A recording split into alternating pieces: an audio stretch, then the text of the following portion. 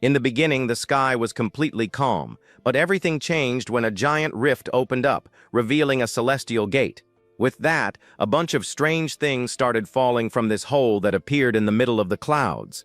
Trash from outside civilizations and even mysterious toxic slimes emerged to change the world forever. Soon after, bizarre monsters started making nests inside these structures that fell from the sky. At that moment, humanity fell into total despair, because no one could fight against these terrible beasts. But the ruins also brought new hope, filled with shining treasures and riches. Inside these places were legendary items called relics, which were worth a lot of money. Among these objects were powerful weapons capable of finally harming the otherworldly creatures. On top of that, flying capes appeared, along with magic potions that turn ordinary rocks into pure gold. Even delicious foods with otherworldly flavors could be found by those who were brave enough.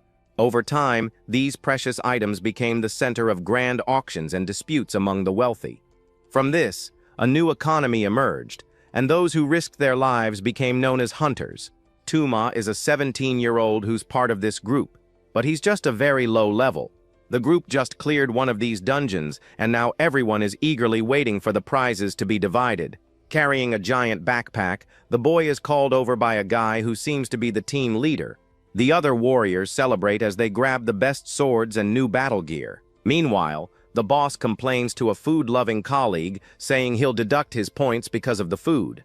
The protagonist spots a small vial of medicine and thinks it might cure his sister's illness.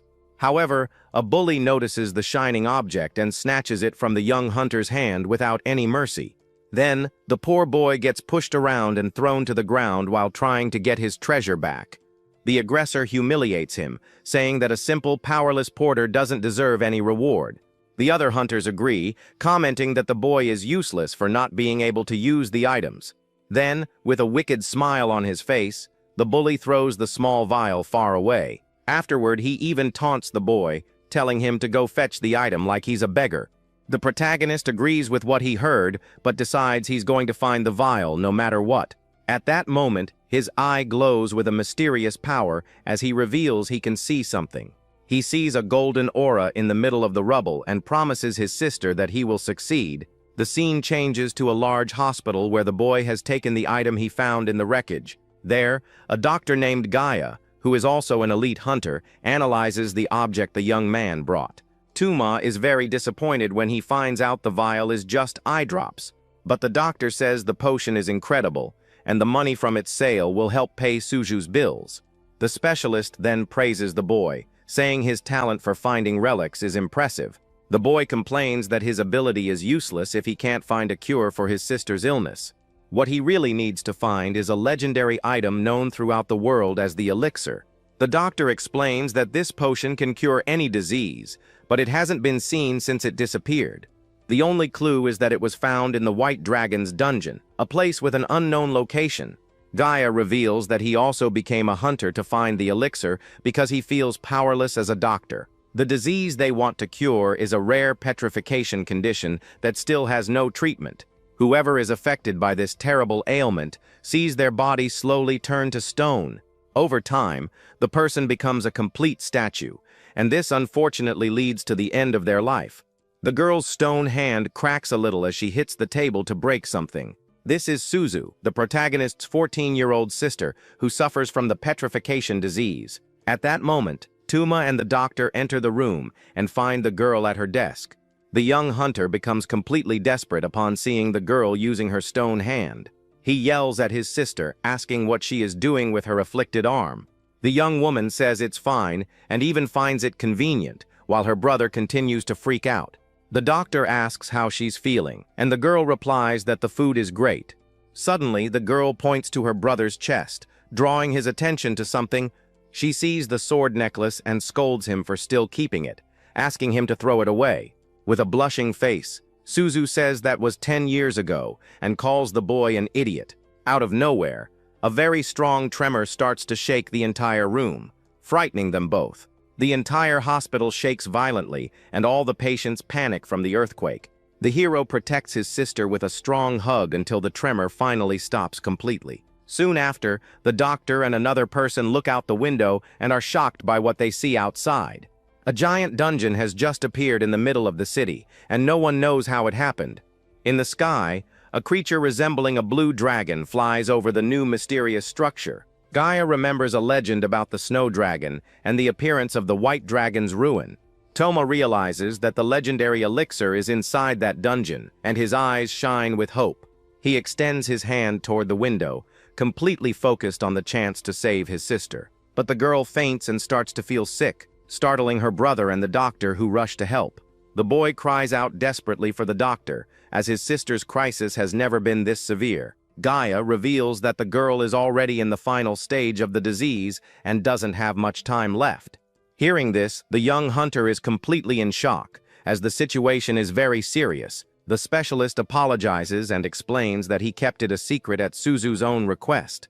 The doctor continues, saying that she only acted cheerful when her brother was around. Because of this, the girl always pretended to be full of energy so as not to worry her dear brother. The protagonist feels guilty for having pretended everything was fine even though she was suffering so much.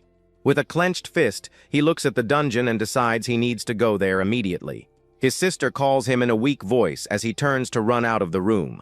The girl asks him not to risk his life for her sake, as she fears for her brother's safety.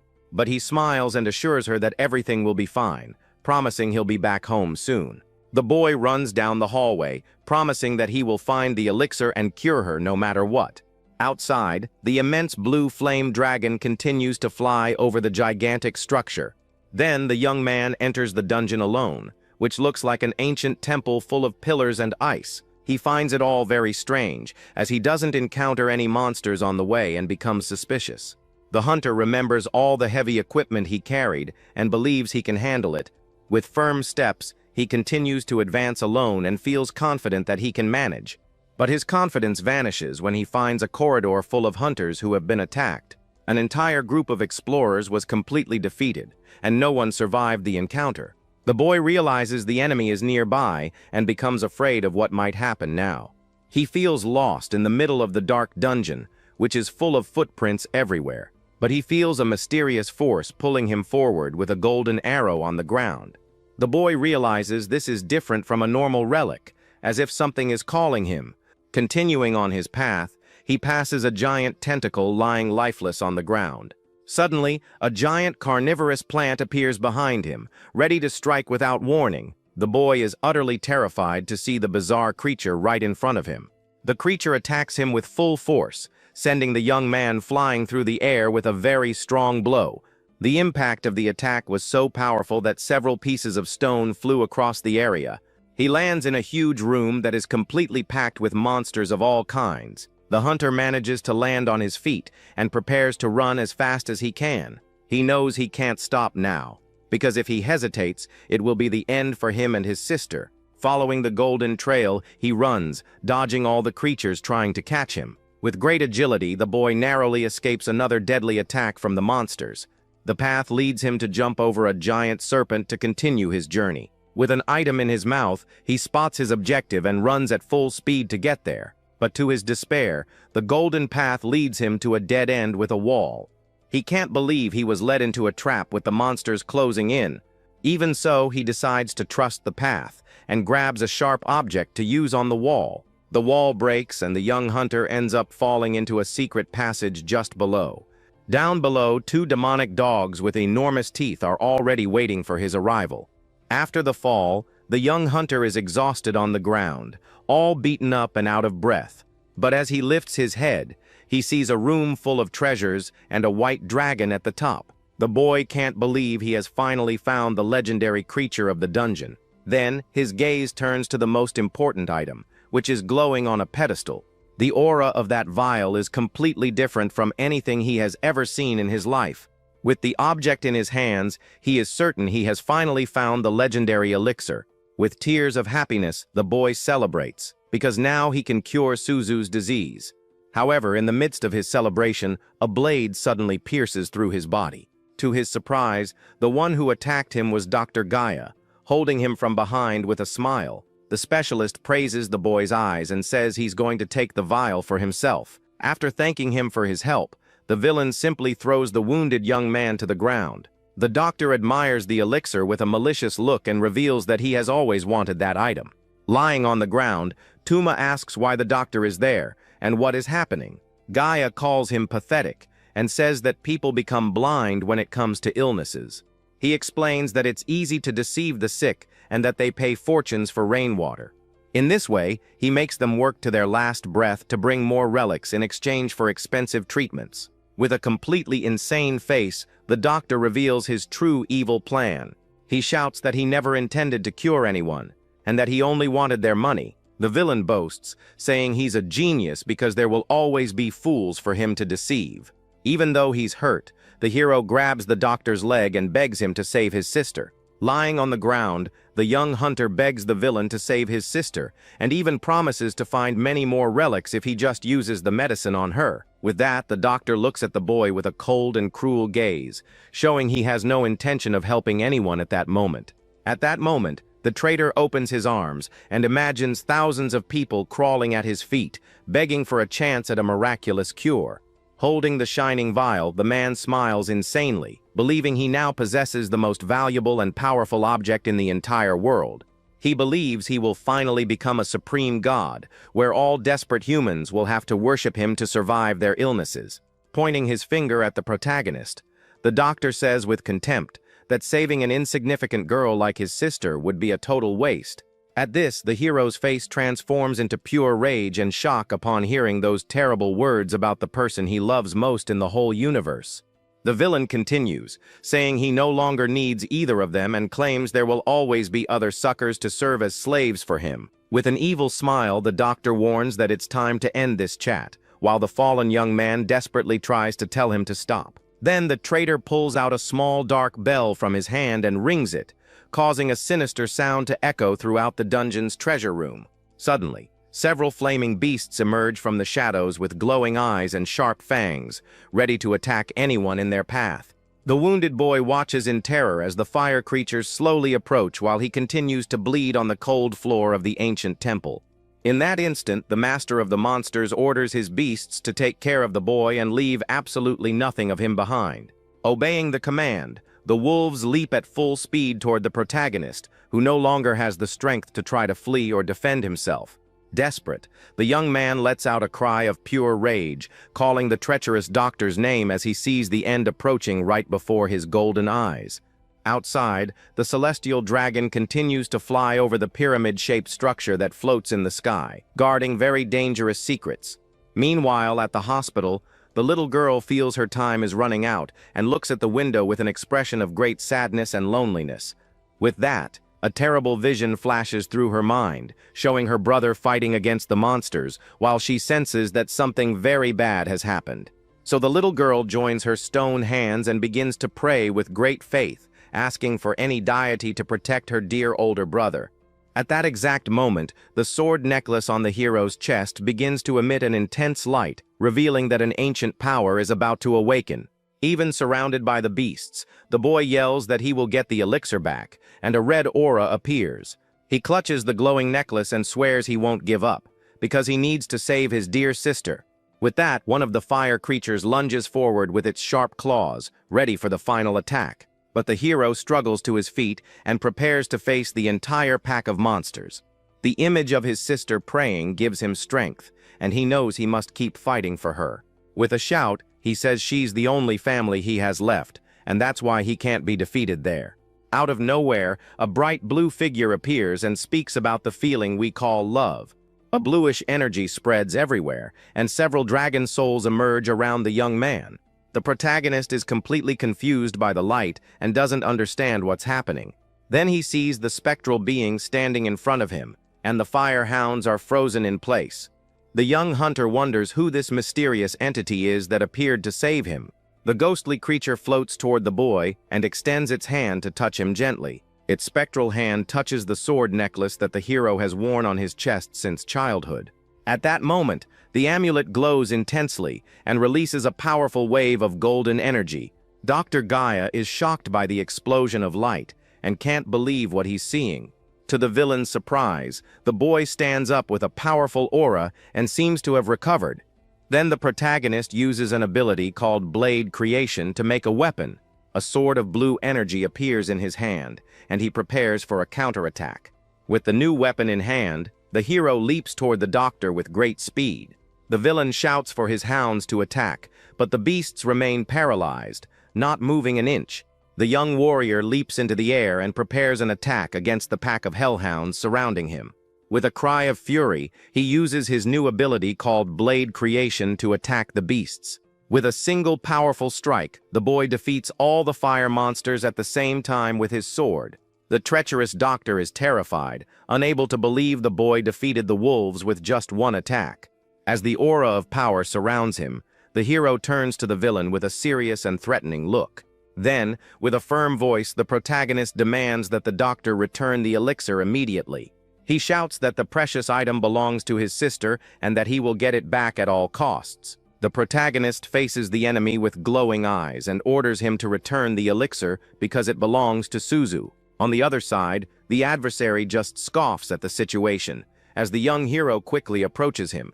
With an evil smile, he says the boy shouldn't get cocky just because he found a usable artifact, and that he's just an E rank. Then the man boasts about being an A rank hunter, and therefore they are on completely different combat levels. With a look of superiority, the villain says he will show the black-haired boy the difference in power between them. At that moment, an energy forms, and the hunter reveals he assembled his equipment by tricking suckers like the protagonist. And with that he appears wearing shining golden armor, shouting that this is his ultimate gear. However, a blast of colored energy flies at high speed toward the man in golden armor. In the blink of an eye, all his armor shatters into pieces, leaving the adversary completely shocked by what happened. The hunter panics and starts screaming desperately, asking what the protagonist did to him. Meanwhile, the young hero remains calm and still in the same spot, while the colored energy surrounds him. He then says he doesn't have time for this nonsense, and demands the elixir be handed over quietly. Suddenly, his senses begin to sharpen, and new information starts to flow into his mind. The boy finally understands how to use the object in his hands, which seems to be the hilt of a broken sword.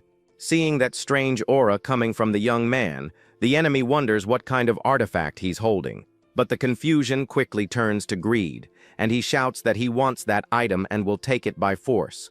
So the villain draws a golden dagger, saying it's a waste, but he'll use his 1 billion yen equipment.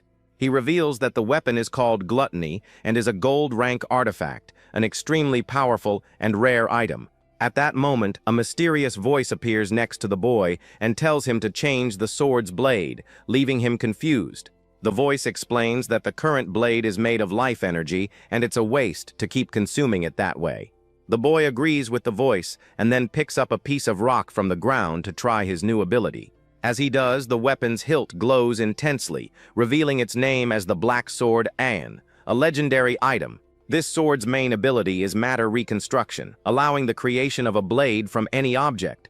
With this, the protagonist shouts and uses the artifact's power to create an obsidian blade from the rock. The new sharp black blade fully materializes and is called Kokuyojin, the Blade of Night. Then the white-haired spirit appears again and tells the young hero to attack with his new sword.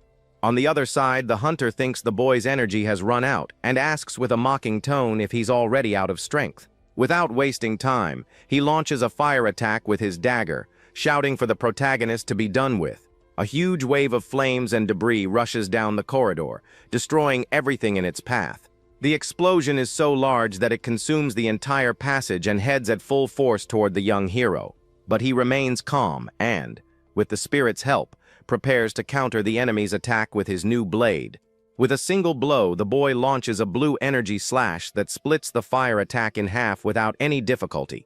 The power of the strike is so absurd that it continues forward and even destroys the wall at the end of the corridor. The villain is completely shocked to see that the attack was so strong it blew a hole in the dungeon's ceiling. Startled, he ends up dropping his precious golden dagger on the ground, which becomes useless at that moment. Terrified, and breaking into a cold sweat, the hunter is speechless before his opponent's overwhelming display of power. At that moment, the protagonist approaches, and the man offers the elixir in exchange for not being finished off right there.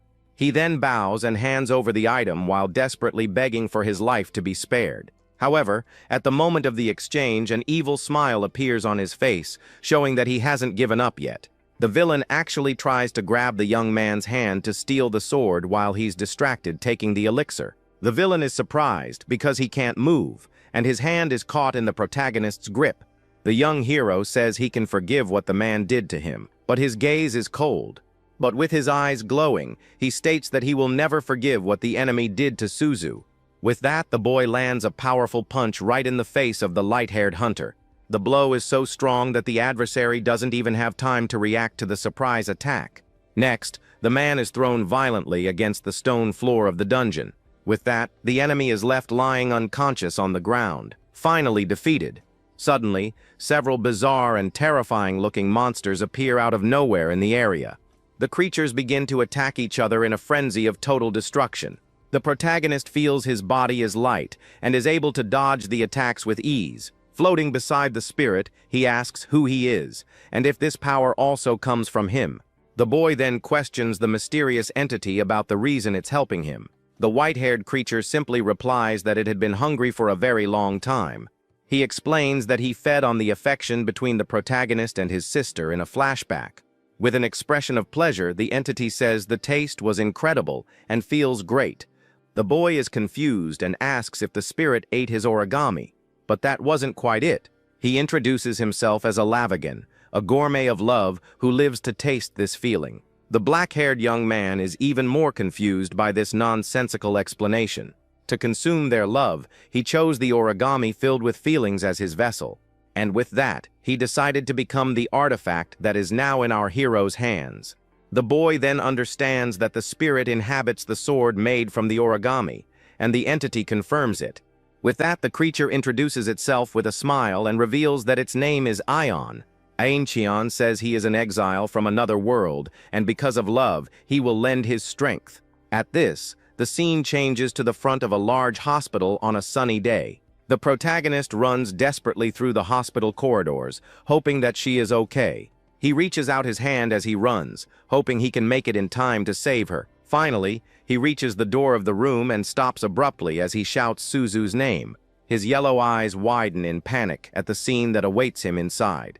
His sister Suzu is completely petrified, like a statue on the hospital bed. The boy walks slowly to the bed, his legs trembling, unable to believe what he sees. Very carefully, he reaches out and touches his dear sister's stone body. A tear rolls down his eye as he realizes her body is completely cold. In desperation, he tries to give the elixir to the petrified girl, but the liquid just runs down. The young hero begs for the elixir to work and cure his sister somehow. More tears fall from his eyes as he continues to plead for the girl's cure. He then asks her to call him Big Brother. Just one more time, please. At that moment, an intense light begins to shine from the girl's petrified body. Suzu's eye, which was once stone, seems to be slowly returning to normal. She then opens her eyes and looks directly at her brother, who is in shock. The girl finally calls him Big Brother, and he can't hold back his tears. With tears in his eyes, the young hero hugs his sister tightly and calls her name. She then returns the hug, and the boy thanks the heavens that she is finally okay. Meanwhile, Alo Choin takes advantage of the moment and absorbs all their love energy. The spirit then holds a small pink sphere of energy that represents this feeling. At this, he says that it is precious and sweet like a dream, and feels like he's on cloud 9. He comments that this is what it means to live, and that it is a feeling his civilization abandoned. The white-haired creature observes the siblings and concludes that love is very beautiful. Next, the entity consumes the energy he collected from the affection between the two siblings. Aishon then says he hopes the boy's sister gets well soon, leaving the boy confused. The spirit asks if he hasn't noticed, and points to the girl's chest, who doesn't understand. The girl gets super embarrassed by the gesture and calls him an idiot right away. But upon looking, they realize that a part of her body is still petrified. The girl slaps her brother for looking where he shouldn't be looking.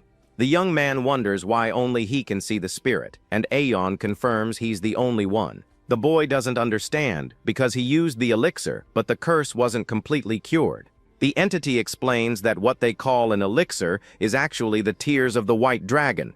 This item can heal injuries and diseases, but it cannot remove curses from artifacts. The protagonist is shocked to discover that his sister's condition is because of an artifact. The name of the artifact is Basilisk, and to cure the girl, they need to obtain this cursed item. Without wasting time, the young hero asks where the cursed dagger can be found. Aeon says there's no hurry, as the elixir in her body will suppress the disease's progression for a few years. With a relieved smile, the boy feels more at ease knowing he has some time to solve this. His sister asks who he's talking to, but suddenly, a large energy surge appears in the city. An explosion throws the young man away, and he wonders if it's happening again. Looking out the window, the protagonist sees a giant creature flying over the city in flames. Aaron then confirms that the creature is the white dragon, covered in blue flames. The spirit confirms the creature's identity as the two siblings watch in fear. He explains that the monster is the master of the ruins they previously visited. The white dragon is furious and is looking for the creator of the artifact, who is Ion himself. With a serious look, the spirit says he won't let the creature escape this time. At that moment, several strange wing-shaped projectiles fly across the city. The protagonist becomes furious and shouts that he won't let the monster destroy the city where he lives. Without a second thought, the black-haired boy jumps out the window to face the threat. With his sword in hand and covered in a blue aura, he calls Alain to battle. The entity agrees to help, as long as there is love in that place for him to feed on. Meanwhile, the white dragon continues to roar and cause destruction throughout the city. Some hunters on the scene wonder why the creature isn't harmless as they were told. Desperate, one of the soldiers shouts, asking where the S-rank hunter is to help. A subordinate informs that there is still no news from the management agency. The hunter's attacks hit the dragon but seem to have no effect on the creature. The dragon's eye glows intensely as it watches everything with fury and overwhelming power. With that, the leader of the hunters shouts for everyone to hold the front line against the attacking giant beast. At that moment, an explosion of rocks flies everywhere, and the warriors feel that the end is near. Then the monster's tail moves, creating waves of blue flames that consume the entire scene around them. In the midst of the destruction, some fallen soldiers wonder what the black-haired young man is doing just standing there. At this, the survivors look at the boy with a mix of shock and hope as they try to get up from the ground. The great beast roars and faces the humans with a look of pure malice and absolute superiority. With his back to the danger, the protagonist holds the hilt of his mysterious weapon while facing the great flying challenge. With a firm gaze and yellowish eyes, the young hero shows that he has no fear of that colossal and furious creature. But the wounded hunter recognizes him as the E-rank porter and thanks him for the unexpected help in that moment of panic. He then smiles confidently and asks the man to leave the rest of the heavy work in his hands now. Suddenly, the monster begins to charge a devastating blue energy breath in its huge and terrifying mouth. Terrified, the ally shouts for the protagonist to run, as facing that alone is total suicide and impossible to win. But the boy remains calm and states that everything is fine, as he faces the deadly attack head-on without taking a step back. In that instant, the spirit of Aegon comments that he has finally found an artifact that he can truly use in this current world. With that, the young man shouts the name of his sword creation ability to try to activate its secret power and win. The other hunters watch everything with great attention, hoping for something grand to happen at that critical moment of the battle. However, everyone becomes confused and disappointed when they realize that apparently nothing changed after the black-haired boy's shout. At this, the beast starts to laugh at the situation and mocks the human who tried to challenge its power with something so pitiful and weak. At that moment, the hero stares at the silent object in his hands and realizes that the artifact seems completely useless now. The giant dragon roars as the entity orders the beast to return to the ruins from where it came. With that, a massive impact throws everyone away, and chaos takes over the place with desperate screams. At that moment, the yellow-eyed young man and his allies are on the ground trying to recover from the blow. Then the protagonist stares at the sword hilt and asks the spirit what is happening to him. At this, the white-haired creature appears calmly and suggests that the boy give up and go back to take care of his sister. But the hero is completely paralyzed and speechless at the absurd proposal he just heard from his ally. With a tired appearance, the mystical being complains that there isn't a single drop of love on that battlefield. He claims he can't fight on an empty stomach while the black-haired boy tries to convince him otherwise. Sitting and thoughtful, the exile says that emotions like fear and anger are useless to satisfy his current hunger. The boy is indignant and wonders if this is really the best time for the spirit to feel hungry. Meanwhile, the other hunters watch from a distance and wonder who the young porter is talking to by himself. The warriors' shields begin to shatter, and they realize the defense won't hold for much longer. Suddenly, the winged monster prepares for another attack, and one of the soldiers shouts for everyone to retreat immediately. With that, a brave hunter uses a powerful launcher and fires a shining projectile toward the dragon's mouth. The explosion hits the creature's face, but the attack seems to cause no real damage to the giant beast. At this, the enemy mocks the humans, calling them all annoying insects as the soldier is thrown through the air. At that moment, the hero in dark clothes desperately tries to convince the entity to help him protect the people. He notices that the mystical being's face is getting thinner and more debilitated from the lack of feelings. The young man asks what the difference is between the love for his sister and the desire of those men to protect themselves. But the spirit observes the scene and states coldly that it is just survival instinct and not pure love. With the spirit's answer, the hunter is left speechless, with a drop of sweat on his face. Suddenly, the protagonist has a revelation and shouts that what he is feeling is love. At this, the entity becomes confused and wonders what that strange smell in the air is. The young hero then takes out his phone and asks the mystical being to look at the screen. On the device, he sees a list with various types of love but doesn't understand those words. The boy explains that all of it is a collection of love, and he needs to understand this. Agents is in shock to hear that this feeling is the love of humanity. The young man shows pictures of families and says that humans love their blood relatives. He continues to show that they also love their lovers and even their friends. Their love extends even to unknown people, animals, and even nature. With this, he concludes that humans are capable of loving everything that exists in the universe. The entity is overwhelmed by the various types of love and finds the feeling new. He is ecstatic with the taste and says it is so intense it seems perverted. But the protagonist shouts that the world is overflowing with love and he can feed on it. At that moment, a massive and brilliant energy begins to fill Aeon's body. With that, the spirit floats in the air, completely energized by the love of humanity. Back in the battle, a hunter wonders if this is the end as he faces the dragon. He remembers his fiancée and apologizes because it seems their wedding has been canceled. But suddenly, one of his companions throws himself in front of him to protect him. The soldier shouts angrily, saying that his friend's shield is already at its limit. The armored soldier tells his friend to shut up and leave because he has a wedding to go to. With a smile, he jokes that the groom will owe him 2 gifts, but he'll let it slide this time. With a blushing face and drooling, Aishane finally understands what humanity is and the love they feel. As a devourer of love, he realizes he almost let this delicious feast of feelings slip away. With that, the young hero fearlessly jumps into the middle of the giant dragon's blue flame breath. His eye glows intensely as he invokes the power of his black and twisted blade. At that moment, the boy manages to split the enemy's fire attack in half with his new ability. The soldiers are completely shocked and speechless to see that the flames were divided. The protagonist lands on the ground with a victorious smile and shouts that his plan finally worked. Meanwhile, a lion floats and absorbs the romantic love and companionship of the soldiers present. The young hero then realizes that his blade is also being filled with all that feeling.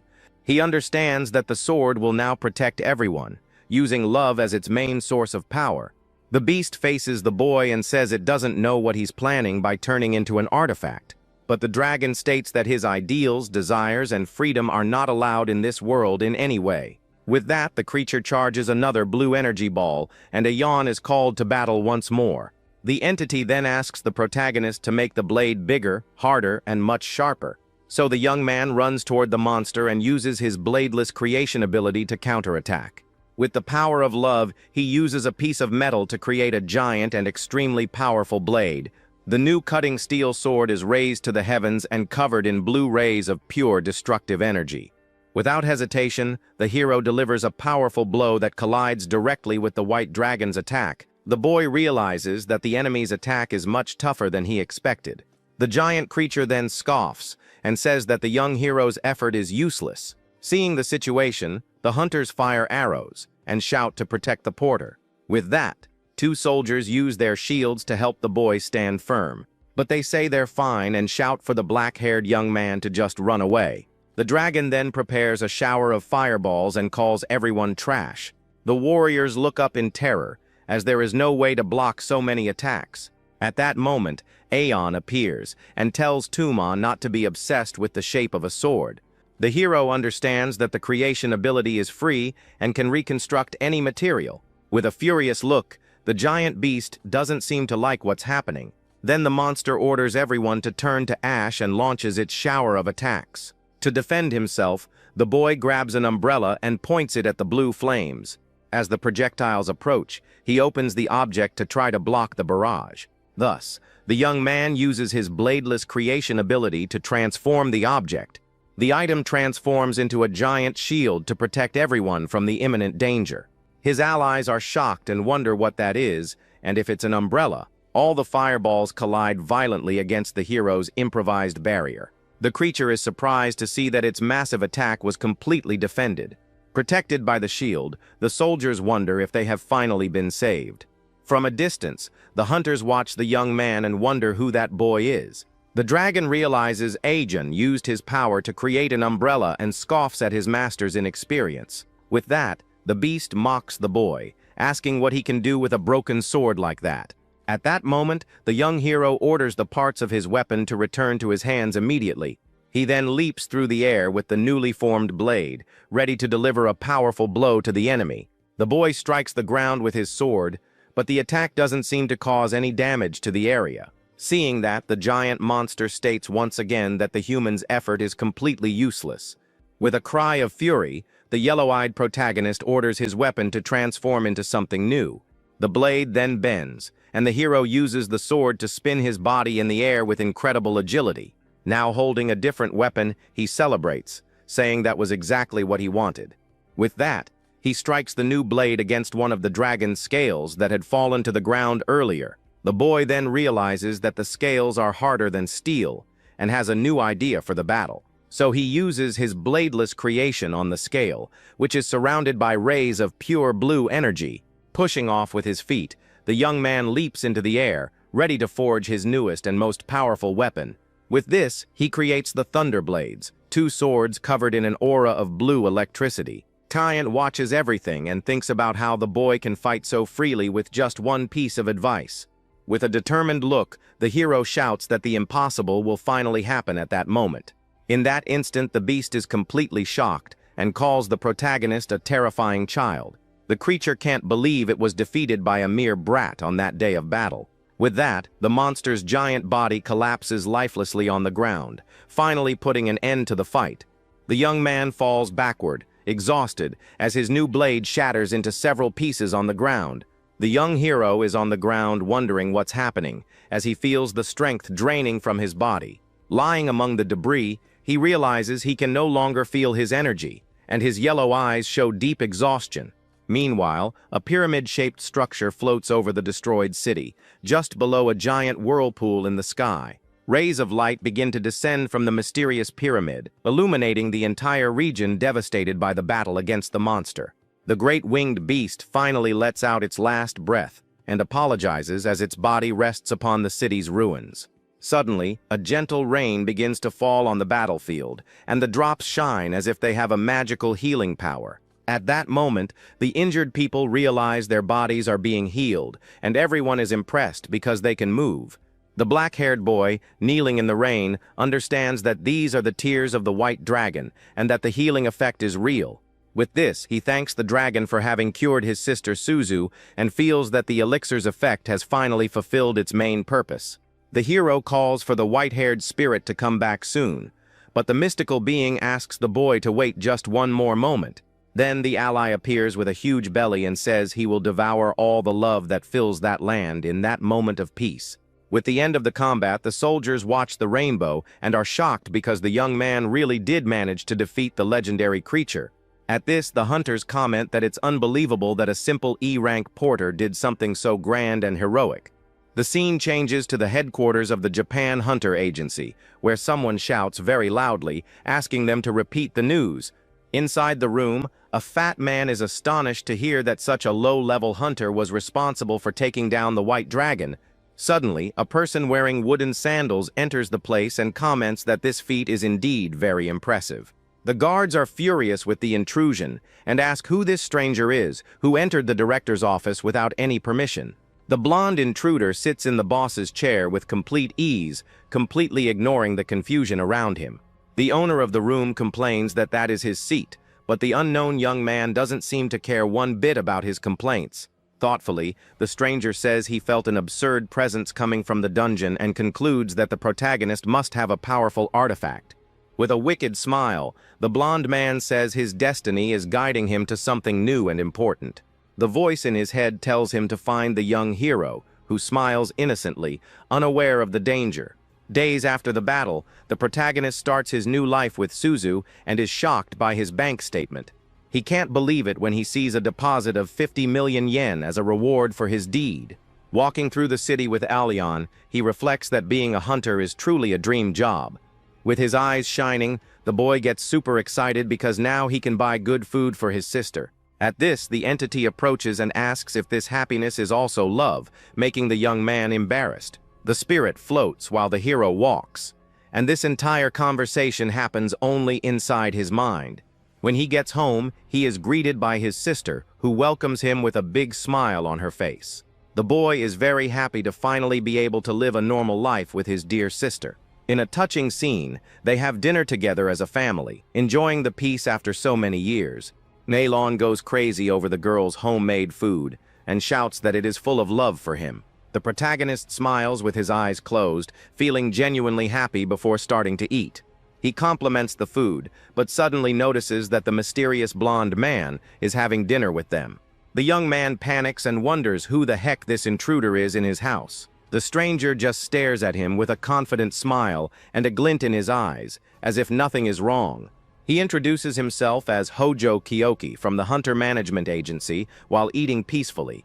The girl asks if he is a coworker, and the two siblings are very confused by the visit. The boy then moves his sister away from the man and asks Mr. Hojo to go outside for a serious talk. Already outside in a playground, the hero asks the S-rank hunter what he wants with him. The blonde man directly asks the young man if he was looking for a relic. Surprising the boy, he reveals that he saw the access history on the administration's website, and that information about weapons is confidential. With this, the protagonist confirms and asks if the S-rank hunter knows anything about the relic called Basilisk. Hojo explains that he doesn't, but if the boy becomes an A-rank hunter, he will be able to see the data on the item. The black-haired boy is discouraged by how far his goal is, since he is still an E-rank. Then the man points at the young man and says he will give him the chance to take the A-rank exam. The hero is shocked by the proposal and says it's impossible because he is still too weak. Hojo explains that because he defeated the white dragon, he earned a special exception and can skip the steps. The boy thinks about the chance to get information about the basilisk and thus cure Suzu's petrification disease. But the blonde-haired hunter says there is one condition for him to give this unique opportunity. The protagonist becomes tense, a drop of sweat running down his face as he awaits the proposal. With a bright smile full of flowers, the man shamelessly asks for a loan of money. The scene changes to the young man looking at his bank statement with an expression of despair and sadness. As he runs through a dangerous landscape, he wonders where that guy gets so much money from. The blonde guy even says that his debt and the boy's savings are almost the same amount, and maybe it's fate.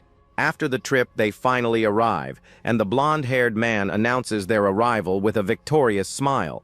The protagonist looks at the wooden bridge and realizes that this is the location of the selection exam. Around him, he sees several other candidates preparing for the test and feels a little intimidated. The boy observes the other hunters and notices that they all seem to be very strong and experienced. Then Hojo says goodbye with a wave and says he'll be around, watching everything from a distance with a friend. With a dark aura, Hojo's friend complains that the loan payment is 2 minutes late. The protagonist understands that this is the man Hojo borrowed money from as he threatens him. He then turns to the candidates and introduces himself as Hakogami Koya, the test examiner and an A-rank hunter. The man in glasses explains that the exam is to fill the vacancy left by Hunter Kiritani Gaia, and only one will pass. The other hunters comment on Kiritani and wonder why someone with gold relics would leave the position. At that moment, the young hero remembers the man from the dungeon and confirms that Gaia was an A-rank hunter. But the examiner states with an air of superiority that truly talented people don't need quotas to pass. With open arms, he declares that anyone who is approved by him will be promoted to A rank. The candidates get super excited about the news and celebrate, thinking it's their lucky day. From a treetop, Hojo watches everything with a mocking smile and thinks they are greatly mistaken. Hakogami then says the test method is very simple and snaps his fingers to begin the challenge. With that, a large circular arena is drawn on the ground, and all the hunters get into position for the start. He points to a 5-minute timer and says the rule is to stay inside the area without falling out. The other option to pass the test is to push him out of the arena or defeat him in combat. With a confident smile, the other competitors think the task is basically a sumo match. The man in glasses reveals that his body is just a clone, so they can attack with full force. All the candidates shout excitedly and prepare to attack the examiner's clone with everything they've got. The protagonist thinks that using his dragon scale blade is too risky in that situation, so he decides to use the cutting steel blade while the other hunters prepare their weapons.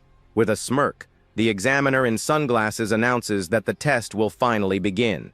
In the same instant, one of the candidates charges forward, but the examiner defeats him with a single kick without any difficulty.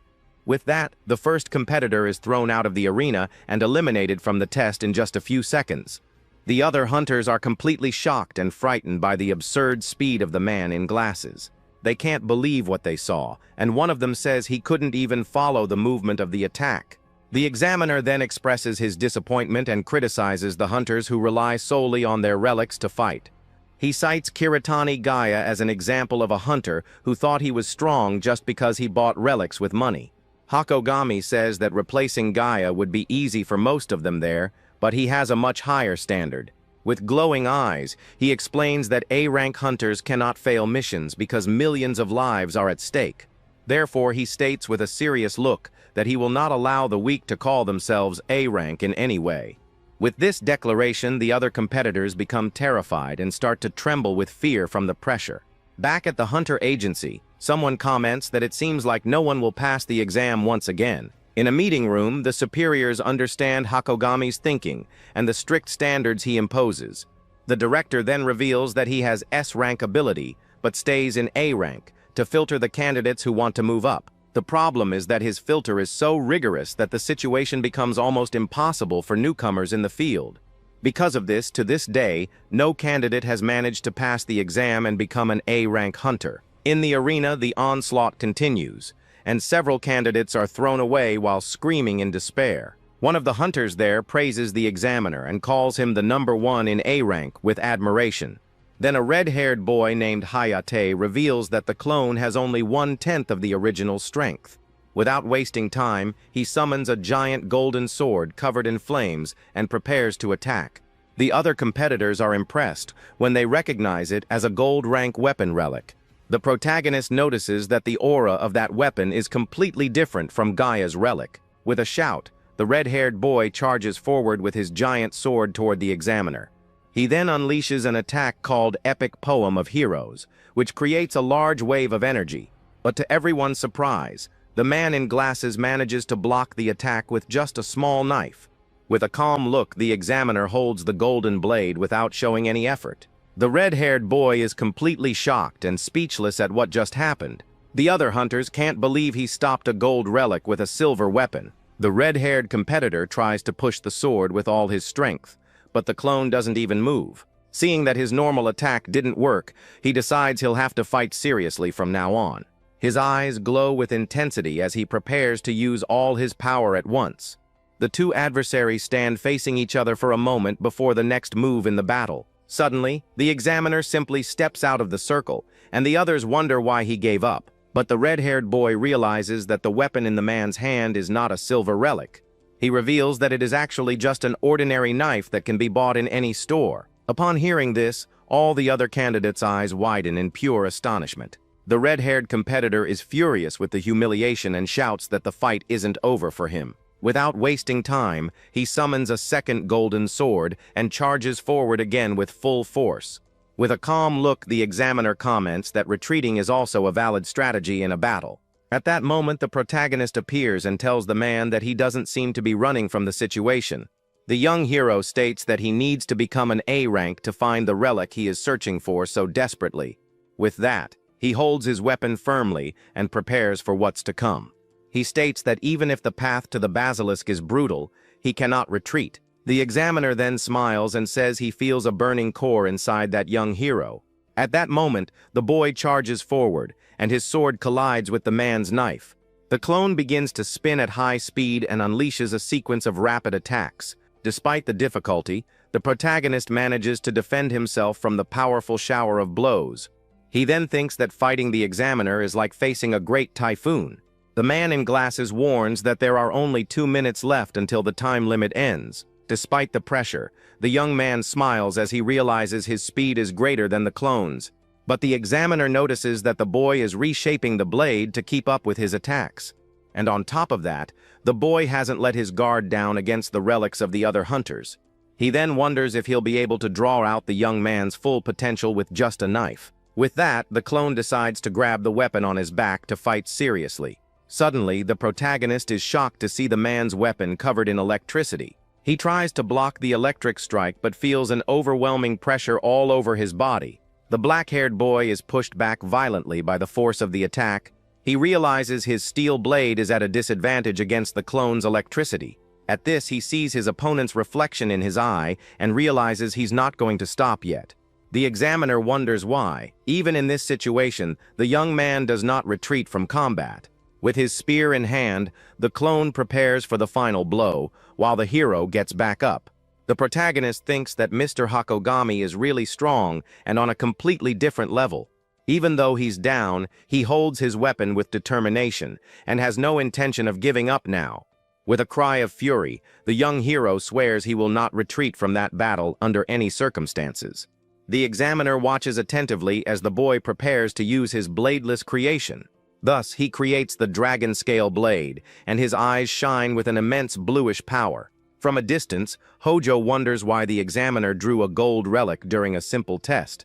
Meanwhile, at the agency, they wonder what kind of black relic the boy is using. With a thoughtful look, the director says he has a hunch about what that strange weapon might be. He then states that the black relic might be a level above gold rank, surprising everyone. Back in the arena, the two opponents face each other from a distance, ready for the climax of the final battle. The boy realizes he can no longer use his cutting steel blade in this dangerous situation. On the other side, the examiner's clone just observes the scene with a calm and very analytical look. He understands that iron attracts lightning, which is why his old blade was a terrible choice there.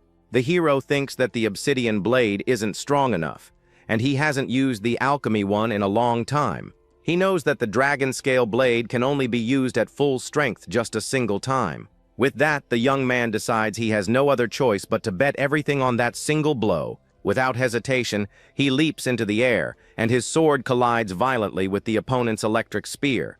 The impact of the two blows creates a golden shockwave that spreads throughout the arena. The boy thinks that even though he's dodging the lightning, each of the examiner's blows is very heavy. But he notices that the number of the clone's attacks is not the same as it was before the clash. The boy understands that because the weapon is long, it's also harder for the clone to handle. The examiner realizes that the young man's blade has changed, but he's still not attacking. Even in the small openings, the protagonist doesn't even glance for a chance to strike. With this, the man in glasses understands that he is trying to take him down with a single attack. With yellow, focused eyes, the hero patiently waits for the big opening he needs. Then the clone attacks and the black-haired boy finally finds the chance he was waiting for. But the examiner warns him not to jump recklessly into such an obvious trap. He continues, saying that this is an opportunity that simply fell into his lap. At this, the man in glasses launches a powerful electric attack toward the dark-clothed protagonist. A large explosion occurs in the distance, sending all the other candidates flying with the impact. The clone praises the boy for dodging, but says that's only allowed up to B-rank hunters. He then states that if there had been something to protect there, the young man would already be gone. The protagonist is in shock as he realizes the attack was actually aimed outside the arena. From a distance, a blonde woman calmly comments that now there are only 30 seconds left. The hero is frustrated and faces the examiner, who observes him with a look of total superiority. He then thinks that his opponent's strength is simply overwhelming, and on another level. At that moment, Orion appears and asks Tuma if his sword handling hasn't gotten much worse. The spirit explains that relics operate with a special energy he calls preloma. The white-haired entity continues, saying that just holding the weapon already provides some of this energy's benefits. With difficulty, the young hero blocks another attack and realizes he is almost at his limit. But Aban explains that someone like the clone extracts the preloma from the relic itself, and with that, his physical abilities skyrocket. The young hero is thrown back by the attack and wonders if he really can't do it. The entity then asks if the boy did it again, leaving the black-haired young man confused by the question. Suddenly, a strong impact hits the protagonist squarely before he has time to react to the blow. With that, he is thrown backward and ends up spitting a little red liquid from his mouth from the force of the attack. The spirit remembers that in the fight against the doctor, the boy also managed to do the same thing as now. He then recalls that certainly back then, the young hero also did that to win the battle. The entity admits that he admires the boy's ingenuity for having defeated the white dragon without using preloma, but the white-haired being warns that this ability alone will not be enough to defeat the man in glasses. Ajon says that what the examiner said also makes sense, and that the boy needs to understand the situation. At this, the clone slams his spear on the ground, creating a large wave of golden, electric energy in the arena. The mystical being asks the young man to imagine that he is fighting with his beloved sister Suzu right behind him. In his mind, he then sees the image of his sister cheering for her older brother to be okay in the fight. At that moment, a powerful golden energy begins to emanate from the entire body of the dark-clothed protagonist. A large column of black smoke rises to the sky, while the boy's bright blue aura only grows stronger. With a determined look, he prepares himself, knowing that this has finally become his true strength. The examiner observes the whole scene with a serious and somewhat surprised look at the young man's new power. With that, the hero's sword multiplies into several blades of pure blue, flaming energy in the air. Without hesitation, the boy charges forward and delivers a powerful blow that collides directly with the clone's spear. The impact of the attack is so absurd that the entire floor of the arena shatters into several pieces and flies away. The other candidates are completely confused by the shower of rocks falling from the sky. The examiner adjusts his glasses and is impressed by the young hero's power. Meanwhile, the protagonist concentrates, and his blue aura becomes even more intense and powerful. Aegeon then says that everything is possible in love, and that's why he is the real Tuma. The boy feels his body is light, and with that he can land as many blows as he wants on the enemy. From a distance, the mysterious blonde woman just laughs at the situation with a look of pure amusement. The man in glasses wonders why the young man suddenly got stronger but doesn't know the reason. He realizes that the E-rank hunter has mastered the manipulation of preloma at a critical moment. With that, the examiner finally thinks he has found someone worthy of his attention in the arena. He then acknowledges that this boy is truly worthy of carrying the title of A rank. The exchange of blows between the two is so intense that no one can see what is happening. At the agency, they note that there are only 20 seconds left and wonder if the test will have a passer. With a serious look, the director says he has a hunch about what will happen in the end. He then states with certainty that this young candidate will manage to pass the test. The other competitors start shouting and cheering for the boy to win in the end. The timer shows that there are now only 5 seconds left until the exam's time limit. The countdown begins as the exchange of blows between the two becomes increasingly fierce. In the last second, their weapons clash in a flash of pure energy and destructive power. At that moment, Hakogami and Tuma sense two separate and distinct threats approaching. Without waiting for the end of the test, the two leave the location to deal with the new danger that has emerged. The candidates are confused in the destroyed arena and wonder what happened to the test. Meanwhile, the blonde woman watches the examiner, who floats in the air with his spear in hand.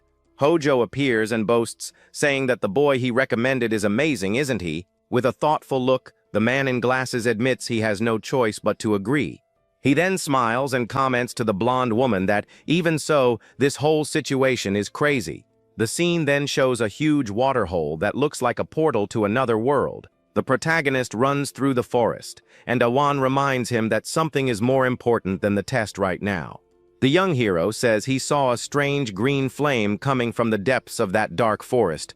He remembers feeling a malevolent presence coming from the bell he found earlier. Suddenly, the black-haired boy finds two other candidates who were in the exam with him. The spiky-haired young man with glasses recognizes the protagonist and is surprised to see him there. But the hero notices that the other two hunters who were with the boy seem strange. At this, he sees that one of them is completely petrified and turned into a stone statue. The spiky-haired boy tells him to be careful, because this could be the work of a monster. The protagonist is shocked by how dangerous this is, as he had only gone to take a leak. Then the hero faces the other candidate and asks directly if he is actually a relic. Anaon is confused by the question, and the black-haired young man continues with a serious look on his face. He explains to the entity that he can see the presence of the relic coming from that strange place. But the boy says the presence isn't coming from a relic being held, but from the boy himself. The young man with glasses doesn't understand anything and asks if the protagonist is okay after the fight. The protagonist faces the adversary and asks if he is the basilisk he's been looking for. At this, the man in glasses lets out a dark smile and asks how the young man knows that secret name. With great anger, the boy orders the enemy to bring the petrified person back to normal immediately. Then he shouts again, demanding that the stranger undo the stone curse right now. At that moment, the young hero becomes furious while the opponent just stares at him with a mocking look. With that, the black-haired boy charges forward with his shining sword and advances on the mysterious enemy. But the villain just watches the attack approach with an expression of curiosity and complete calm. The two forces collide violently, creating a shockwave that destroys the ground around them.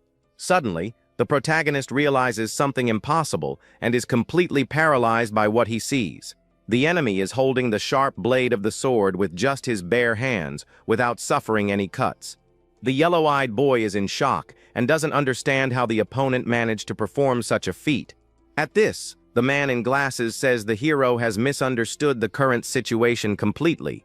With great effort, the young man tries to pull his weapon but realizes it's completely stuck. The adversary admits to turning the other hunter into a statue, but claims he is not the basilisk. The protagonist is confused and wonders what the guy means by that strange revelation. Then the stranger analyzes the boy's equipment and comments that he has never seen such a different object. But soon after, he smells a familiar scent and states that he remembers that disgusting presence. With a piercing gaze, the villain asks if the entity decided to turn into a relic. At that moment, the spirit of Aeon appears with a serious expression and faces the adversary with great coldness. Then the man in glasses decides the fight will begin for real and quickly advances toward the hero. The man in glasses wonders what would be more beneficial for the basilisk in that situation. With this, the protagonist realizes that this guy really has some connection to the basilisk. But to the hero's surprise, the subject strikes a strange pose and shouts that he has no idea. With an evil smile, he says it doesn't matter, and seems ready to fight seriously now. At this, his silhouette appears covered in a purple aura, and he says he will finish them all off. Without wasting time, he launches a powerful downward attack toward the young hero. The black-haired boy manages to block the blow, and the enemy shouts as he continues to attack. Then Amurin appears and observes the opponent's weapon, saying he recognizes that different blade. The spirit reveals that it is the Ananthum spider sword, an item he knows very well. The entity confirms the protagonist's suspicion and says that the man is the relic itself. Dasan wonders why a personality within a relic would have a real physical body. At this, the young hero wonders if the basilisk is also a relic with a human body. Furious, he charges forward again and asks why they are turning people into statues. The adversary responds mockingly that he's only doing it because the basilisk told him to. The boy then asks how many people he has petrified, and the villain calls the question cruel. He then asks if the hero remembers how many nose hairs he has plucked in the last 5 years. Upon hearing this, the protagonist remembers his sister and explodes with rage at the disgusting comparison. With that, he releases a great wave of blue energy and delivers a powerful blow to the enemy. But the man in glasses claims he cannot be cut, and that relics were not made to be broken. Then the villain says it's time to fight seriously, and summons another dagger for dual combat. The villain mocks the young hero, asking how he's going to survive now that he has two weapons. Suddenly, the examiner appears with his own blade and prepares to join the fight. His eyes glow intensely as the name of his relic, Thorless, is revealed to all. With that, he uses his lightning spirit dance and launches a tornado of golden lightning at the enemy. The great electric storm spins at high speed and consumes everything around it in the area. The man in glasses is surprised that his adversary also knows the true name of his relic. The other candidate from the exam shouts Mr. Hakogami's name upon seeing him arrive for the battle. With a serious look, the examiner faces the new opponent, who suddenly appeared in the forest. Without wasting time, he charges forward with his spear and attacks the humanoid relic with a swift blow. Then the A-rank hunter creates several energy clones and uses his wild dance to attack. The electric clones surround the enemy and attack him from all sides with absurd speed. But the examiner is surprised by the opponent's skill and wonders what kind of trick it is. The villain praises the speed of the man in glasses and says the spear seems like a part of his body. With that, the two continue their intense exchange of blows, and the examiner notices something strange in the fight. He then notes that his opponent is actually not using just two relics as he thought. Suddenly, 4 floating blades appear, and the A-rank hunter is in shock at the revelation. The weapons attack the man from all sides in a sequence of fast and very dangerous blows. Orion observes everything and realizes that the examiner wasn't fighting at full strength against Tama. Seeing the situation, the protagonist decides he can no longer stand by and rushes to help in the fight. But the spirit shouts for the young man to wait as he advances into the middle of the intense combat. The young hero charges forward, thinking that with the enemy focused on the examiner, his attack will work. With that, he runs, determined to force the villain to talk about the basilisk no matter what. But a giant desperately shouts for the boy to retreat and remain calm in this dangerous situation. The opponent then reveals that his true form is an 8-bladed relic called an anthem. Suddenly, several golden weapons explode from the ground and fly at high speed in all directions. The villain now floats in the air with his 8 blades, looking like a giant, terrifying spider. With a drop of sweat on his face, the protagonist is completely paralyzed and in shock at the scene. At that moment, a large trail of red liquid flies through the air, indicating a serious injury.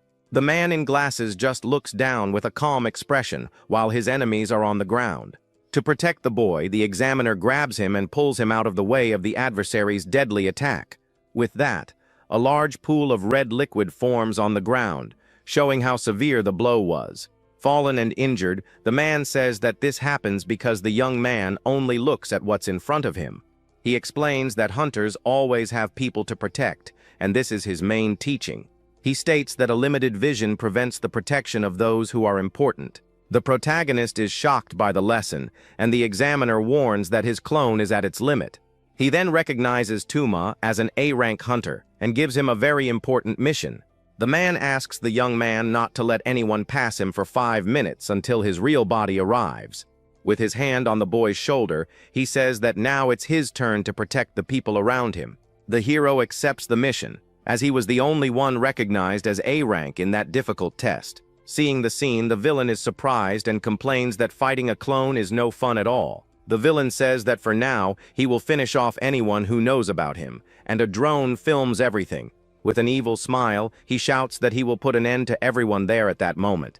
Watching the live broadcast, the people at the Hunter Agency are completely terrified. But the protagonist stands up and says he will not allow him to create any more victims. He reflects and realizes he was only thinking about himself and his own situation. The young man understands that it's not just about being protected, but also about protecting others. With that, he swears he will save Suzu, but first he needs to fulfill his promise there. His eyes shine, and he shouts that he will protect what Mr. Hakogami entrusted to him. Meanwhile, Asuon wonders why the relic and anthem took on a human form. The entity then tells the boy that each blade he created has a unique characteristic. With that, the spirit asks the young hero to use the characteristic of the dragon scale blade. The boy concentrates and, together with the spirit, prepares to use all his power at once. On the other side, The enemy just stares at the scene with a confident smile and a mocking look. The protagonist then remembers the examiner's words about the 5-minute mission. At this, Awan repeats that each blade has its own characteristic, and the boy's power increases. The villain realizes the hero is deep in thought and seems to be planning something.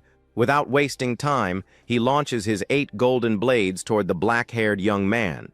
With a terrifying smile, he shouts that they are in the middle of a battle, and there is no time to think. The enemy then states that the boy won't last even 5 minutes, and attacks him with everything he has. But suddenly, the protagonist's eye glows, indicating that he has finally come up with a plan. The villain charges forward with his 2 front blades to attack the young hero head-on. The boy manages to block the blow, and the enemy wonders if that is a blind spot. With a terrifying smile, the adversary pressures the protagonist with all his might. The black-haired boy is pushed back and realizes the huge difference in power. With the impact, he is thrown far away and hits the forest floor violently. At this, he is hit by several attacks in sequence and ends up suffering some injuries. Wounded, he realizes that at this rate, he will end up being finished off by the stronger opponent. Then the humanoid relic scoffs and asks if a little thinking will change anything in the fight. With that, the man in glasses launches all his blades in a shower of deadly attacks. But the young hero plants his feet on the ground and prepares for what's to come without retreating. He faces the barrage of blows head-on, and seems to have a plan to counterattack. With a determined look, he shouts for the enemy to prepare for what's about to happen. His eye glows with an intense blue energy as he concentrates fully on the battle. Suddenly, the boy moves at high speed and defends against all the attacks with his sword. The villain is surprised by the boy's new ability and doesn't understand what happened there. He then realizes what the young hero was planning during this whole fight. The adversary understands that the boy concentrated his energy in his vision and arms to fight. But he explains that this energy, called preloma, also works as armor. With this, the enemy states that if a blow hits an unreinforced part, the game is over. The villain acknowledges the young man's determination and launches another attack with all his blades. The villain scoffs, saying the young man's determination is pathetic and that he's just buying time. Then he shouts for the boy to stop defending and come at him with everything he's got. The protagonist remains silent, a drop of sweat running down his determined face. At this, the adversary gets irritated and asks if the boy really thinks he's an idiot. He then says he won't continue with these weak attacks and transforms one of his arms.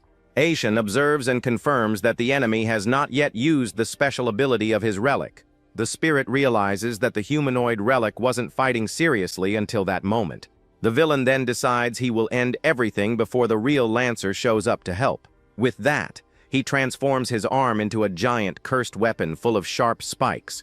The new weapon, with spiderweb details, spins at high speed, ready for the final attack. Without hesitation, the enemy delivers a powerful blow toward the fallen clone and the protagonist. The young hero looks up in shock, and the entity warns him that the attack is coming with full force.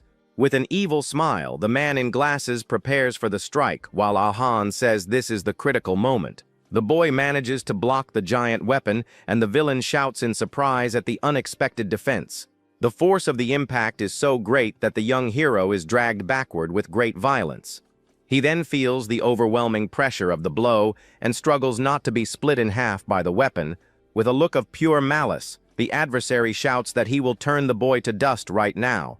The protagonist feels like his arms are about to explode from the absurd force of the attack. To avoid yielding, he plants his feet on the ground and uses all his strength to resist the blow. With this, he manages to hold firm for another moment in the battle against the humanoid relic. The young hero can barely stay on his feet as the pressure from the enemy's weapon crushes him against the ground. With a desperate look, the other candidate sees the villain's spinning weapon getting closer and closer to his face. The image shows the protagonist's back as he uses all his strength to withstand the force of the attack. He then remembers the petrified hunter and the promise he made to protect him for 5 minutes. A voice in his head says that this time, it's his turn to protect the person who saved him before. With great anger, the boy plants his feet on the ground and curses for being in such a difficult situation. On the other side, the adversary shouts with a determined look that he will never lose this battle. Then the humanoid relic charges with a deafening cry, ready to finish the combat once and for all. With an evil smile, he scoffs that just having courage won't change the final outcome. But suddenly, the villain notices something, and his mocking look changes to one of pure surprise. He stares at the protagonist's weapon and wonders why the blade has suddenly turned so red. Aenon then says he will show the young man how a real dragon breathes fire to win. The entity explains that a dragon rubs its scales together to convert impact into pure power. With this, he reveals that the main characteristic of the dragon scale blade is the same thing. The weapon's ability is to accumulate all the impact from blows and then release it all at once. The villain panics upon realizing that the hero was defending himself to charge his sword. At that moment, Awan shouts for Tuma to swing the blade with all the strength he has left. The adversary desperately tries to stop the attack, but it's too late for any reaction. With a powerful cry, the protagonist releases all the accumulated energy in his dragon-scale blade. An explosion of orange energy consumes everything, and it seems the enemy has finally been defeated. The protagonist shouts with fury, releasing all the accumulated energy in a devastating attack. With that, the image of a red energy dragon emerges with the power of the blow. The dragon-scale blade finally manages to break the enemy's cursed weapon. At this, the humanoid relic is completely shocked and speechless at what happened.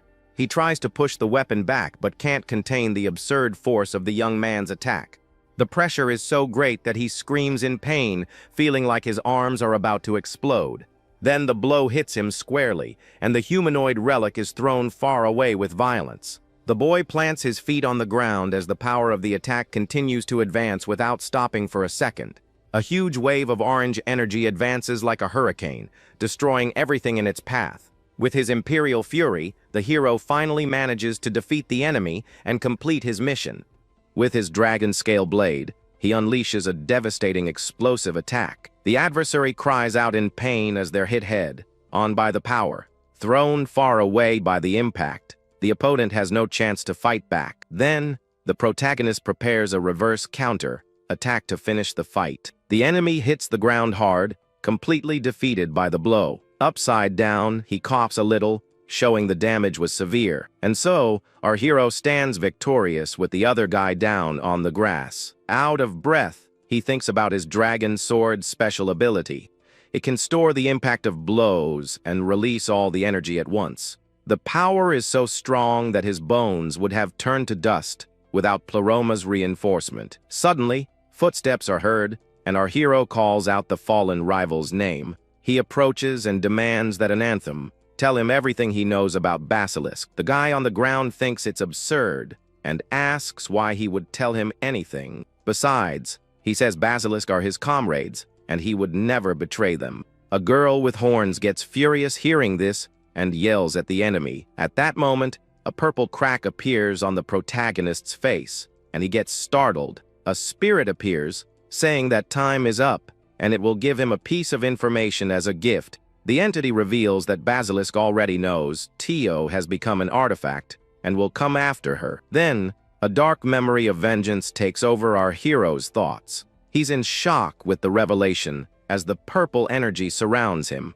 The defeated enemy says that Basilisk will not lose, and that their vengeance will happen. Heian just stares at the spot with a serious expression on his face. Without saying a word, the protagonist is confused and asks the entity what this vengeance means. With that, Heian reveals that he was the one who created all the weapon artifacts. He turned people into weapons to make them stronger and more resilient. The spirit had no other choice, as his world was threatened by monsters. The artifacts were used to protect many lives, but the situation suddenly changed.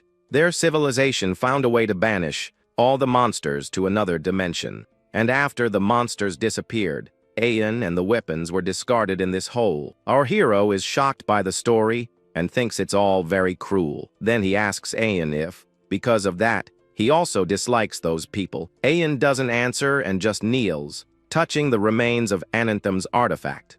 Purple energy comes out of the pieces, and he wonders if that is his friend's love. Holding the energy, he feels a painful yet gentle nostalgic sensation. In a memory, Ananthem observes the destruction and says the monsters can't be stopped. The young man admits he isn't smart, but sees no other way to save his comrades. Back then, Ayan just listened to his friend with a very sad expression. Then, Ananthum smiles and entrusts his life to Ayan to be turned into a weapon. Back in the present, Ayan understands that Ananthum became an artifact out of love. The energy then dissipates into the air as he whispers his comrade's name. On the battlefield, our hero and the entity are left alone after the revelation. Suddenly, a voice emerges, and the protagonist turns to see who has arrived. To his surprise, Ms. Hakagami appears, and he calls her by name. At that moment, she unleashes an absurd power aura, revealing her true form. The woman comments that it's been a while since she's expected anything from anyone, but he surpassed those expectations. She then turns to observe the trail of destruction the fight left in its wake. A brief memory shows a younger Hakogami facing one of the stone victims. The teacher says he's now rank A, and they no longer need formalities. With a slight smile on her face, she congratulates him on his excellent work on the mission. Upon being called by his name, the young man is in shock for a moment, not knowing what to say. Right after, he breaks into a huge smile and thanks her, very happy for the recognition.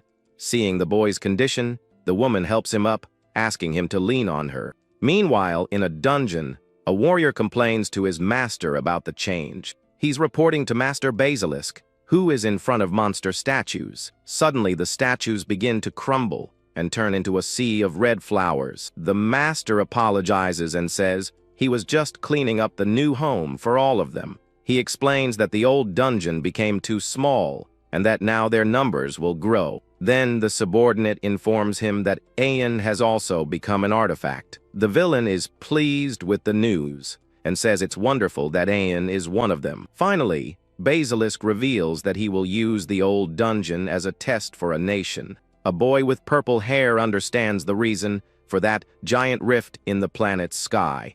With an evil smile, he says it's going to be a festival with a great fireworks show. Meanwhile, a mysterious figure in a purple hood releases a green energy. The hooded being creates blue roses that fall into a dark portal as a gift. Back on the battlefield, they decide to take the petrified master back with them. But suddenly, the protagonist turns his head, feeling that something is very wrong. Looking at the sky, he's in shock and wonders what that thing approaching is.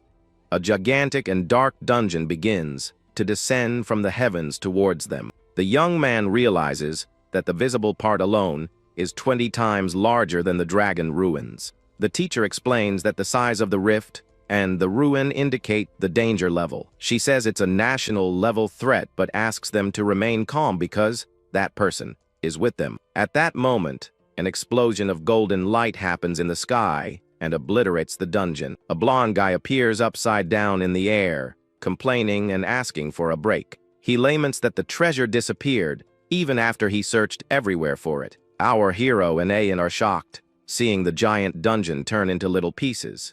Hakagami comments that the man doesn't appear in public because he finds it a pain, but without a doubt, Takaki Hosho is the strongest in the world and the number 1S rank. The boy is left speechless, as he never imagined Mr. Hosho was so incredible. The world's strongest man then approaches the group to talk to them. He praises the young man for passing the test and defeating an artifact, and the boy thanks him. The world's strongest man says that since the boy surpassed his expectations, he has a favor to ask. With a smile on his face, he extends his hand and asks to borrow a little money from the young man. The teacher gets furious at his nerve, but the blonde man says it was just a joke. Then, the most powerful man explains that they are gathering elite hunters from all over the world. He extends his hand to the boy and says he senses a destiny of great growth in him. With that, the number 1 rank invites him to join his alliance, and the young man is surprised. The protagonist bows and declines the invitation, as his sister is his top priority at the moment. The blonde man just looks at him with a confident gaze and gives him a thumbs up. The boy then thanks the teacher for saving all of them from that situation. The gray-haired man suggests it would be good to get an elixir for the injured one. The woman remembers that the white dragon will provide some, and the man says goodbye, reminding the blonde guy about the money. The teacher scolds the number 1 rank for asking the boy for money, and also trying to recruit him. The world's strongest man tells her not to worry, as it's not a problem. He watches the young man walk away and says that his destiny is already sealed, just like Mitsui's. With a confident look, he just tells his companion to watch what's going to happen. The blonde man then flies into the sky, and the teacher asks if it will be like it was with her. In a memory, we see Hosho inviting a younger Mitsuya to form an alliance. Apparently, he put her in a no-win situation, and the blonde man just laughs, saying it's destiny. Back in the present, the woman becomes thoughtful, trying to understand what he is planning. Later, Ayan asks our hero if he's sure that declining the invitation was the best choice. Ayan says that having powerful allies would be the best way to find Basilisk. The young man admits he was happy with the invitation from such strong people, but there's a catch. He explains that in an alliance, the members live and eat together at the base and travel the world. The entity understands that the problem is his sister Rin, and he becomes worried. The protagonist then confirms that his main goal is to completely heal the girl. At this, he remembers the enemy and wonders how he was able to turn people to stone. Ayan explains that the basilisk produces various venoms and probably supplied a petrifying one. The bluish being reveals that before becoming an artifact, the villain was adored by many people. The hero realizes there are others like an anthem, and besides he needs to get even stronger. So he asks Ayan for help with his training, but the spirit finds that very difficult. The entity agrees to help if the boy satisfies its hunger, and he promises that Suzu will cook. Arriving home, the protagonist calls for his sister, but the apartment seems empty. He enters and finds no one, so Ayan also starts calling for the girl. The young man wonders if she went shopping when he notices a note on the table.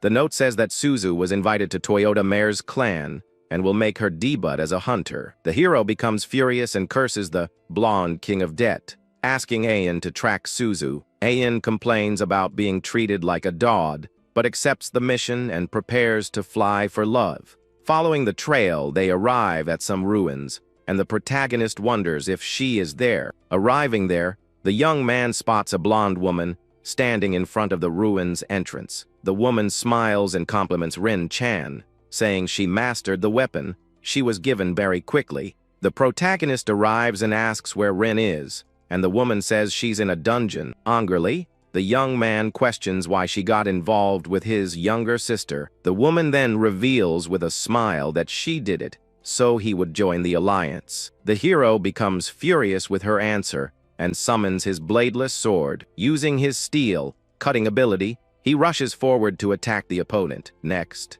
he uses the iron cage transformation to try and trap the woman, but she easily dodges the attack, using her flying cape to escape. The boy complains that he doesn't have time to deal with this fight now and gets annoyed. With that, he runs into the dungeon, calling out Suzu's name. Suddenly, the blonde woman appears behind him, holding an alchemical elixir in her hands. At that, she attacks him with a powerful golden ability that sends him flying. Then the woman offers him some delicious food from another world. The protagonist tastes the food and is shocked by how good it really is. Taking advantage of the opening, the blonde woman attacks him again and easily knocks him to the ground. She explains that the phrase about relics bringing prosperity is just a cliché, and that it's selfish to use them without thinking about the sacrifices and destruction they cause. Looking at the horizon, the woman reveals that she wants to erase the Tenketsu from the world.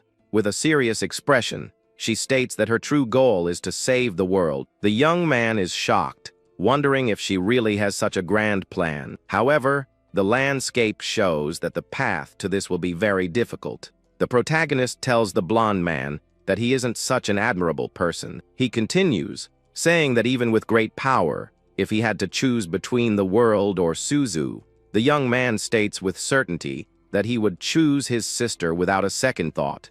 At that moment, he has a vision of Suzu calling him, all happy for having cleared a dungeon by herself. The girl proudly shows her phone, saying she started today and has already finished a raid. The older brother then realizes the so-called clan was just a game, but Suzu interrupts him with a question. She says she finds the idea of her brother fighting to get rid of the ski holes amazing. The girl remembers that he defeated that dragon monster, and everyone in her class asked her to thank him. With that, she felt a little proud of how amazing her big bro was. The girl then says, there are people all over the world who need him. But she gets a little worried, so she gives him a charm and asks him to come home for dinner once in a while. The boy is surprised by the gift from his dear sister. A friend of the girl tells him to throw the origami away, but the situation has already become a mess. Back in the present, the blonde man grabs the young man from behind and asks if he's not honorable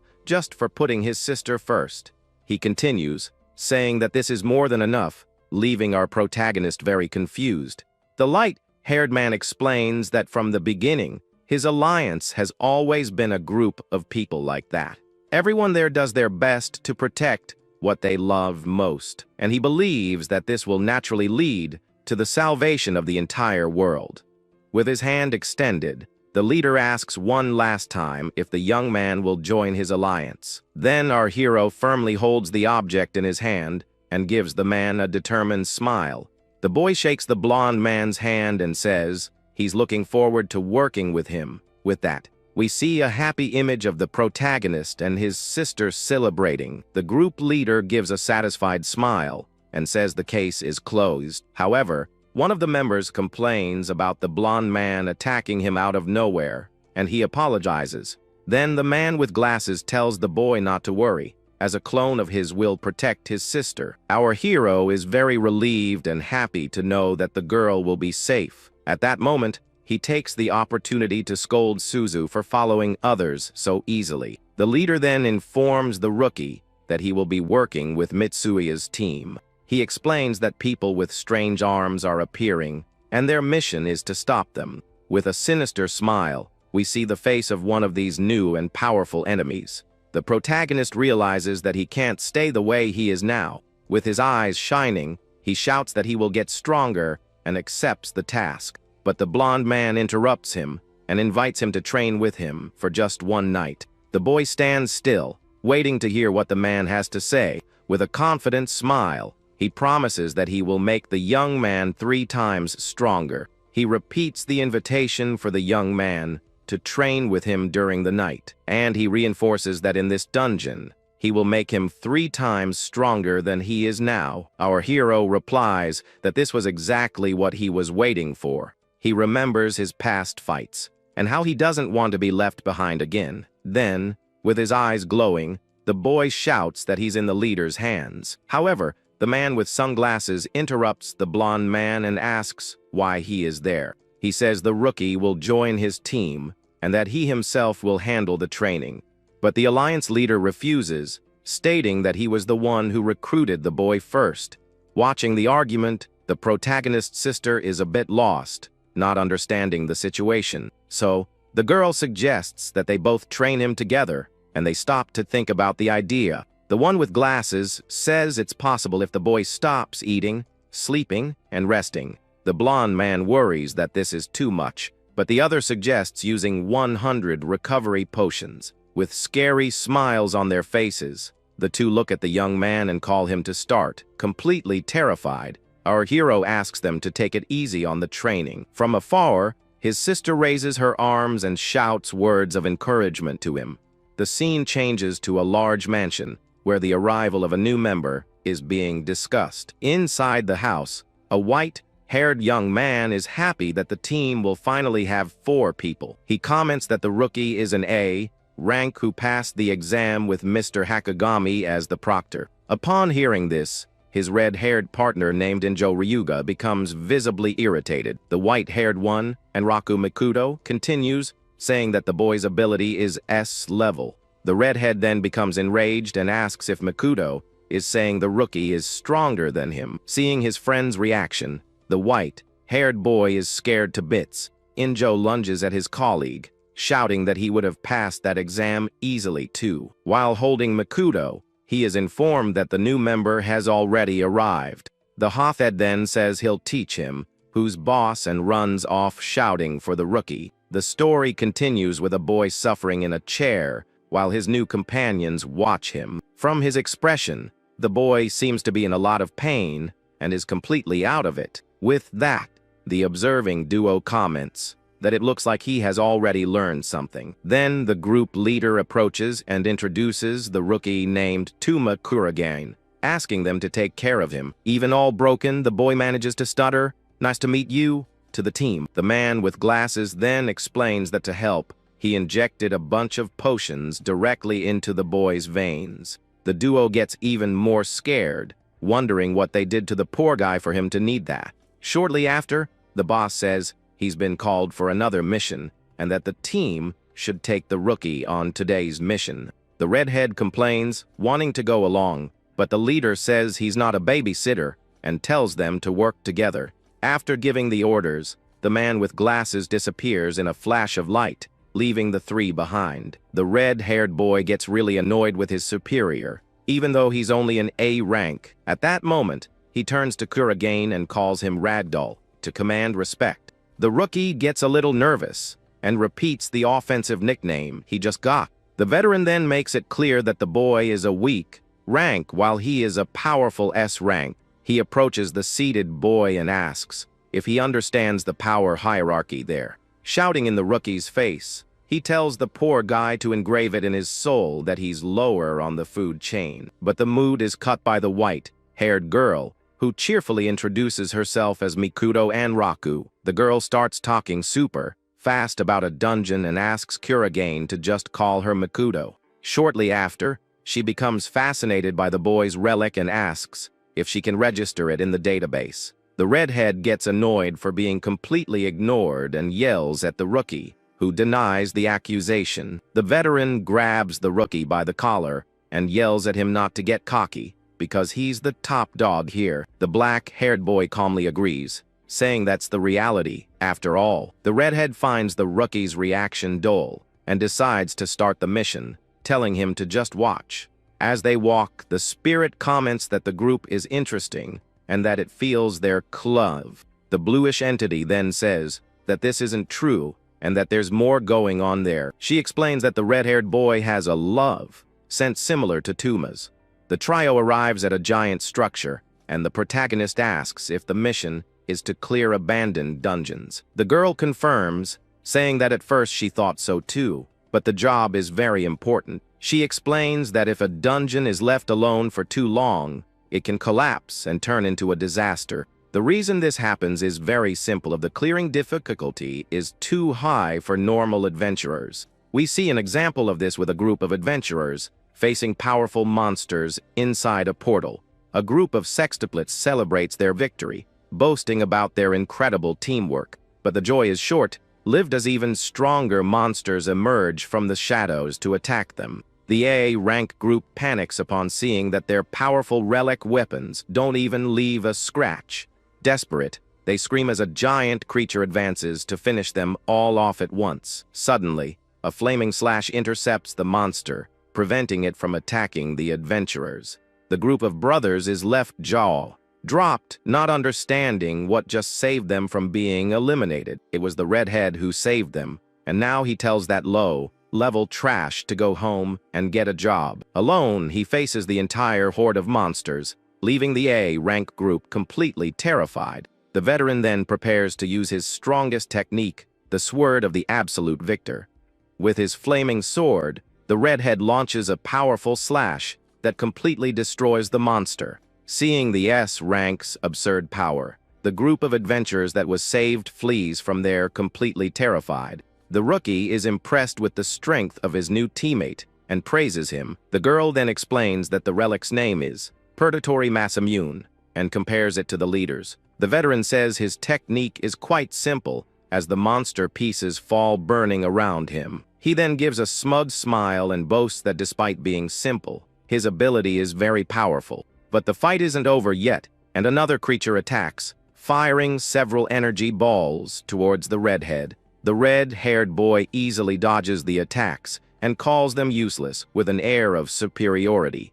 The problem is that the deflected attacks are now heading straight for the duo who were just watching. The girl panics, but quickly starts searching her bag for a relic to defend herself. Fortunately, she finds what she needs and activates her tool relic, the compass of the yellow bell. The compass then creates a huge yellow energy barrier in front of the two to protect them. The shield manages to completely stop the monster's attack without taking a single scratch. After using her relic, the girl seems a bit tired but relieved to have managed to save herself. The rookie is once again impressed, thinking about how incredible the members of the Kaseki clan are. The redhead then makes fun of him, saying an A rank can't keep up with the fight, but the girl defends him. The protagonist then decides he can't be left behind and prepares to show his worth. With a determined look, he says he will put the results of his training to the test right now. The boy then activates his own ability, the Blade of the Empty Hand Imperial Fury, full of power. Observing everything, the group leader recognizes the technique as unarmed creation and praises it for being versatile. The scene flashes back to Tuma's training, where he is exhausted on the ground holding his sword. During the previous night, the clan leader said that the boy's ether manipulation was already acceptable. The master then instructs him to absorb everything from wood and rubber to dragon scales to adapt. With his dragon scale blade, he should always keep the reverse scale charged to use whenever he wanted. The boy thinks that to activate this powerful technique, he first needs to accumulate a large impact on the sword. To help with the training, the master prepares to attack him with full force, telling him to defend himself. The rookie is completely terrified by the intensity of the training and shouts that he doesn't want to play this game anymore. Back in the present, the boy prepares to use his unarmed creation and show the result of his training. He then materializes his powerful dragon scale blade, getting ready for combat against the monsters. With a single blow, he unleashes the reverse scale, and a pillar of energy destroys all the enemies in the room. After the massive attack, the protagonist stands there, panting, amidst the destruction he just caused. His teammate goes crazy, praising Tuma and saying she's never seen such a strong ability before. The boy smiles and explains that unfortunately, it's a one-time use move, and then the energy runs out. The redhead doesn't accept defeat and shouts with all his might, refusing to acknowledge the rookie's power. He accuses the boy of copying his sword, but the protagonist denies the accusation right away. The veteran continues to accuse him of jumping from E rank to A rank using money and being a rich kid. The white-haired girl panics, trying to calm the fight between the two, and says she's decided something. She proposes a competition where whoever defeats the ruins boss first will be the grand winner of the contest. The loser becomes a slave for a week, but the rookie just wants an apology, making the redhead angry. Arriving in the next room, they find everything destroyed, and the veteran complains that someone has already cleared the path. The veteran boasts that he is more than enough to handle the situation as they enter an empty room. The girl points to the treasure door, and the rookie says the boss usually appears there. She jokes that the boss has already been defeated, but the redhead threatens Toma if that's true. Suddenly, the place gets very cold, and the trio looks up, startled by a strange presence. On the floor, we see crystal paws materializing and freezing everything around them with a frosty aura. Then, a giant wolf made of blue crystals appears before them, ready for a deadly combat. The entire team is in shock and on high alert at the sudden appearance of the monster. Without wasting time, the red-haired boy charges forward, shouting at the ice creature. However, his blow misses, and the monster disappears into thin air, leaving the veteran very confused. The beast then reappears out of nowhere right next to the girl, who is completely terrified by its speed. The redhead says the boss is just a bit fast and cold as the two prepare to fight. At that moment, the girl receives a call from the communications room and answers, a little nervous. On the other end of the line, a female voice says she is updating their current mission orders. The new order is for them to retreat immediately, and the girl doesn't understand the reason for the change. In another room, an operator analyzes the data of the creature they are now facing. She explains that the monster looks like a boss that froze all of Hawaii 3 years ago. The Hunters Administration classified that ruin as a city annihilation class, but now she states that the difficulty is nation annihilation and reveals that the boss is Flak. The girl is terrified to hear that the monster is a nation annihilation class.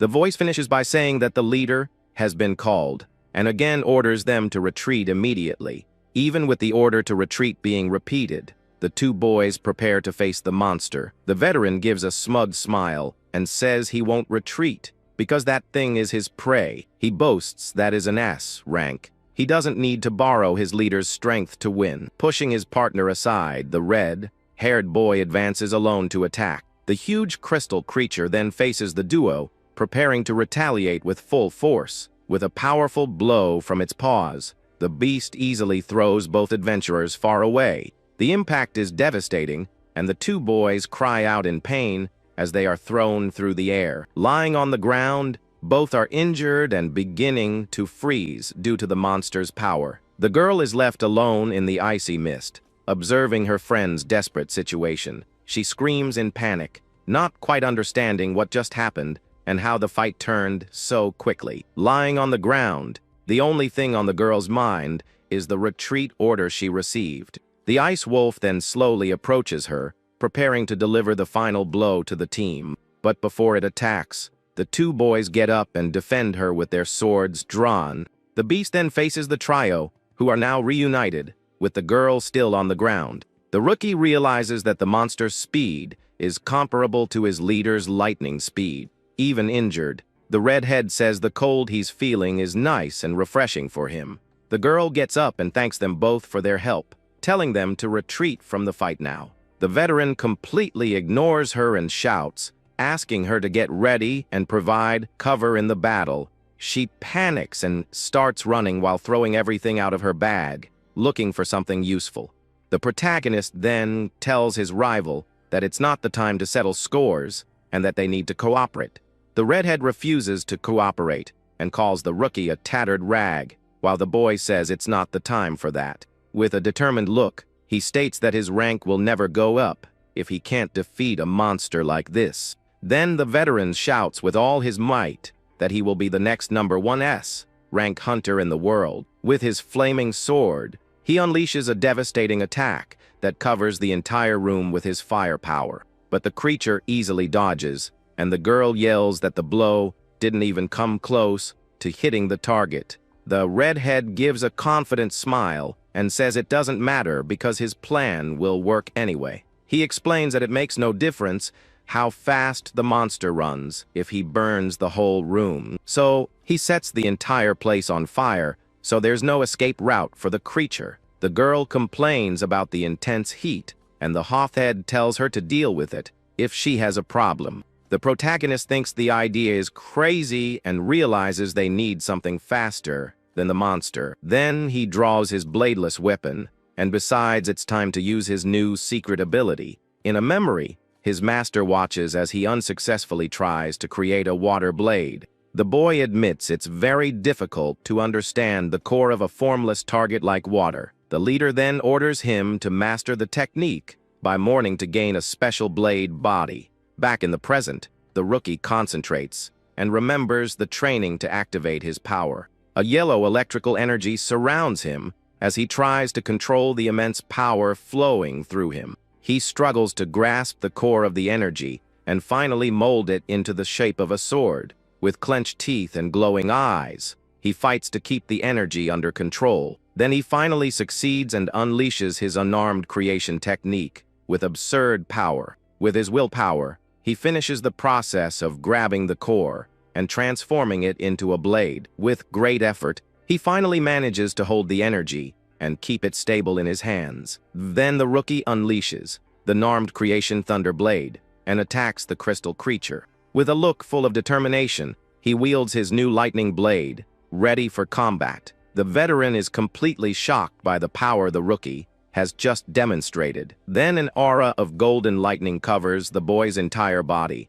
revealing a new technique. His left eye begins to glow with the lightning's energy, showing his control over the ability. The crystal beast faces the trio as the redhead's fire burns everything around them. Suddenly, an explosion occurs, and the two veterans are thrown far away by the impact. The rookie moves at an absurd speed and appears in front of them like a flash of lightning. The ground explodes with the impact of the movement, and the redhead watches, not understanding anything. His companions get up amidst the destruction, looking at what just happened. The protagonist is now face to face with the crystal creature, preparing for the attack. With a powerful roar, the ice beast unleashes a barrage of sharp crystals at him, but the boy withstands the direct hit without even moving, leaving the monster completely surprised. His friends don't understand anything, and he explains that if they concentrate power in their eyes, they'll be able to see. The veteran then concentrates and recognizes the technique the rookie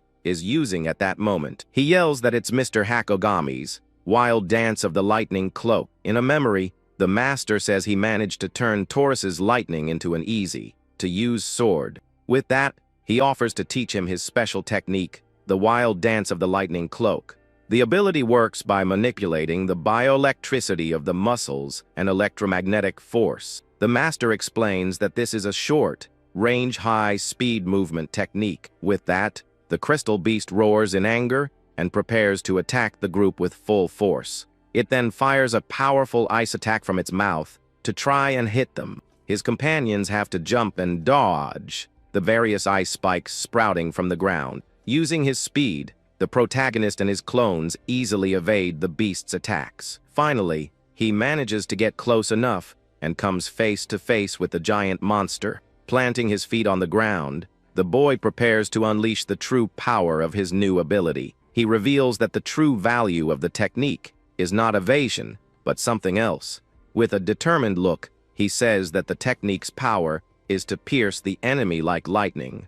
Then he unleashes the thunder flash and pierces through the creature's chest with a single blow. The crystal beast roars in pain as the rookie continues his attack from inside its body. He then leaps out through the monster's back, causing a huge explosion of ice and energy. After the massive attack, he lands on the ground, panting and visibly tired from the effort. The lightning energy begins to fade, and the boy feels a bit dizzy from the power's recoil. His body then returns to normal, and the lightning aura completely vanishes after the final blow. Alone in the middle of the room, the hero observes the result of his new and incredible ability. He realizes he can't use the technique multiple times and still needs to train more, but the boy is happy to have succeeded, and Ayan praises his two excellent teachers. His companions are left speechless for having defeated a nation annihilation boss. The rookie then turns to Ryuga and calls him by name, leaving the duo quite surprised. With a victorious smile, the boy asks his rival what the promise was if he lost the bet. The Hothid defends himself, saying it was a team effort because he cut off the monster's escape route. Full of anger, the redhead yells that he will turn the rookie into ashes for the taunt. The protagonist offers a deal to not become his slave, and the rival reluctantly accepts. He admits the boy is not just a weakling but calls him Suede Head to annoy him. The girl thinks the new nickname is cute, but the hero is disgusted, finding the insult even worse than the last one. The argument continues with the redhead accusing him of stealing techniques, and the rookie denying everything. Their companion steps in between and says it's a waste of time to fight over something so silly. She points to a door and says that, since they defeated the boss, they now need to go somewhere. With her arms raised, the girl shouts that they need to go to the treasure chamber. Now, her eyes sparkle with excitement at the idea of finding various rare and powerful items. The chamber is gigantic and packed with treasures, as expected from a ruin of that level. The redhead doesn't care about the treasures and says his sword is more than enough for him. The protagonist observes a small gem he found amidst all that gold and wealth. He remembers that in the past, treasures were just things to grab and carry as quickly as possible. Another memory shows someone offering him a golden item, but he doesn't seem very interested. The girl finds a set of orbs and a duplication medicine, getting very excited to use them. Even with a magic bag that holds 100 times its volume, she still has trouble storing everything. The rookie praises her knowledge, and the redhead explains that the girl's hobby is studying relics. He then asks if her weapon is that compass, and she confirms it's a tool-type relic. With a shy look, she admits she has a single weapon relic, but doesn't know how to use it very well. Right after, the girl asks if the rookie wants to know the real difference between the types of relics. Explaining the details, she says that the tools are made from the fangs or fluids of dangerous monsters. Then the protagonist mentions the spirit medicine, and the girl explains about the 4 levels, from low to special. At this moment, incredible items are shown, like energy reactors and objects that can even turn back time. Revealing absurd values, the young woman says that a single drop of this medicine is worth 5 billion gold coins. On the other hand, the materials for special weapons are a total mystery, and no one knows how they were made. But from the design, the girl suspects they were all made by the same creator, and the spirit is impressed. Looking at the large hall, the huntress finds it strange that there are no weapon relics amidst the ruins' treasure. Agreeing with the girl, the bluish entity feels that something is very strange and unnatural in that place. While the redhead yells for her to hurry up, the girl is undecided about what kind of meat to take home. Coming down the stairs with a huge grin, the young woman celebrates the large number of items she managed to collect. With these tools, she will have support for everything, like buffs and interferences to help the group in fights. Feeling confident, the girl promises she will shine brightly in the next battle against a powerful boss. Suddenly, everyone's feet begin to lift off the ground, and a strange light envelops the 3 hunters. Screaming in fright, they realize they are floating in zero gravity inside a colorful and infinite space. With that, the boy asks the spirit what is happening, and the entity replies that this is the worst-case scenario. At this, it reveals that they have entered the celestial void, which acts as a dumpster for different dimensions. At that moment, several dark creatures begin to emerge in the center of the portal, ready to devour the intruders. Finally, a giant purple monster appears, roaring with fury as it shows its sharp teeth to the group of heroes. The protagonist is in shock and wonders why there are so many monsters in that place, but his red-haired companion is not intimidated and prepares to fight with a grumpy face.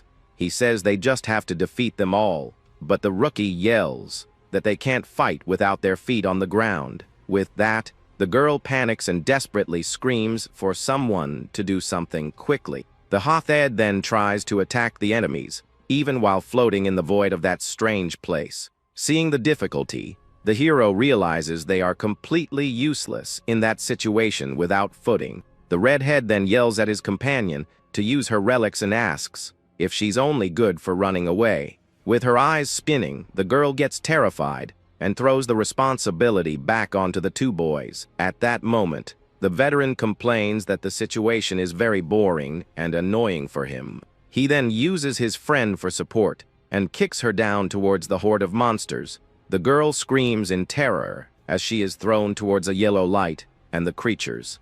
With a pirouette in the air, she tries to stabilize herself as the monsters get closer and closer. A flying monster charges towards her, and the young woman screams, telling it not to come near. Angrily, she complains that it's unfair that only the creatures can move freely in that space. The girl then, she's going to perish alone there, and hates that idea with all her might. With that, she activates one of her relics called Explosive Eye, which is a low-level bomb. Then the girl throws the artifact with all her might towards the creatures, yelling for them to eat it.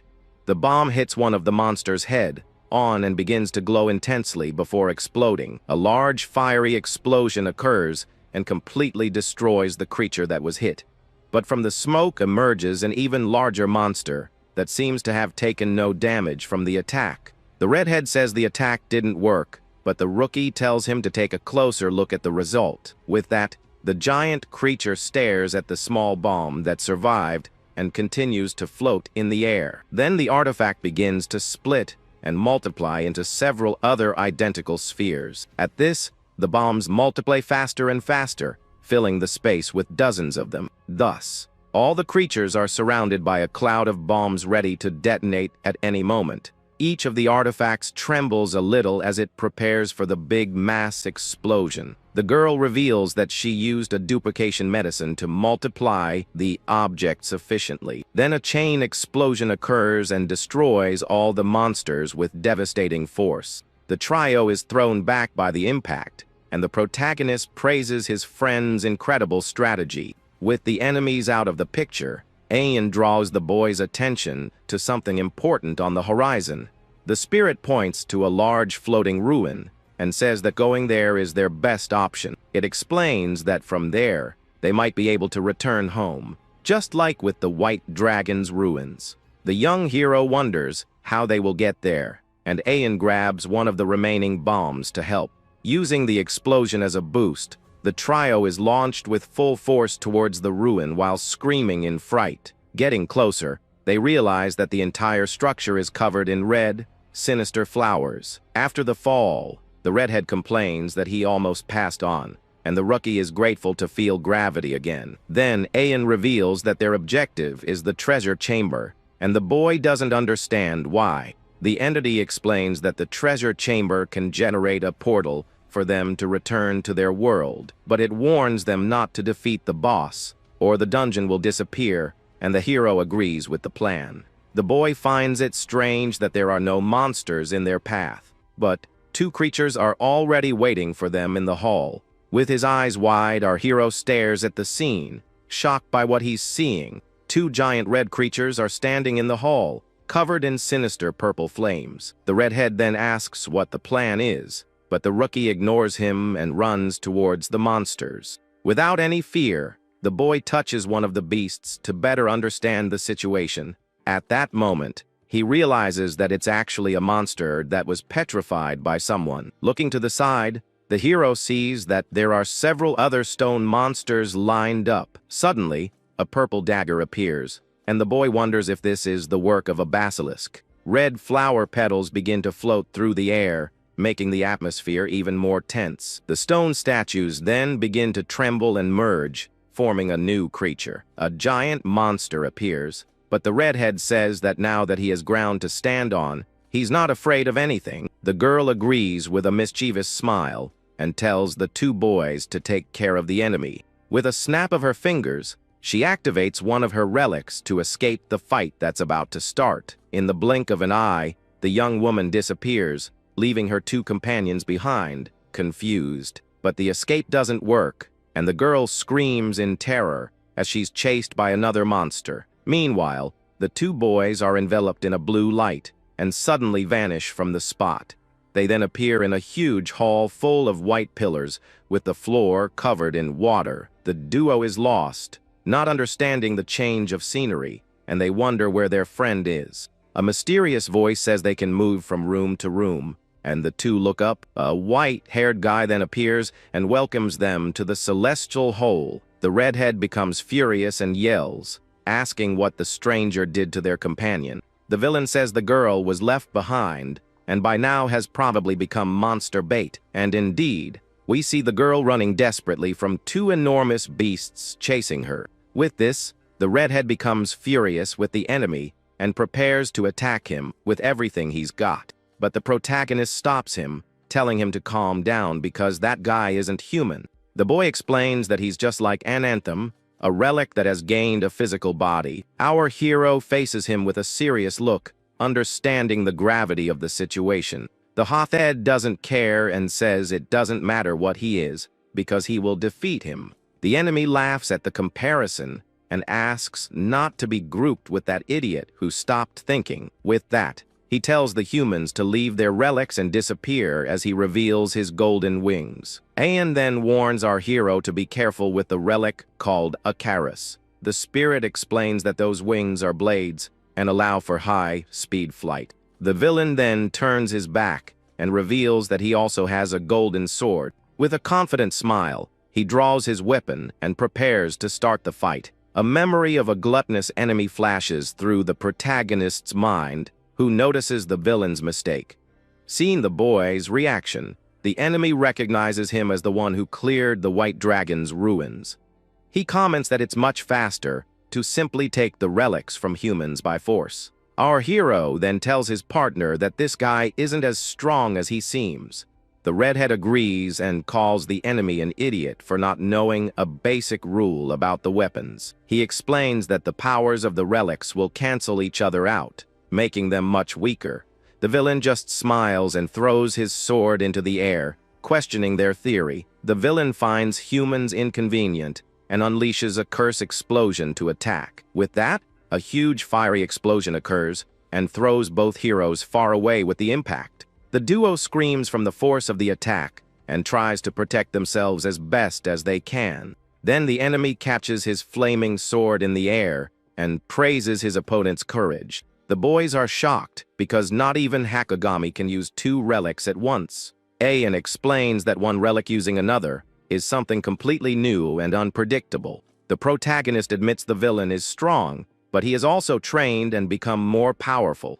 With a determined look, he promises he will defeat a human relic without help. The rookie then asks his partner to fall back, but the redhead says he's the one who will get in the way. The two then shout the names of their techniques and prepare to attack the enemy with everything they have. Watching the scene, the villain just gives a confident little smile, finding it all very amusing. The hothead unleashes his flames and yells at his partner not to drag him down.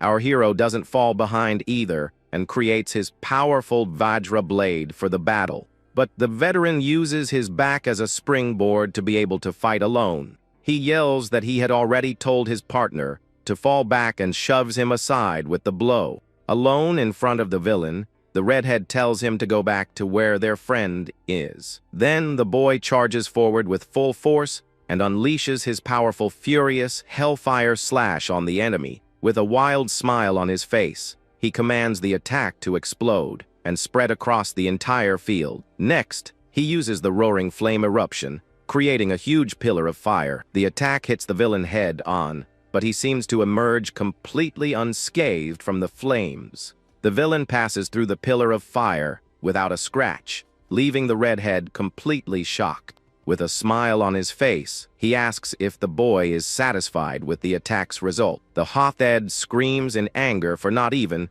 being able to scratch the enemy with his blow. The white-haired man says he should have listened to Tuma's advice earlier. He calls him a loser for not knowing the relic's true name and the ability's name. Floating in the air, the villain taunts him, saying he can attack whenever he wants, but it will be useless. With clenched teeth, the redhead fills with rage and prepares to fight with all his might. He says that even without knowing the relic's name, he has his own way of doing things. Then, with his eyes glowing, the boy shouts that he will show his trump card now, but the enemy changes targets and attacks the protagonist, saying his real target is Ayan. He offers a deal to let the hero go if he leaves the spirit behind and attacks. A large explosion occurs, and the villain's sword lunges with full force towards the boy. Our hero is thrown back by the force of the impact and tries to defend himself from the blow. He manages to block the attack with his blade and is surprised by the enemy's power. Using his ability, the boy creates several clones to counter, attack, and protect himself. He is shocked at how much the relic's performance changes depending on the user. While dodging the attacks, the protagonist asks if his goal is also vengeance. The villain says he doesn't care about grudges or the fact that he was abandoned. His only desire is to be praised by Lord Basilisk, and that's why he wants Ayan. With a crazy smile, he calls this love and asks the spirit Ayan for help. Ayan says that Akaris's appearance and personality haven't changed at all since the old days. The spirit says it will gradually wear down with the adaptability of that blade. With that, our hero activates his powerful diamond blade in its scattered form. Then he uses the golden grain diamond blade to protect himself from the attacks. The enemy praises Ayan but says that, in contrast, the protagonist is completely useless. With a smile, he throws his sword away and says he no longer needs it to fight. The weapon falls into the water as the hero watches the scene, not understanding the villain's strategy. With his eyes glowing with anger, the boy fills with determination to end the fight. He then spins his weapon with all his might and launches a powerful golden attack towards the enemy. The blow hits several of the villain's clones at once, causing a series of explosions in the air. The white-haired man is surprised by the speed of the attack and can't react. Ayan explains that the modified blade uses centrifugal force and exceeds the speed of sound. The entity reveals that the blow's power is comparable to the Imperial Fury, and it almost hits the villain. The enemy manages to dodge at the last second and says the attack is a bit dangerous, but he mocks, saying it's pointless if the blow doesn't hit the target in the end. With that, he reminds them that the more time they waste there, the more danger their friends are in. The hero remembers his friend in trouble and gets a worried expression on his face. Suddenly, the golden attack changes direction and comes back to hit the villain from behind. The enemy is hit head on and thrown with full force against one of the hall's pillars. The protagonist then says he knows that, and that's why he's going to end this quickly. With a shout, the hero says he will settle this and activates his unarmed creation with full force. He then creates the dragon scale blade while the villain is down on the ground. The enemy on the ground smiles and points, saying that's exactly what he wanted to see. He complains that the boy should have used that from the beginning and summons a new weapon. With a victorious smile, the villain wields a giant golden sword that he had prepared. Our hero recognizes the weapon immediately and shouts that it's the legendary Balmung. Seeing the situation, Ayan desperately yells for Toma to stop what he's doing. The entity warns that the dragon scale blade won't work against that weapon. The enemy smiles crazily and reveals that his sword is the dragon, slaying light blade. The two blades clash with immense power, and the protagonist is at a clear disadvantage. The hero is cut and thrown back by the force of the impact with no chance to defend himself. Gravely injured, the boy falls while the villain celebrates that the feeling is so good. The villain says that the spirit Ayan is being broken while the hero lies on the ground. Suddenly, the enemy starts to scream in pain, feeling a strange power inside him. Ayan explains that Balmung is a sword made to hunt the dragon clan and their relatives. The villain realizes he's been tricked, but says the odds are still against the hero and charges forward. But a mysterious figure in a red cape appears out of nowhere and easily blocks the attack. The villain is repelled by a water power and is surprised by the arrival of the new opponent. Seeing the newcomer, the enemy gets a serious look and analyzes him carefully. The redhead appears and thanks Seaweed Head for buying time and calls the villain a mosquito. Lying on the ground and gravely injured, our hero calls out his friend Ryuga's name. With that, the redhead unleashes immense power and fully activates his hellfire armor. The enemy just watches him and calls him an idiot for actually using a technique like that. Ayan says the red-haired boy is being reckless with this decision. The entity explains that it will certainly make him stronger, but the price is very high. In a few minutes, that ability will end the Hothy Head's life forever. Upon hearing this, the protagonist is completely shocked and horrified by the revelation. The spirit then notices that Tuma's dominant shoulder is severely injured. With his supporting leg hurt and unable to move, the situation seems hopeless. Even so, Ayan finds itself wanting to hope that they can get out of this situation. The bluish being says that what always makes Toma strong is the love he feels for others. The hero then calls his friend an idiot and asks who fights like that. With his hand trembling, the boy says that he can still fight too and won't give up. Even all broken, he gets up and continues to fight to protect his comrades. Elsewhere, a group of knights arrives and notices there was a dungeon there before.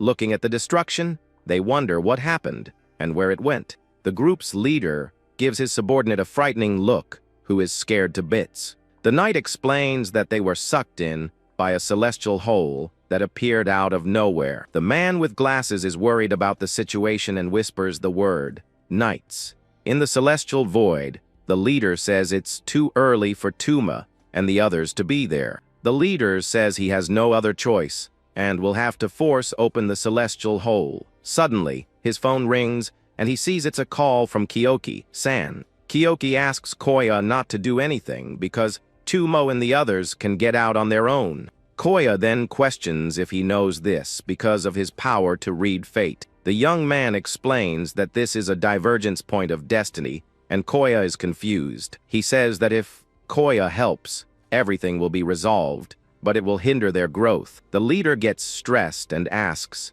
how he can be so casual in a situation like this. Kyoki says it's all right and reminds Koya that he saw the boy's potential during training. He says the boy surpassed expectations and that his potential is simply immense. Finally, the blonde-haired young man says that because of this, he wants to bet all his chips on them. Back in the fight, the hero is on the ground, while the redhead faces the villain with his body in flames. The Hafed then roars with all his might and unleashes an absurd amount of power. With that, he charges forward and attacks the enemy with a powerful, devastating fire slash. His face contorts in pain and rage, showing how difficult it is to maintain that technique. Seeing the power of the blow, the villain smiles and admits he can't take an attack like that.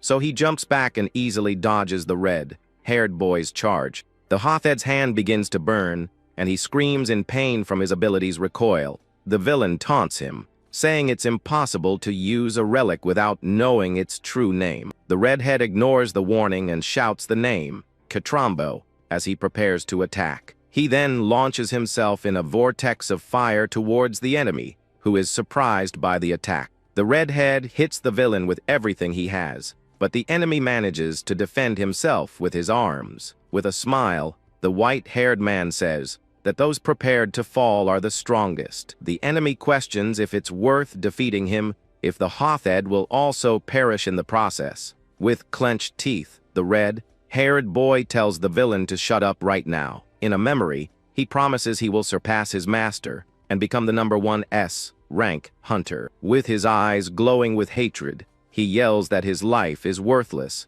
if he loses the fight. The protagonist watches the scene and wonders what motivates his teammates so much. Ian then remembers when it first met the red-haired boy. The entity explains that the Hafed had a love, scent very similar to Tuma's. It's the same feeling as when our hero jumped off a building without a second thought, just like the time he fought a giant dragon to protect his sister Suzu. Back then, the boy didn't care about his own life and risked everything to save her. Ian says the redhead seems to be fighting to repay the love he received from someone. Our hero is shocked and breaks into a cold sweat at the bluish spirit's revelation. He then takes a step forward and says that if that's the case, then he needs to act. With a desperate shout, the boy begs his friend to stay alive and not give up. Ian observes that with his leg and arm injured, he can barely swing the sword. So the hero decides that this is a scene to be witnessed and uses his creation on another relic. With his eyes glowing, he wonders what will be born from this combination of powers. But the power is too much, and our hero's arm explodes with the pressure of the fusion.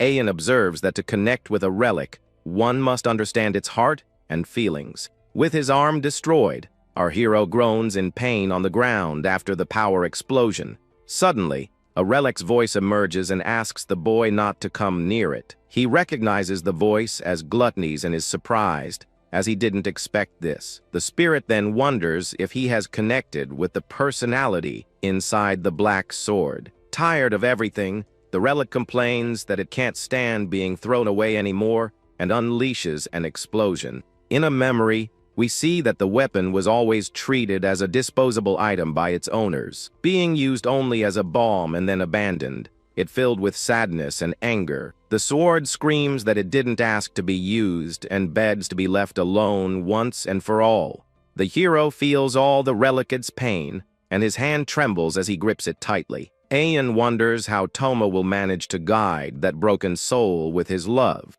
But the boy gives a determined smile and holds the relic even more firmly. He feels Gluttony's aura of sadness and calls its name to try and calm it down. The boy then asks it to cooperate and says that together they can help each other. However, the relic replies that it doesn't care about any of that and that it's not its problem. It then warns that it won't hold back anymore and will attack him with the biggest explosion of all. With an injured face, the protagonist surprises it by saying that it is very kind. He explains that if it wanted to get rid of him, it wouldn't have held back from the start of the fight. The girl inside the sword is left completely speechless and shocked by the revelation. The boy remembers seeing the color of its sadness when Akaris abandoned it and understood everything. He says that it held back because it believed that this time it would be treated the right way. The girl remains silent, seeming moved by the boy's words. With a determined look, he asks her to believe in him one more time and promises not to let go. In response, the relic screams that it will never believe in anyone again. It then tells the boy to shut up and tries to self-destruct with all its might. A gigantic explosion occurs on the battlefield, engulfing both sides of the fight. The villain watches the scene from afar, looking satisfied with the attack's outcome. With his face all burned, the redhead tells the enemy to swallow that explosion. The white-haired man notices a crack in his body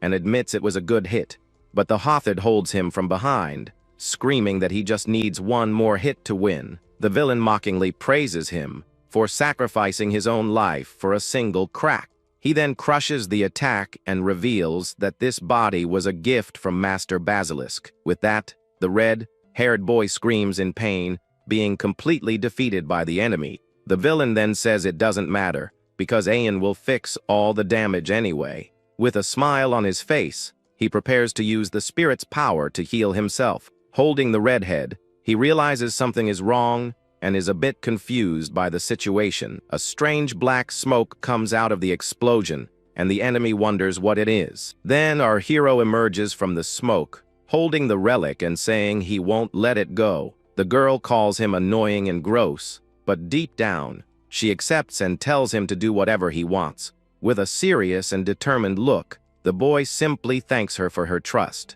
With the relic in hand, the hero combines the two powers and unleashes his new unarmed creation. A massive explosion occurs, and our hero shouts that he won't let his companion fall. The villain is shocked by the force of the attack, and his body begins to crack from the impact. But the enemy still manages to grab the redhead by the neck and lift him into the air without difficulty. With a shout, the hero unleashes his explosive star blade and charges with full force at the villain. With a determined look, he clenches his teeth and says he will not let Injo perish no matter what. With the creation of the unleashed blade, the two powers become one. The blow hits the villain dead on, leaving a massive wound on his chest. But even wounded, the adversary refuses to let go of the hero's companion. Then, with his explosive star sword, the boy lunges forward with a devastating slash. He yells with all his might that he'll never let his friend fall. From the impact, the redhead is thrown far away, falling into the water. Surprised, the white-haired man wonders how he was able to cut him. He says this damage is nothing, as he can fix it with the basilisk's item. With that, a purple energy emanates from his body and begins to heal the wound. He knew the loser was up to something while pretending to be finished.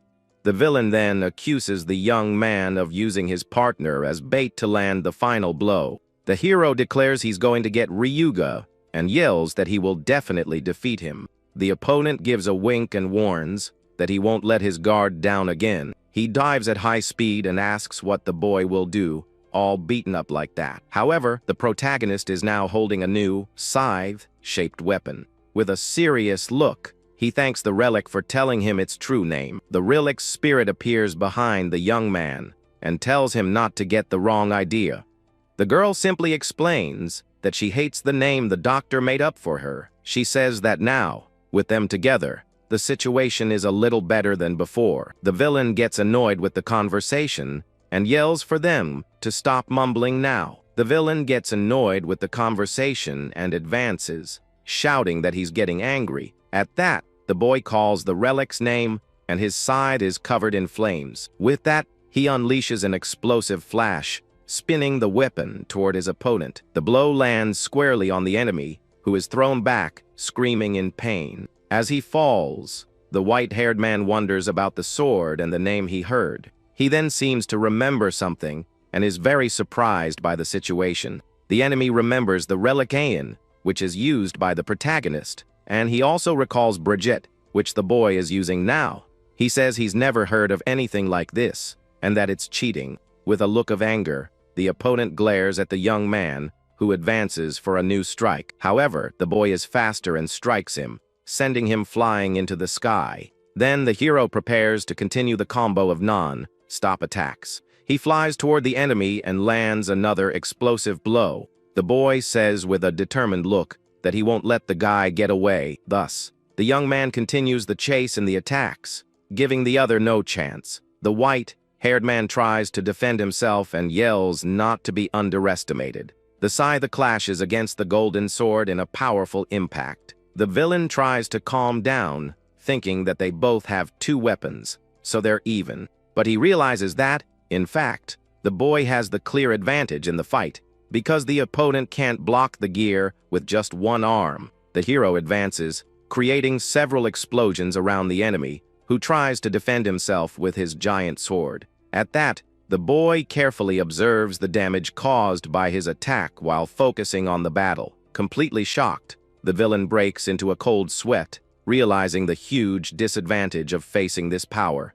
The creator spirit finds the boy's crazy idea of using the impact of the explosions to fly incredible. He notes that this dangerous tactic helps compensate for the damage to the protagonist's arm and leg. With that, the young man delivers a flaming blow, falling with full force toward his opponent in the air. Being completely honest, the teenager confesses he hadn't even thought that far ahead during the fight. He just promised he would never let go of the weapon, and so he created a way for them to fight together. Hearing this confession, the relic girl is left speechless and a little surprised by her partner's attitude. The creator jokes, calling the hero charming, while the girl just sighs, annoyed by the joke. Looking up, the platinum-haired man grumbles in frustration upon seeing his adversary dominating the skies like that.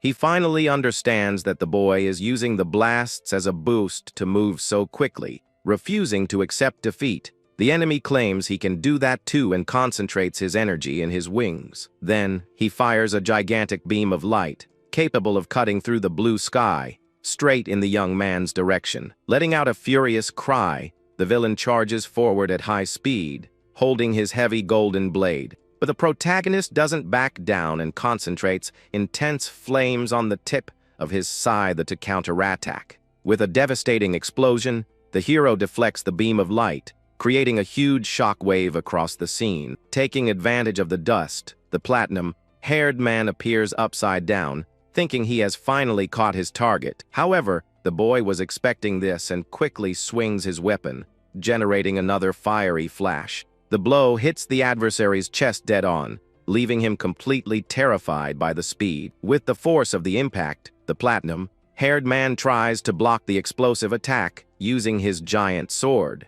Being pushed back, the villain grits his teeth, realizing that taking more damage would be terrible. At that, he looks at his own trembling hand and concludes that his only option now is to flee. But the protagonist is relentless and lands a blow so fast it completely shatters his rival's defense. Then the young man seizes the opening, falling from the skies with a flaming slash right on the enemy's body. The attack's power is so great that it throws the man violently against the water, raising a huge wave. Sinking rapidly, the adversary is in shock, feeling intense pain take over his body. At that moment, the hero dives, spinning like a fiery drill, making the platinum-haired man scream in despair. Completely terrified, the man realizes his regeneration can no longer heal so many injuries. With that, the boy continues his onslaught and lands another explosive charge underwater. Being swallowed by a combo of explosions, the villain feels that each hit is getting heavier and heavier. As a result, his defensive barrier of light reaches its limit and shatters into several pieces around him. At that point, he finally understands that the small crack from before was what caused all this destruction. Sinking deeper and deeper, the defeated man just insults the young man, calling him trash as he loses all his strength. But suddenly, a green jewel begins to glow in the middle of his forehead, revealing his last resort. In an act of pure desperation, he screams and begs for someone named Basilisk to answer and save his life. Then, a mysterious voice hears the call and notes that the wielder of the Aeon relic is quite weakened. However, the spiritual entity shows no pity and just calls its own servant a fool. The voice states that the Lord is busy and denies the rescue, saying that this is all the platinum-haired man's own fault. With that, the jewel on the man's forehead shatters completely, leaving him with a shocked expression. Completely in shock, the villain can't believe he was abandoned by the one he admired most. Meanwhile, the hero wastes no time and prepares the final attack to end the fight for good. In desperation, the enemy yells at Aeon, saying she is a devourer of love and should be with him. He screams with all his might, showing how great his love is for the master who betrayed him. The man says that because of this feeling, his love would be delicious for the relic to devour. With a look of pure hatred, the protagonist tells the adversary to be quiet and not talk about love. The boy remembers everything the platinum-haired man did to Brigitte and will not forgive him for it. Then, with a devastating blow, the young man lunges forward to finish the enemy once and for all. With that, the attack hits the opponent dead-on, who is thrown far away by the fiery explosion. The boy then says that Ayan left a message for the villain before delivering the final blow. The relic said that love full of dependency and selfishness has a horrible taste. Falling unconscious into the water, the man can only whisper the name of his master, Basilisk. With the fight finally over, the hero stands still in the water, alongside the spirits of his weapons. He looks up, victorious but also very tired after such an intense battle. He's so tired that the boy can barely stand and begins to stagger. At that, his legs give out, and he starts to fall into the water, dropping the Ayan relic in the process. On his knees, the young man looks to the side and calls Brigitte's name with his last bit of strength. With a gentle smile, the boy thanks the relic for all the help she gave in the battle. The girl is surprised and a bit speechless upon hearing her partner's kind words. She remembers how she was treated in the past and called useless by her former master. With his last ounce of strength, the young man thanks the girl one more time. The relic's cheeks turn red, and she mutters that he's very annoying. The boy is a little surprised by his companion's unexpected reaction.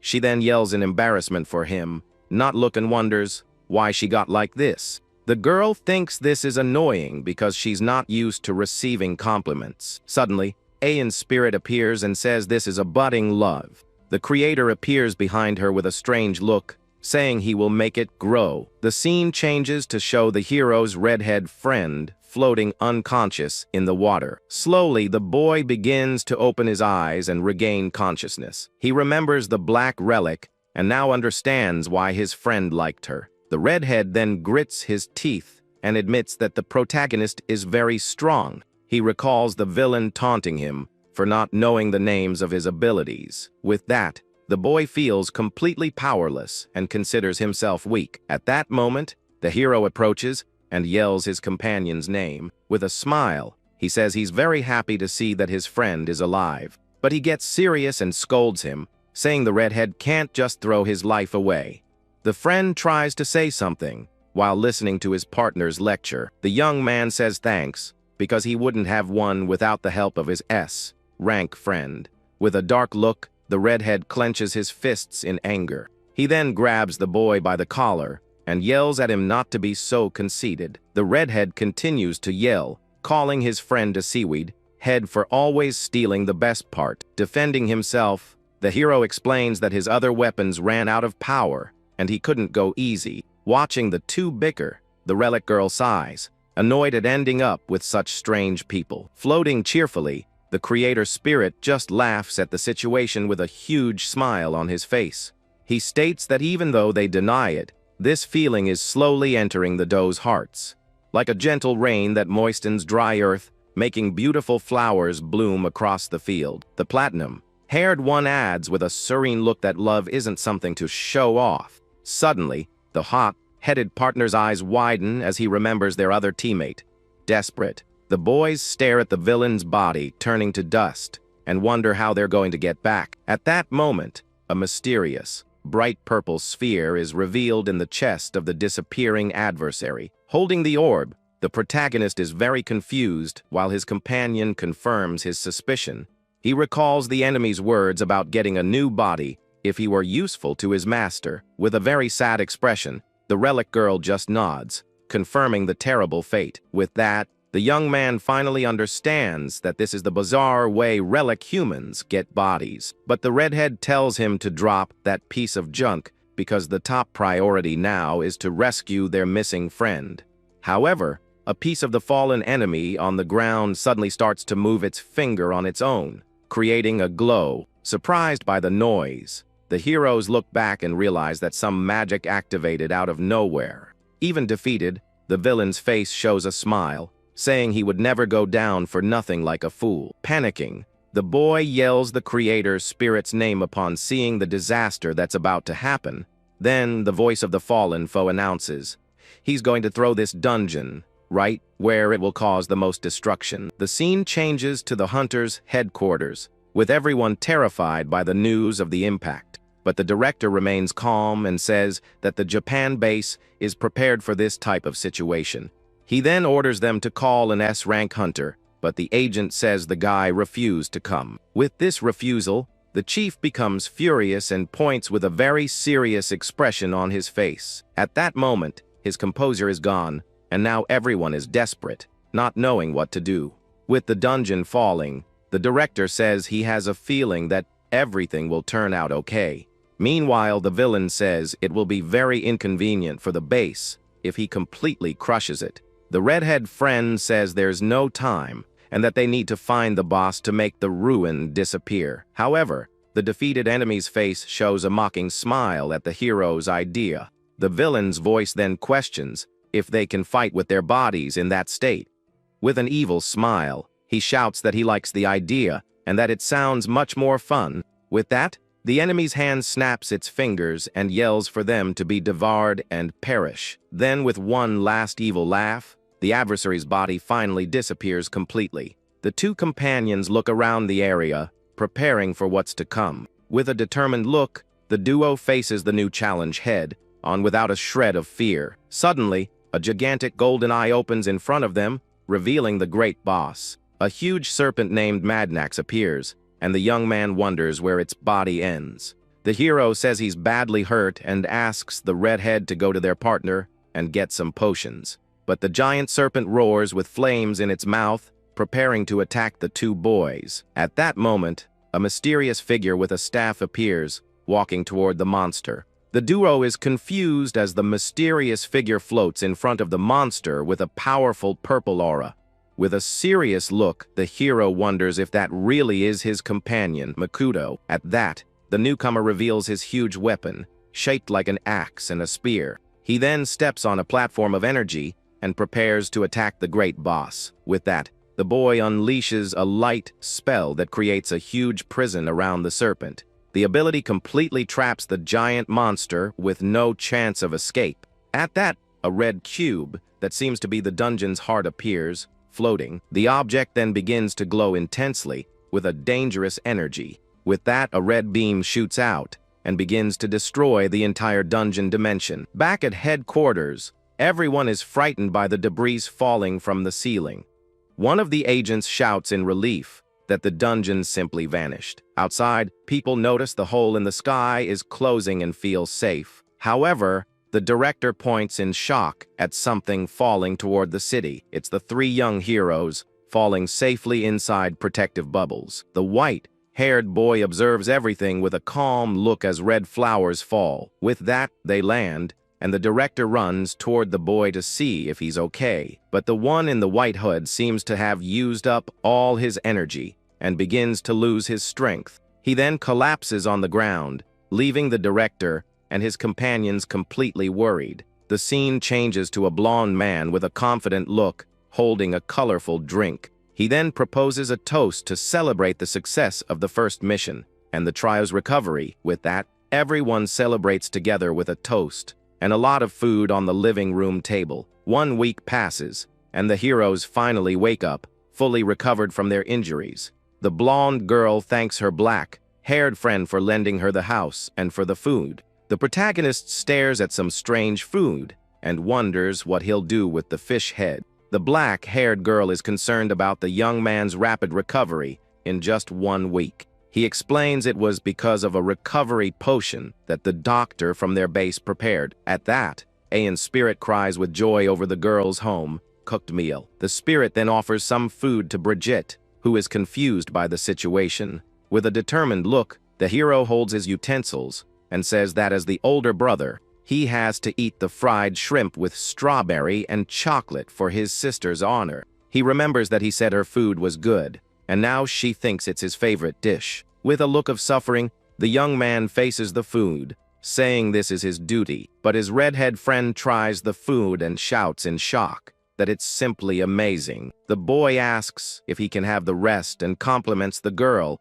while the other is left stunned. With that, the hero remembers how they stopped the ruin from falling and came back alive. He thinks that all of this was only possible thanks to the help of their new teammate. So the young man bows, thanking the white-haired one for saving all of them. The boy in the hut is confused, as he doesn't remember solving everything by himself. With a depressed aura, the young man says he was completely useless from start to finish. He apologizes for being a bad support, and the two friends look at each other, not understanding a thing. The duo is shocked and asks if their friend really doesn't remember what happened in the fight. At that, the man with glasses asks if they saw their white-haired partner fight with any relic. The hero says no, explaining that they passed out in the middle of the battle, but remembers seeing his partner up high. The blonde man understands the situation as he recalls the huge giant serpent from the dungeon. He then explains that, actually, no one has ever seen the boy in the hood fight with a weapon. The white-haired girl says that he's the only S-rank hunter by pure estimation. Confused, the two friends wonder what that means while the other one stays in the corner. The story goes back 2 years to when a ruin with no walls appeared and was cleared instantly. The threat level was estimated as a national disaster, and the boy took care of it all by himself. The girl says that even though he denies it with all his might, the evidence points to it. So no matter how they look at it, that's how the boy became an S rank. The hero remembers his friend's intimidating presence, and now it all makes sense to him. But the redhead clenches his teeth in frustration for being the only one who did nothing useful. He curses himself in anger, while the protagonist asks the blonde woman if she's transparent. The one with glasses explains that it's just a clone made specifically to eat with them. The blonde woman says that their friend has several clones operating at the same time, non-stop. His clones work 24 hours a day, 7 days a week, on various tasks. He says with a smile that's what clones are for, both for eating and for sleeping. The young man is impressed and thanks him for his hard work, while the blonde woman congratulates him. She says the training was worth it, but the boy denies it, and the woman freaks out on the spot. The hero explains that her training style is based on feelings and strange noises. With that, the redhead approaches the blonde woman and, with a serious look, asks to be trained. He states with determination that he will master the training his friend couldn't handle. With a smile, the woman tells him to calm down and says he also has an incredible talent. But the boy gets angry and yells at her not to string him along because he's being very serious. The blonde woman reveals that she's never seen anyone get strong without knowing the relic's true name. Hearing this, the red-haired boy falls silent, completely lost in thought about the matter. She explains that first, the sword needs to acknowledge him, and she can't help with that. The scene shows a former hunter and his S-rank spot, which is now empty. With that, the young man yells that he'll become number 1 and hears that they'll save his spot. The protagonist finally understands why his teammate was so distressed. With a cry of fury, the redhead says his life has no value if he loses. He then turns and asks his friend if he knows the true name of his relic. The boy demands to know how he found out and what the trick was to get that information. The weapon spirit appears and says that just knowing the name isn't enough to have the power. The entity explains that the most important thing is for the relic to acknowledge its own wielder. Back at the table, the redhead asks who his friend is talking to, and everyone gets confused. The young man says he's talking to the person inside his sword, named Aeon. He then points to the weapon and reveals that this guy created all the relics by himself. With this news, everyone at the table is completely shocked, unable to believe what they heard. The blonde woman says Aeon should have told them from the beginning that he was so amazing, but the spirit says it's no big deal, leaving everyone even more confused. With that, the hero asks if the woman can see the entity, and she confirms that she can. The one with glasses says the black relic is a newly discovered top-tier weapon. At that, he warns the young man to be careful, as many people will want that weapon. Suddenly, the doorbell rings, and the boy's sister answers the door for a visitor. The man enters and is shocked to see everyone eating together, and the boy asks who he is. The girl introduces him as the agency director, and the protagonist is stunned by the visit. The man asks if he didn't receive the notice about his A rank certification ceremony. The young man says he replied to the email and said he couldn't go because he had something important. With a serious look, the boy says the tuna is about to go bad and he can't miss it. Desperate, the director says he'll help with that and yells for the young man to go to the venue. The boy thinks for a moment, wondering if it's really that bad for him not to show up. The man then begs with all his might, because if this continues, he'll lose his job. He explains that under normal circumstances, yes, but now something unprecedented is happening. Hunters from all over the country are super excited to meet the boy in person.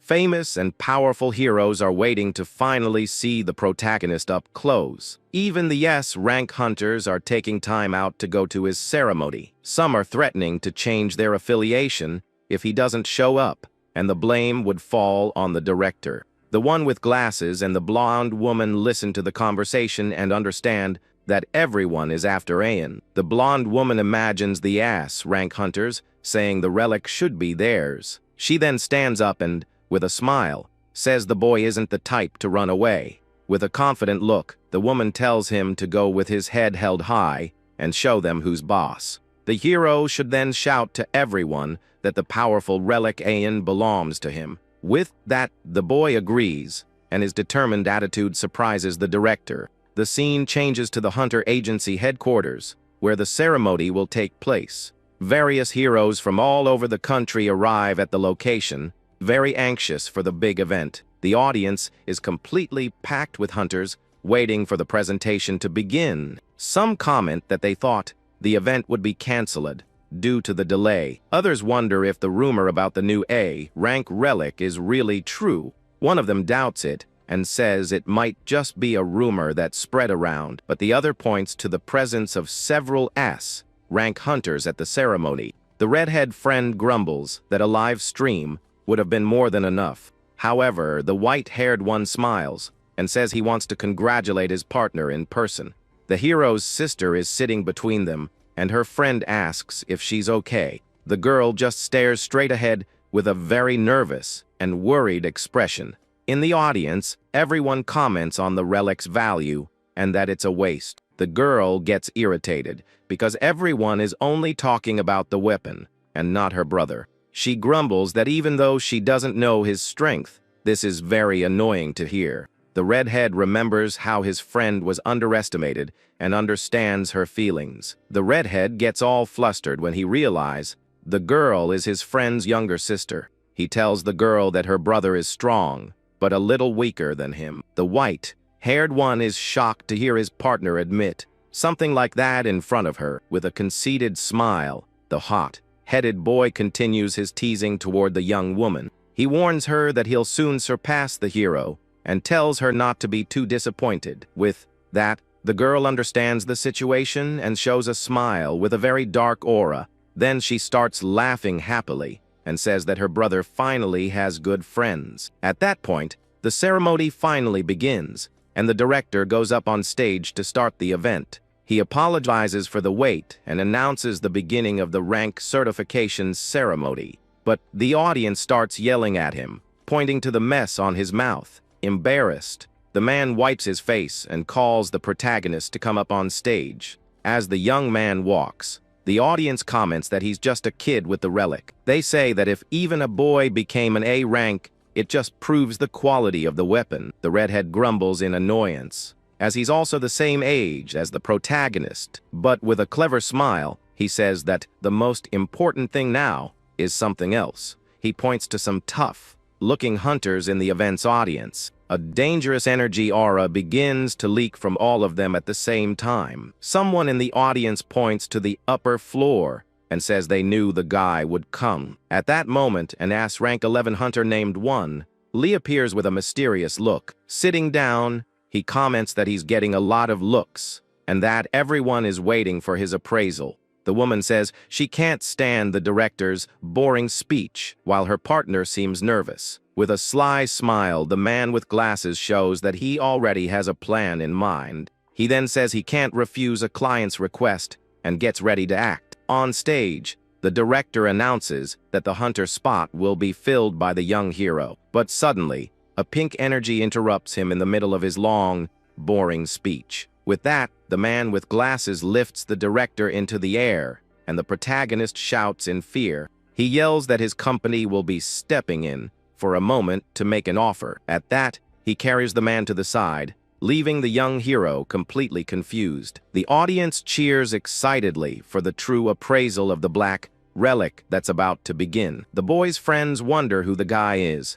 and the white-haired one recognizes him. He explains that almost all relics sold go through this major company, and he also adds that they're the type who don't mind dealing in stolen items. On stage, the man with glasses takes the microphone and says everyone wants to know the truth. He then asks if the sword is really a class above the golden ones, as the rumors say. The young man offers to explain, but the other says he only trusts his own eyes. With that, he crouches down to analyze the relic more closely, asking for permission. At that, his eye begins to shine, and he asks if he can ask the boy for something. Then he offers an incredible 2 trillion in cash for the young man's relic, or 5 trillion paid over 30 years, but the hero refuses on the spot without a second thought. The crowd goes wild over the numbers, since the most expensive golden relic was 58 billion. With the company's official seal, the relic is confirmed as a new, top-tier weapon. The man with glasses says his goodbyes and leaves, while the hero is suspicious of his attitude. He explains that his intuition tells him who will or won't be his clients just by looking at their faces. People with something more valuable than money will never become his real clients. With that, the protagonist thinks that maybe the guy isn't as crazy as he seems. But he tries one last offer of 3 trillion, and the young man refuses once again. With his business concluded, the man finally leaves, and the audience gets excited. Suddenly, a muscular guy appears and says the young man got himself something very good. He's the S-rank 16 hunter and invites the boy to his strongest clan. With that, the audience gets even more excited, and the director starts to worry. He realizes that no one cares about the ceremony and feels he has no authority. The blue-haired man ignores the director and keeps trying to convince the boy. He warns that with such a valuable relic, the smart move is to protect himself. Confused, the protagonist asks how his clan is the strongest with the master at rank 16. The blue-haired man laughs and says that kids really don't know anything these days. He boasts that his clan has 80 people of B rank or higher and many relics.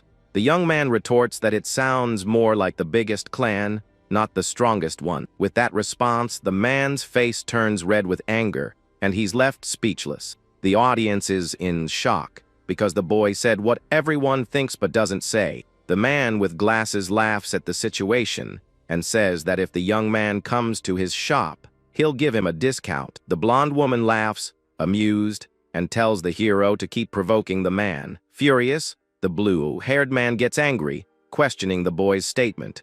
The audience is in shock because the hero said something no one else has the courage to say. With a forced smile, the hunter comments the kids don't know anything. At that, the young man stares at his opponent, noticing he could be a great danger. The muscular hunter warns that heroes are strictly forbidden from stealing relics. However, he holds his shining hammer and explains that there are several loopholes. With a powerful shout, he prepares a devastating blow using his heavy weapon. The impact creates a huge wave of energy, scaring the director, who tries to flee. The hero blocks the brutal attack with his blade and criticizes the irresponsible attitude. Surprised, the aggressor praises the defense, noting the superior quality of the black relic. But soon he smiles wickedly and warns about the true power of his hammer. The magical weapon has the incredible ability to increase its own weight without limits. With that, a gigantic and much heavier attack comes crashing down toward the targets.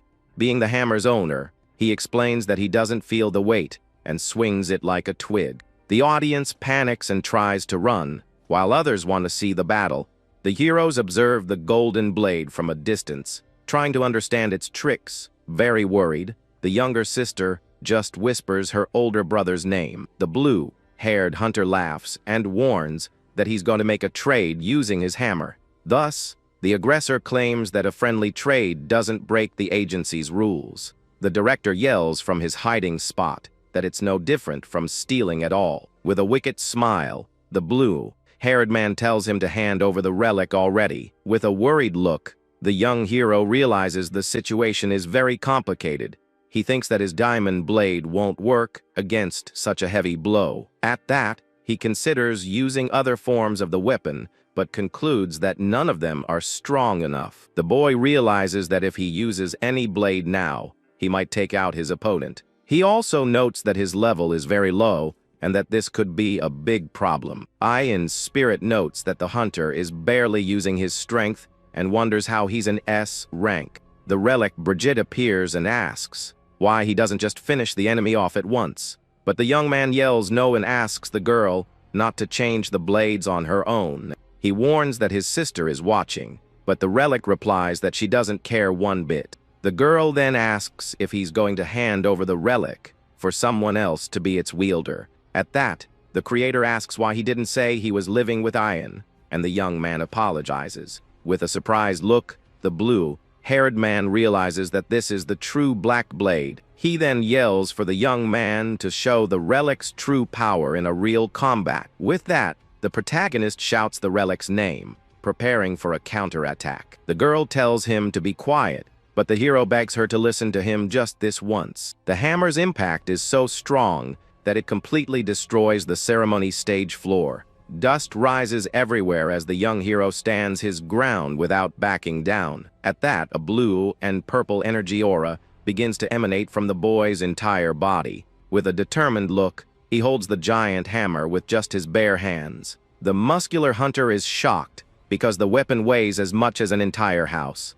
The audience is in shock and wonders how the boy managed to stop that with his hands. His white-haired friend notices that he's releasing more energy than before. With wide eyes, the hero's sister is speechless at the scenes she's witnessing. Then, with a powerful punch, the young man takes the chance to strike his opponent. The blue-haired man has no time to react and is surprised by the speed of the blow. With the force of the punch, the giant hammer is thrown far away, destroying the floor of the venue. The boy is confused, as he has never felt this kind of power in his body before. Ian's spirit explains that the guiding force is like armor for the user's body. The entity explains that this way, it's possible to master it even without holding a relic. With Brigitte's guiding force added, the young man's power becomes even stronger. The hero smiles confidently and says that even if he doesn't understand it, he can fight empty-handed. The other hunters observe and comment that the situation is not looking good for the blue-haired man. Furious,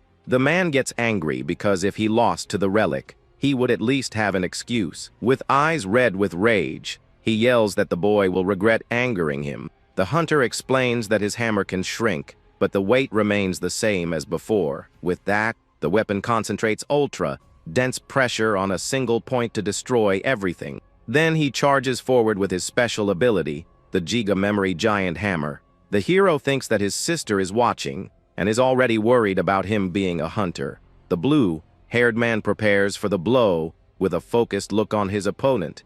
That's why the young man kicks the enemy's weapon, so as not to make his sister even more worried. With the kick, the blue-haired hunter is thrown back and falls to the ground, completely defeated. The crowd is in shock because the boy defeated an S rank without even using his relic. The hero looks at the fallen man and hopes he's okay after the blow. The redhead friend yells for the girl to look, while the white-haired one is stunned by the scene. With a competitive look, the redhead says that his power control is on another level. The sister then asks if her brother saw the flying gorilla, leaving everyone confused by the joke. The other hunters laugh and say they never expected the show to get this good. However, one of them reveals he is the S rank 3 and says he wasn't there just for fun. The reporters go crazy and say this is front page material for the newspaper. The green red-haired hunter explains that he just wanted to see the new era with his own eyes. With that,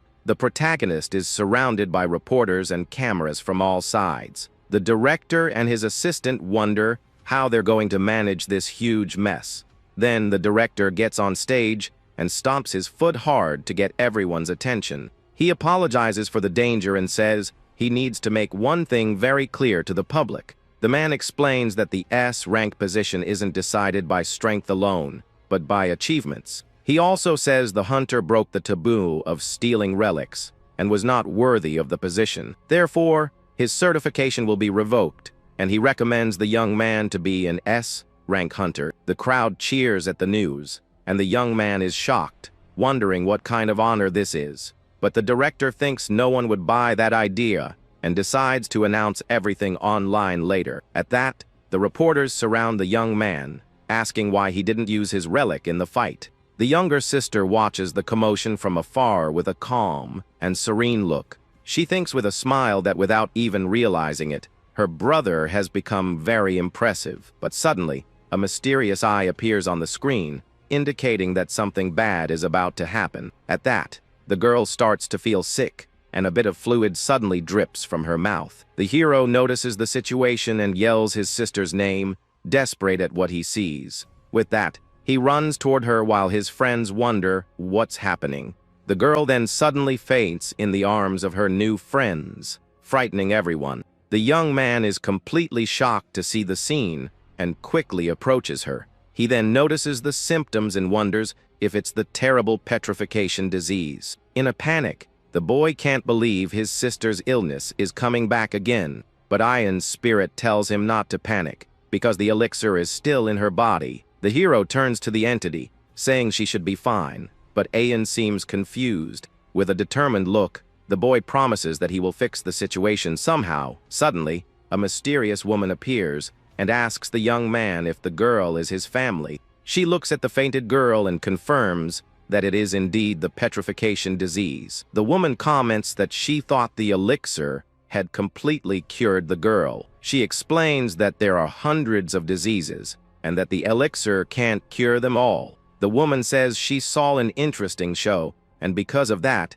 the first examination will be free of charge. With a smile, she introduces herself as the S-rank 6 and the corrupt mother who nurtures others. The woman explains that the petrification disease takes years to show up, but the young man notices his sister got worse quickly, and the woman thinks that's a very good thing. With a strange smile, she reveals her relic and introduces herself as Ipion. With that, she casts a spell that creates a magic circle around them. The hero's friends are thrown back by the force of her magic. The redhead is shocked and recognizes the woman as the number 6S, rank hunter.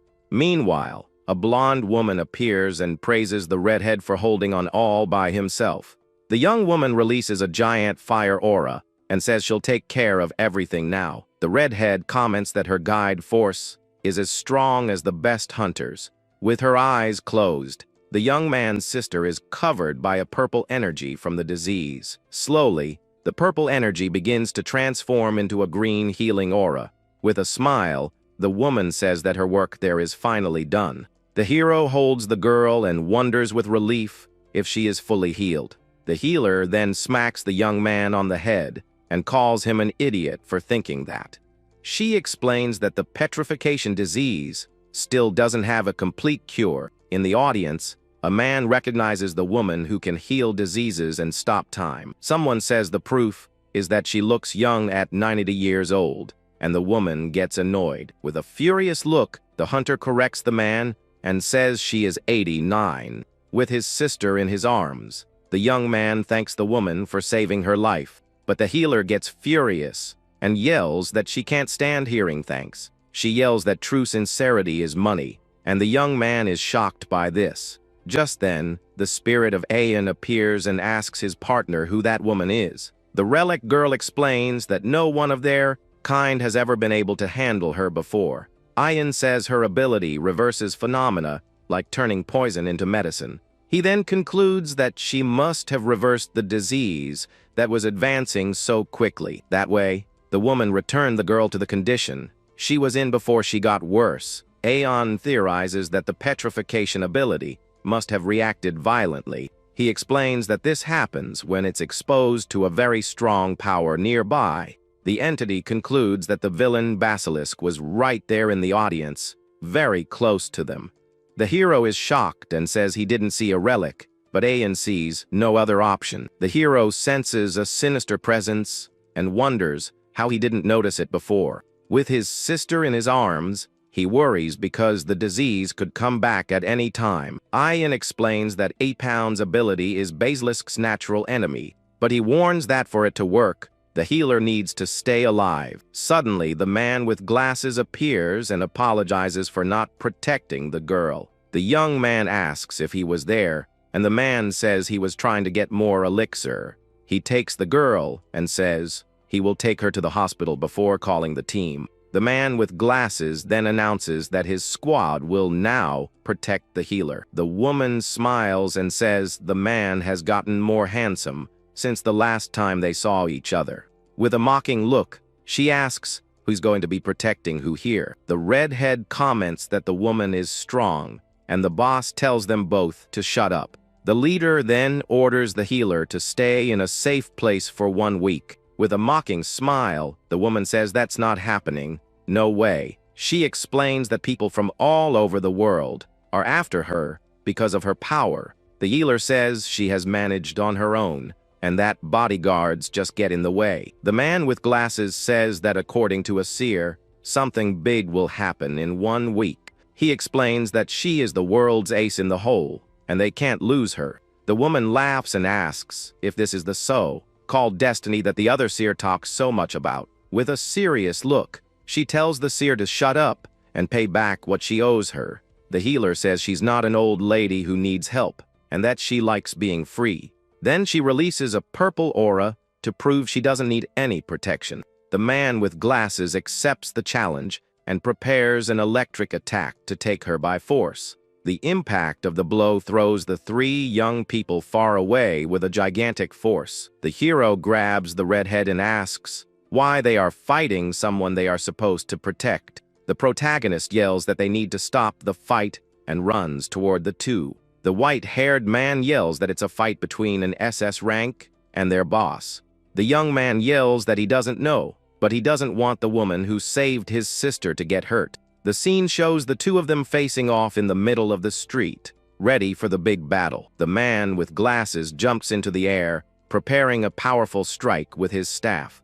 With a swift movement, he brings the staff down with full force, creating multiple images. The healer says it's useless because her reversal power turns the tables. With it, any attack she receives turns back on the attacker. But she warns that this ability only works on things she can see. Without giving up, the man prepares a new electric attack and charges at her. With a smile, the woman says that was exactly what she expected from him. She yells that any phenomenon she can see and fully understand. The hunter then stomps hard on the air, preparing for her counter-attack. With her power, she can simply turn it upside down and reverse everything. Just then, the squad leader starts falling toward the sky with gravity inverted. But he turns around and says that's not a problem because he can adapt. The 2 then begin an intense battle in the sky, trading electrical blows. The woman asks if he thinks he can win with all his power divided up. With a smile, the man with glasses agrees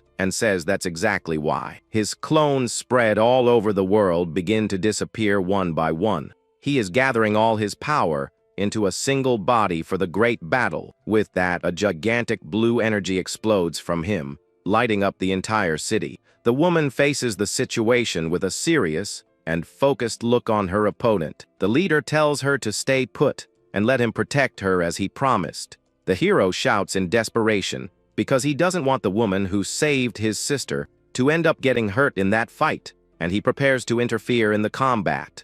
The healer then repeats that she can turn any phenomenon she understands, but the man asks if she can handle his blue energy sword. He warns that she can't reverse an ability she's seeing for the first time. The leader says he will go easy on her, but it still won't be pleasant. With that, he asks her one more time to simply give up the fight. She smiles and admits She's not invincible enough to reverse that much power, but she also warns that she's not weak enough to be unable to handle it. Just then, the woman releases a wave of purple energy to defend herself from the attack. The man with glasses is surprised because her guide force suddenly increased out of nowhere. He wonders if she uses the power that keeps her young as a weapon.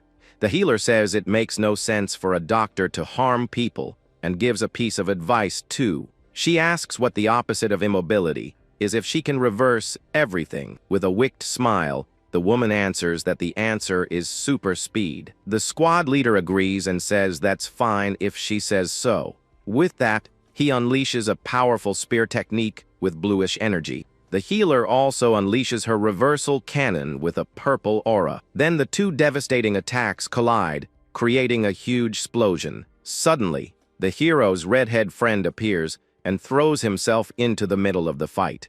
The two fighters stare at each other with serious and focused looks in the midst of the battle. With a determined look, the protagonist yells that he will stop their fight. The redhead friend prepares to attack, saying he will understand the blow. With that, the hero unleashes his blade creation with a blue energy. The redhead also unleashes a powerful flame slash with his sword. Upon impact, the two attacks collide, creating a massive explosion. The healer is surprised by the two boys' unexpected intervention. With a blue aura, the young hero grits his teeth, trying to stop the fight. The squad leader is impressed to see that the young man can use lightning.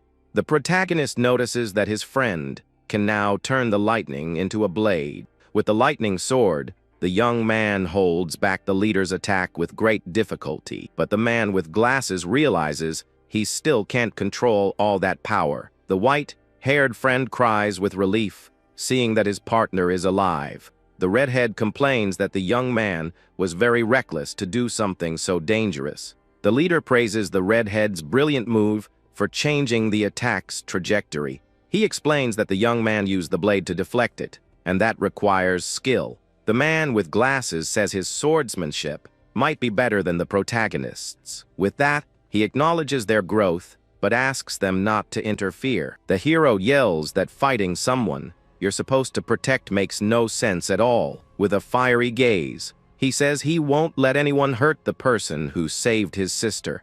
The woman smiles and says that in the end, she ended up being protected by them. She says her heart skipped a beat for the first time in 50 years. The woman then asks the boy to prove he can protect her for one whole week, and he is surprised. But the healer warns that only that young man will stay with her, and the rest can go do something else. At this, the redhead gets furious and asks why she only accepts the kid since he helped too. With that, the white-haired boy explains that without the protagonist's relic, the fire user would be in the hospital right now. The platinum-haired boy shows the advanced item that has the power to change the direction of force, leaving the redhead speechless. At that moment, the woman makes a sinister bet, wanting the black relic if he fails to meet a demand. Then the leader with glasses agrees to the terms, giving a thumbs up, and the deal is finally sealed between them. But the hero falls into complete despair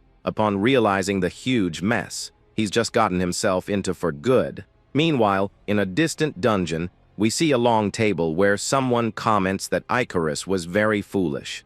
The mysterious voice says he ended up being left out of the top 10 members of the Serpent's Flower. In a far-off corner, a really strange old man points at some glowing plants on the wooden table. A guy in bright yellow armor wearing a bizarre hat says that the whole situation really got to him, and with a very wicked smile, the older man mocks him for thinking he would move up the ranks so quickly. Then the metal suit guy complains that the other one won't stop talking about Icarus and fires back at that argument. At that moment, the strange man says that the sacred Idamaean wasn't even from this realm, so it doesn't really matter. Then the guy asks if their big boss actually wants to get this item in the first place.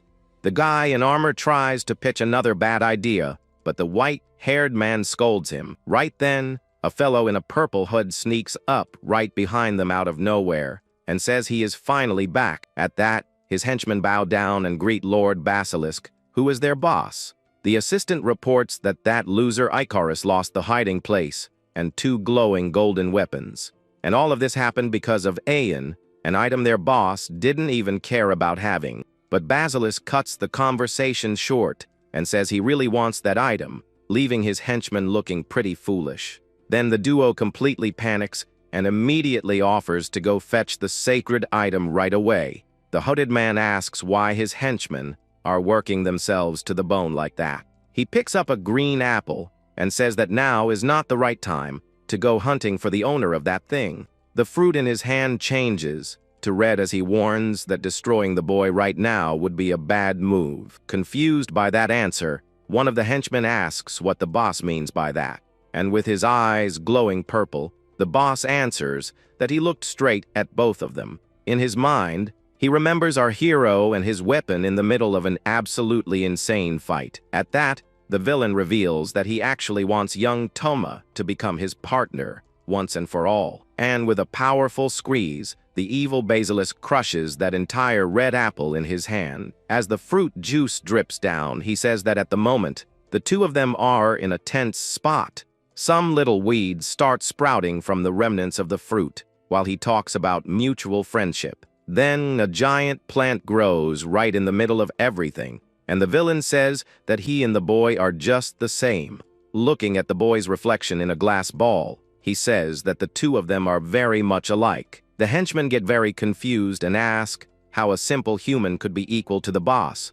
Basilisk explains that he needs to find out if another rare item is going to mess up his plans. Then his assistants ask what the name of this other item he just mentioned is. The video shows the doctor who saved our hero with a glowing golden hairpin in her hair. The little hairpin glows incredibly bright, making it clear that it is a very valuable and powerful object. Crossing his arms, the villain reveals that the name of the woman's sacred item is Epion. A psychic warned that in just 1 week, that doctor's life would be in serious danger. At that, the young lady challenges our hero to prove that he can look after her until that time runs out. If the boy messes up a single order, she is going to take his black weapon, leaving the young man totally speechless. Their job is to take 2 people to a very safe place in the middle of that big city. The doctor explains that they need to obey absolutely everything the leader of that mission orders them to do. Furthermore, they have to hide the real plan and pass a very difficult test for the others. Our hero's crew needs to join forces with the group of a guy named Mitsuhashi on this journey. The red-haired guy complains that only they are putting in the work, while the white-haired one just wants to goof off. But the guy with glasses scolds the red-haired guy, telling him to shut his mouth and follow the strategy. Holding a piece of paper, he warns that if they do everything the lady ordered, they will be able to go along. The white-haired guy explains that the blank piece of paper is because of her reversal power. Finally, the group arrives at the destination, and the guy with glasses announces they have reached the right place. Then he tells everyone they can now read their papers to see what each person is supposed to do. The duty of the red-haired guy and the white-haired guy is to grab their leader's glasses within 3 days. Meanwhile, the leader's job is to protect his glasses for 3 days, leaving them all feeling tense. The guy with glasses figures out the whole play and realizes what the doctor is trying to pull on the group. He sees that only one of the groups will manage to save the lady and complains that she is very annoying. This 3-day task makes him nervous because he knows the doctor does not accept any lies. The red-haired guy gets ready to fight, but the white-haired one asks to have a talk first. But the guy with glasses stops them both and says he is going to teach them a lesson after a long time.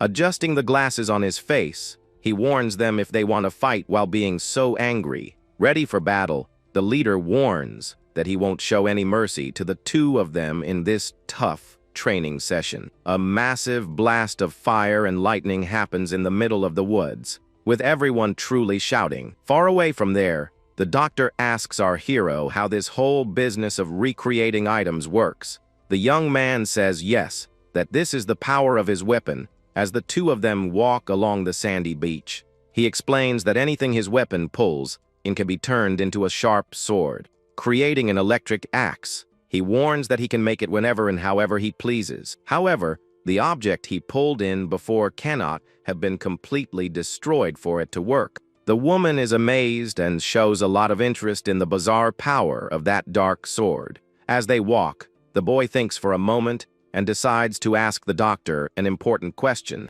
He asks if she can use her power to turn back time, to save his little sister. The woman scolds him, saying that things don't work that way, and he feels embarrassed. She explains that her sacred item can only fix things that she truly understands. At that, the lady confesses that she still hasn't the slightest idea how the petrification sickness works. Then she explains that she only turned back time for the girl for 1 minute to fix that specific part of her body. And with a very serious look, she explains that her power doesn't cure anything. It only delays the worst outcome. The hero's eyes glow incredibly bright when he gets an idea to resolve this once and for all. He thinks that if he could invent the cure for the sickness, it would fix the problem forever. Giving a nice smile, the boy realizes that deep down in her heart, the doctor is a very good person. Out of nowhere, the woman cuts the conversation short, announcing that they have arrived,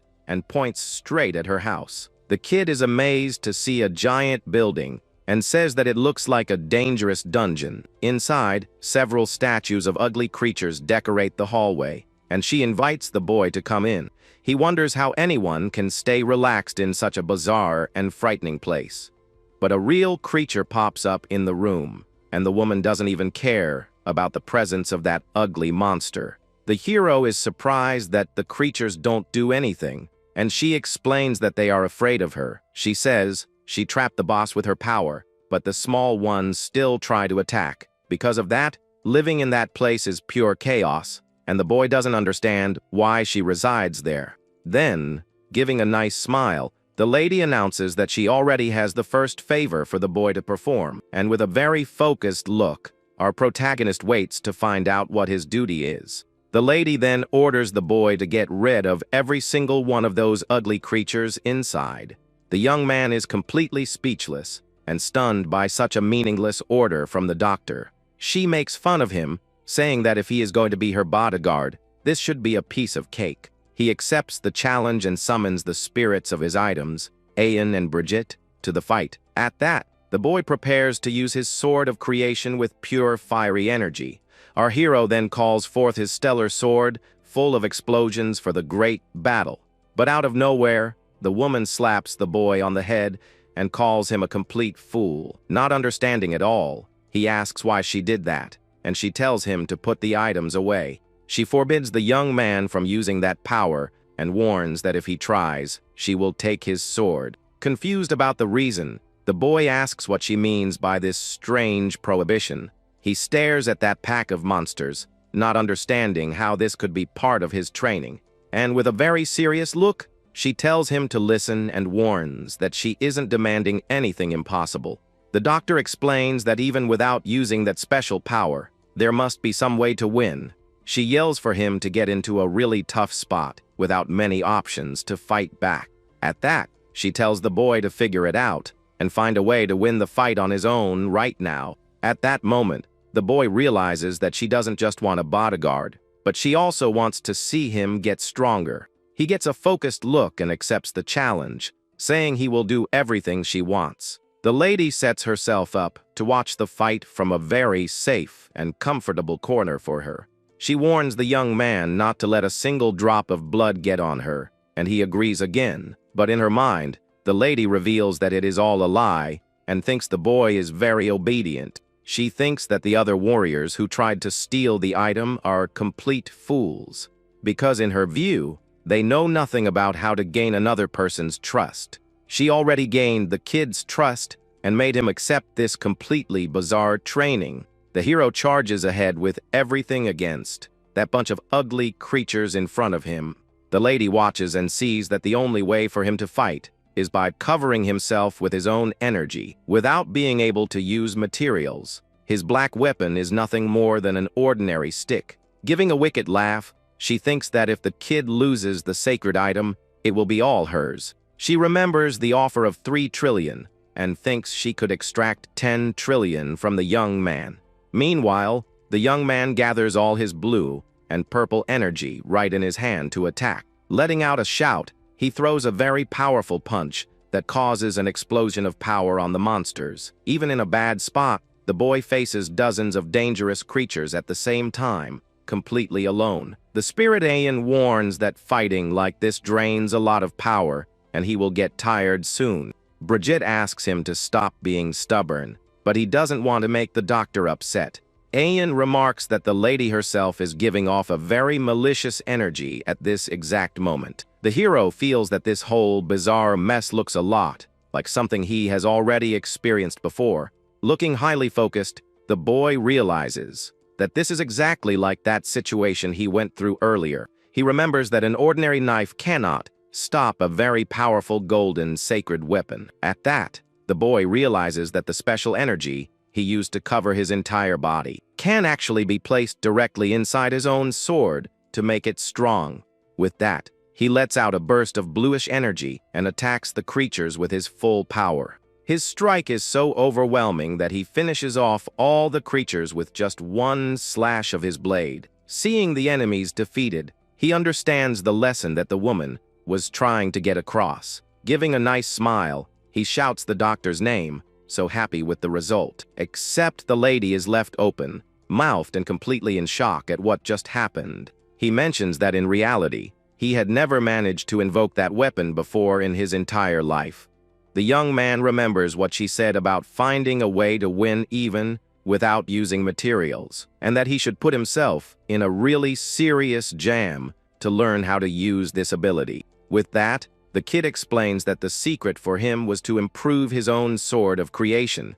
He thanks the lady so much for the support and for showing him the right path to get very strong. The doctor covers it up and says he did very well to notice the secret power he had.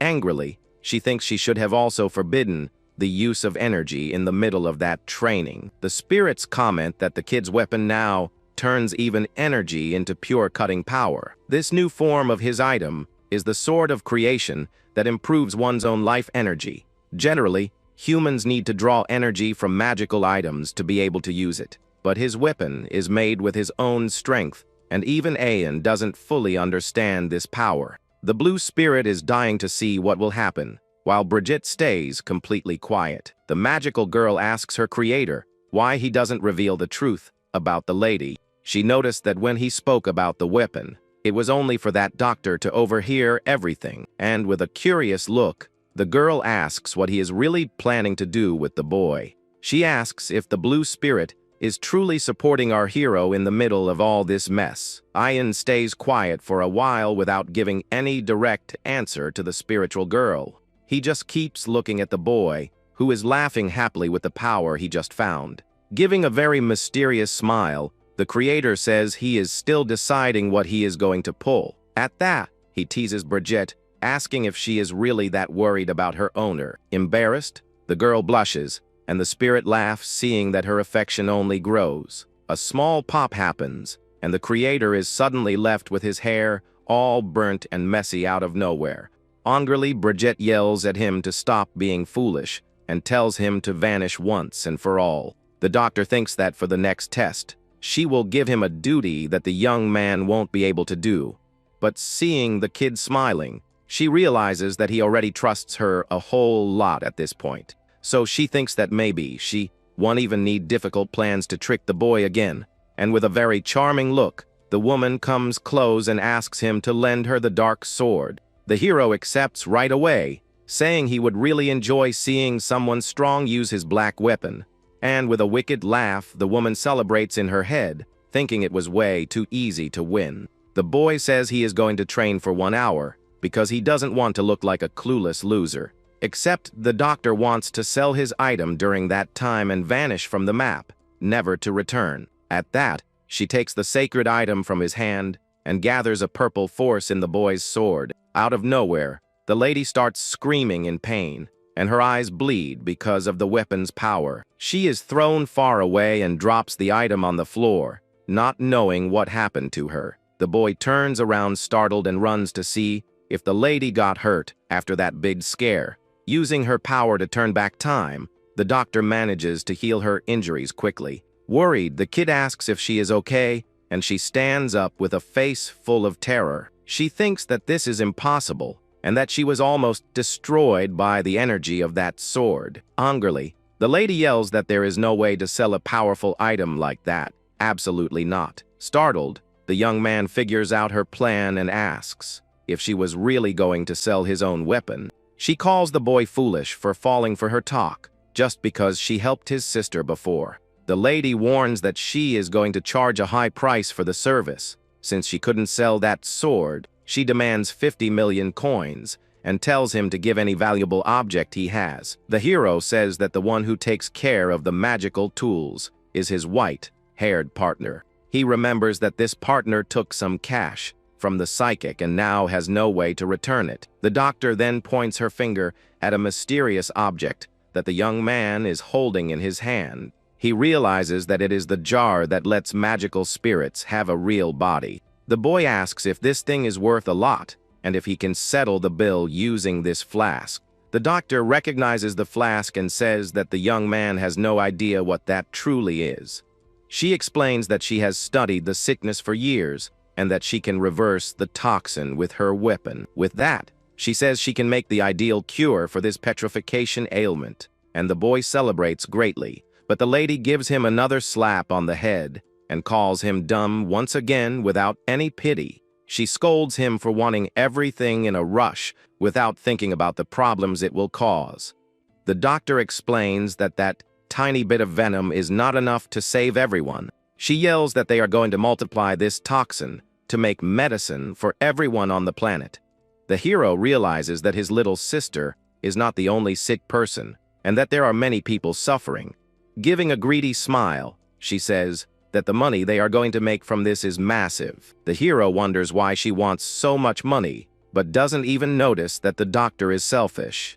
The lady says she will need help to multiply the toxin and invites the boy to go along. She warns that the mission will be dangerous, but that it's for his sister, and asks if he is going. The boy freezes up a bit upon hearing about danger and thinks for a moment about the lady's offer. He remembers what the psychic predicted and suggests meeting up with his crew before going to the location. The young man says that a bodyguard's best work is when nothing bad happens in the area. She teases him, asking if he is scared that something will happen to her, and he says yes, and smiling, the boy says that even so, she was the one who helped save his sister before. The doctor becomes thoughtful at the sincere, heartfelt answer her bodyguard just delivered. She then uses her power to turn the truth inside out to see if the boy is lying. In her mind, the lady realizes that his words are genuine and her power never fails. The woman sees that he truly cares about her, even though he knew she was lying. She thinks that being foolish is something no medicine can cure, but decides to accept his help. Outside that giant tower, the lady reveals that she has a strategy to multiply the toxin. She mentions that she has old scores to settle with the boss of an ancient dungeon from a long time ago. The doctor says that when that temple fell from the clouds, she tried to sort out the whole mess. Using the power to rewind, she pushed the temple back into the rift that opened in the sky. Afterward, she closed that rift in the clouds and fixed the ceiling so nothing would fall again. The hero is surprised and asks if she can really do something as absurd as that. Except now she is going to break the spell she placed on the rift to be able to enter there. Using her golden knife, she casts a rewind spell with a purple-colored smoke. The woman shoots that spell into the clouds and breaks the barrier that locked the temple. The boy feels the air become very stuffy, and a dark force begins to emerge from the rift. She mocks him, asking if he is scared, and says you can't blame the kid for that. That place is considered a national level hazard with extreme apocalypse difficulty. An emergency warning is sent across the whole world regarding a rift that opened in the clouds. The location is the exact same one from 3 years ago, and the strongest warriors in the country are sent there. Their goal is to take all the rare items from that temple and also bring Epion along. Letting out a nice laugh, the lady warns that things are going to get very wild from now on. Warriors from all parts of the planet rush there to defeat the creatures and grab the gold. The boy is amazed to realize the size of the massive trouble. the two of them caused in the area. She mentions that her sacred item will also be a target for all those people who are coming. Laughing, she says that since she has her bodyguard, she can stay relaxed, leaving the young man desperate. Meanwhile, a bolt of lightning strikes the top of the hill, where the other warriors were training. The white-haired youth is hit full force by the lightning and lets out a cry of pain on the ground. The leader orders him to use his item and go all out, or he will end up losing the fight. The white-haired boy tries to protect himself, while the leader charges for another swift strike. He yells that he can't use the item because he is already suffering, just trying to hold the handle. The guy with glasses gets discouraged and already prepares to charge at the red-haired guy nearby. The red-haired guy then advances with his fiery sword to deliver a direct strike on his leader. The leader positions himself to block the strike and counterattack using his lightning-filled spear, and with a highly focused look, the red-haired guy goes with all his strength against his master in the training session. He uses his fire to gain momentum in the air and delivers a powerful slash against the old man. The leader praises the young man, saying he got very good during the time they were apart. The red-haired guy realizes that special energy isn't just something you throw over your body and that's it. With that, he uses the fire beneath his feet to fly high and starts moving through the sky out of nowhere. The white-haired guy is very surprised and shouts upon seeing his partner flying freely. The master notices that the young man is stepping on the air, using all the energy accumulated in his legs. The blonde woman says that doing that is definitely not as easy as this kid makes it look. The guy with glasses teases the red-haired guy, asking if he can only do that during training. Angrily, the red-haired guy yells that he can't, and creates a blade of fire that is much larger and way stronger. He goes all in for a final strike with all his energy against his overpowered leader. The man with glasses notices that the boy is fighting well, even without knowing the name of his weapon. Out of nowhere, an absurd force emerges in that corner, and everyone is shocked by the energy. The leader feels this heavy power and already gets ready with his lightning-filled spear. He turns his back and flies super fast away from there while the red-haired guy yells at him to stop. The master tells the crew to follow his signal, and the white-haired boy is left without a clue.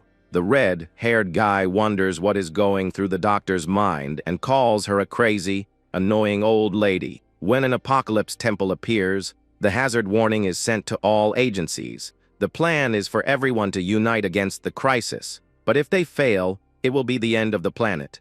Except that is the official government story, because in reality, the truth is quite different. The scene shifts and shows the American hunters' headquarters at the country's main base. In a tedious conversation, they say it is the fourth time an apocalypse temple has appeared out of nowhere. 3 years ago, the doctor threw the temple back into the cloud rift and closed everything up. The head of the agency warns that the gold from these dungeons is on an absolutely insane level. These magical items can solve any everyday trouble and grant wishes. Furthermore, the most overpowered weapons of all were also found at the bottom of these temples. The boss then warns that their goal is to steal and keep all these rare objects just for themselves. In a very fancy room, a fellow asks for a special favor from the President of America. The goal is to clear the dungeon over in Japan and take the largest amount of items they can. Additionally, they need to capture the doctor, who must be hanging around that temple area.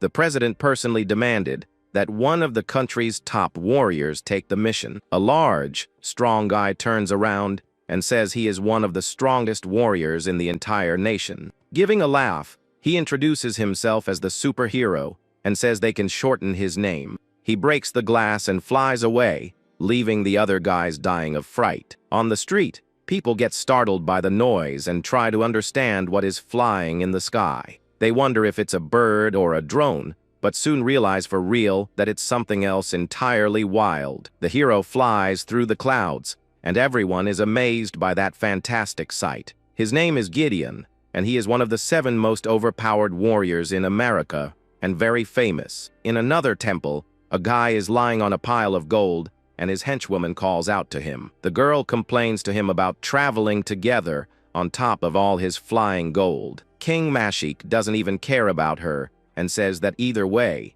she doesn't feel his weight. He warns that when they leave there, they will head west to do another annoying job. The king reveals that his real goal is to search for the doctor at the Apocalypse Temple in Japan. On a crowded street, a guy in strange clothes walks through the crowd. One of his assistants gets clothes and calls him boss to deliver the report. The guy reports that they found the doctor, and the leader congratulates him for the good work done. The fellow warns that in that country, he is going to use a different name than his real one. He names himself Rai, and tells his assistants to choose whatever nicknames they want. Rai is a survivor from a scrapyard in another parallel dimension, and to save his homeland, he needs to bring the doctor into his secret plans. An Apocalypse Temple is made of 4 outer palaces and a main room in the center. Each corner has a boss and lots of gold, and defeating all of them opens the path to the middle of the map. Inside the temple, the hero lets out a shout upon seeing that pile of monsters waiting for him. He charges with his sword to fight the enemies coming in his direction very fast. The boy realizes that the monsters are swift and very resilient, so the fight is going to be ugly. And even the ordinary creatures that aren't bosses are much more overpowered than the monsters outside. He thinks about using his Sword of Stars, but the lady stops him with a slap to the head. She reminds the boy that their goal is to create the cure for the terrible petrification sickness. The doctor yells for him to fight only with the blade he made himself, and he accepts, feeling a bit tense. He remembers the blade he learned to make in the training he had with his partner with glasses.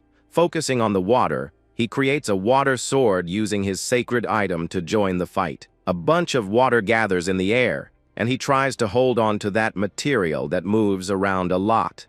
Suffering quite a bit, the young man tries to contain the water and give it the shape of a sword to attack. He focuses hard and draws the shape of the sword in his mind to manage to command the element. And with an agile movement, he manages to freeze the water and makes a super sharp sword. The youth charges ahead and slices the monsters using this new, very strong water sword. He manages to cut one of the monsters with just a single perfect and precise punch in the fight.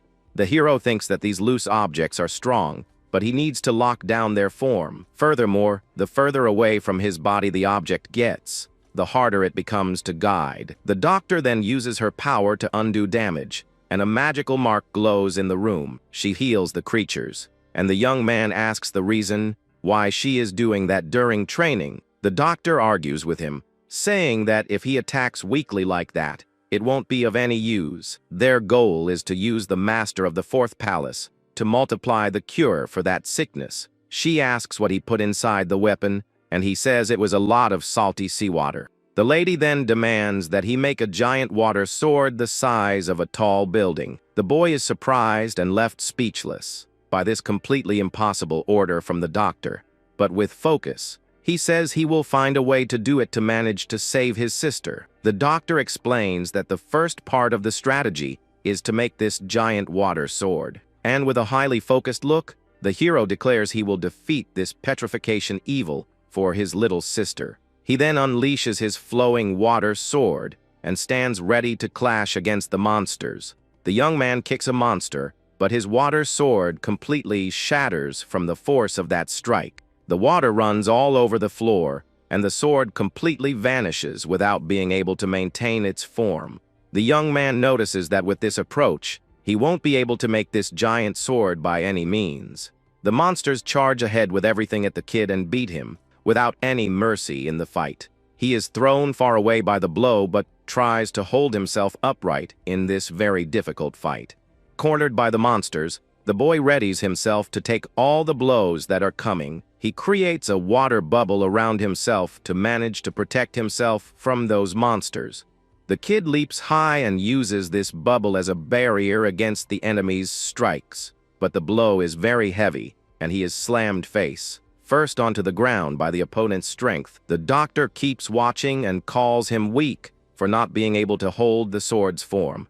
He complains that it's impossible to focus on the sword because those monsters are too strong She reminds the youth that if he can't do it in a tight spot, it won't be useful for anything. Laughing, she tells him to get past this barrier using that method she had explained. 10 minutes earlier, the lady had mentioned that the boss returns strikes with double the strength. The duo readies themselves to fight the giant monster of the dungeon waiting for the clash. She mentions that 3 years ago, she gave the name Carbuncle to the boss and shows the creature to the boy. Holding the jar with the toxin, the doctor shares the whole strategy she came up with the youth. The boy will have to use the petrification venom as the object to create his water sword. When he strikes the boss with this toxin, the monster will reflect the blow straight back at him. With that, the strength, speed, and size of the venom will double and come full force at the youth. Then he needs to pull the venom back in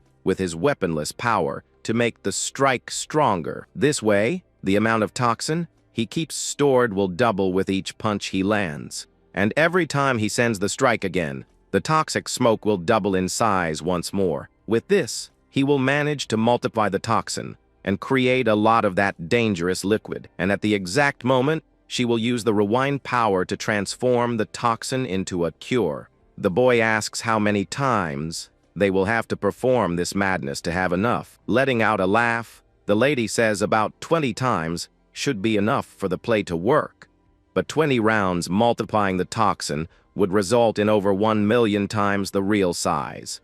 The kid completely panics and shouts in terror at that bizarre amount of punches. The lady encourages him, saying it's for his sister and that he will make it happen either way. She says he will be fine and that he can get through this with a secret trick. Laughing, she mentions that in reality, the young man has already done something much more absurd and incredible. The doctor then prepares to explain to the boy the secret trick for him to win the fight. She tells him to use the same logic as that sword of creation of his that improves energy, and that doing this will be easier than turning his own energy into a real weapon. He needs to cover the outside of the water sword with his energy to provide more strength. This way, even if it is giant, the weapon's form won't fall apart by any means. Furthermore, the sword's edge will become much sharper with the help of all this energy. The boy then releases a giant wave of water and destroys the creatures with his new power.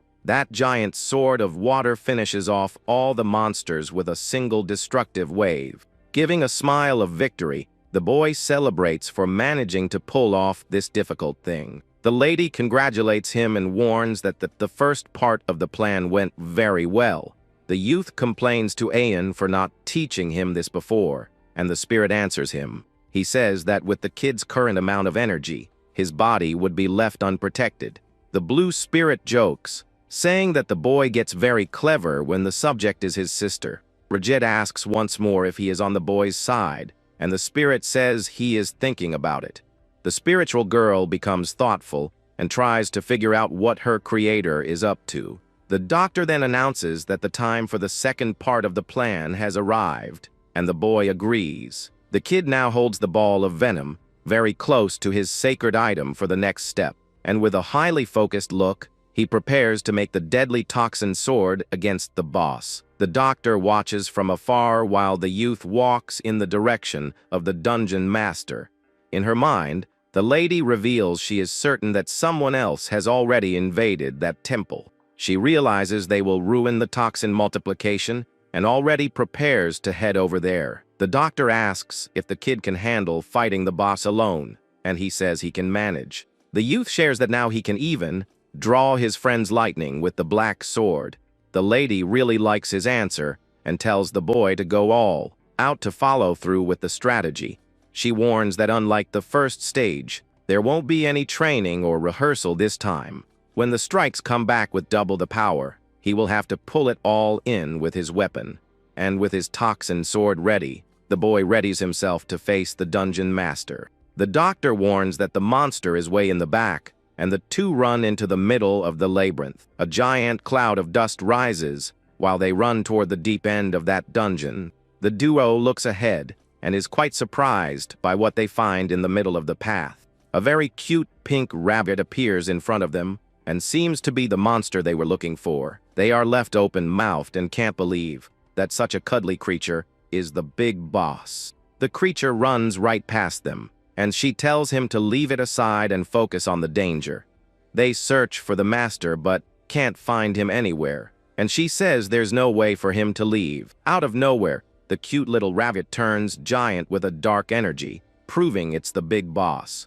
The hero is surprised and lets out a shout upon realizing that the cuddly creature can speak. The doctor gets confused and asks if this is the same carbuncle creature from before in the past. The monster remembers her and says she is the human who ran away in fear the last time they saw each other. With that, the giant rabbit strikes them using some dark and very purple energy portals. Several portals open everywhere, and the creature readies itself to deliver a supreme blow. The doctor recognizes the strike and confirms he is the same carbuncle creature from 3 years ago. The kid says he can't beat up such a cute monster, and the boss gets angry. The lady yells for him to start the plan and strike the carbuncle creature once and for all without fear. She calms the boy down, saying the punch won't hurt the creature because it will reflect it. The boy apologizes and readies himself to strike the monster with his toxin sword. He leaps high and delivers a very powerful punch with all his energy against the big rabbit. The boss prepares to reflect the blow with a very serious and focused face on the battle.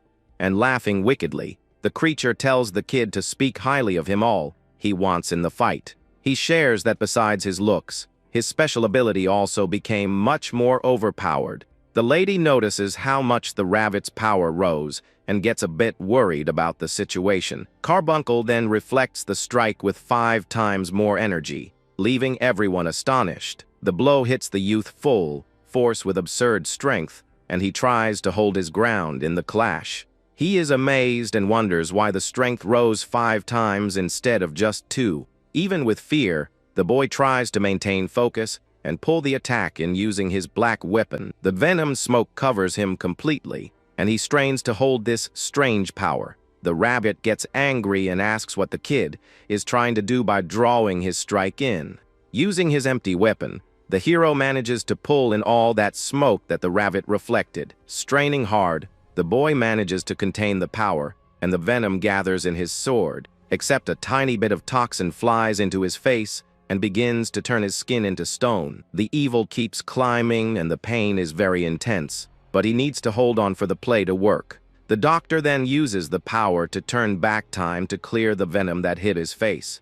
The young man is amazed to feel his body healed and the stone effect completely vanish from his skin. She notices that the toxin is 5 times more dangerous, and this leaves her quite worried. But the lady says this is an excellent bonus and already prepares to continue with the strategy. The kid realizes that that was the petrification sickness and gets very scared by the strength of it. The doctor hurries him up and says that doing this multiplication 3 more times is already enough. The monster gets very angry and tells them to stop for a bit before going for the next punch. He complains that the 2 of them are using his barrier just to multiply that black sludge. The lady says they don't want to fight him and that it would be faster if he helped out willingly. Angrily, the rabbit yells that he won't give any support and prepares to strike again. He throws a little pebble into the air and uses the object like a bullet against the duo in the room. The monster opens an energy portal and throws the pebble inside to fire away with the strike. The object flies between the portals, gaining a lot of speed and strength every time it passes through. With that, the small pebble turns into a massive and highly destructive meteor to strike the 2. The giant meteor exits the last hole and goes in their direction with frightening power. The rabbit yells that he will never let anyone make a fool out of him again and strikes with much anger. The hero notices that the blow is 5 times more violent and readies himself, expecting the worst. Carbuncle shouts for him to vanish and hurls the giant rock with all his might at the youth. The lady then prepares to use her rewind power to give the boy some support. She makes a magical barrier and throws the meteor right back in the rabbit's direction with everything. The big rabbit is amazed to see his own giant strike coming right back at him with full force. With the force of the crash, the rabbit is thrown against the wall and seems to become a bit dazed at that moment. The doctor warns that she will contain the blows that the kid can't handle on his own. She tells him to focus solely on his task of gathering the venom and leave the rest in her hands. With that, she tells him to continue with the strategy of multiplying the toxin to make the medicine, and with a highly focused look, the youth accepts and already readies himself for the next stage of the game. With the rifts open, the hero stands ready for the next punch and shouts for the creature to bring it on. The rabbit asks what that is, and the boy says he doesn't even know exactly what this venom is. Carbuncle decides to help and says that if he wants to multiply this thing so much, he will give support. He warns that the boy was already struggling to hold the black smoke at that size. The creature throws a giant sea of venom against him and shouts, calling the boy a complete fool. The hero shouts in fear upon seeing the colossal size of the blow coming in his direction very fast. The whole floor shakes with the blow, and the doctor gets frightened by the colossal strength of the dungeon boss. She yells the young man's name out of great fear of that scene and the risk he is going through. The kid readies himself to pull the venom's smoke in with his empty weapon once more. He strains to shape the toxin into the form of a sword and covers it with his power, except the blade is way too massive, and he can't cover it entirely with his energy. The doctor notices that the drops from that smoke accelerate the stone effect on the boy's body.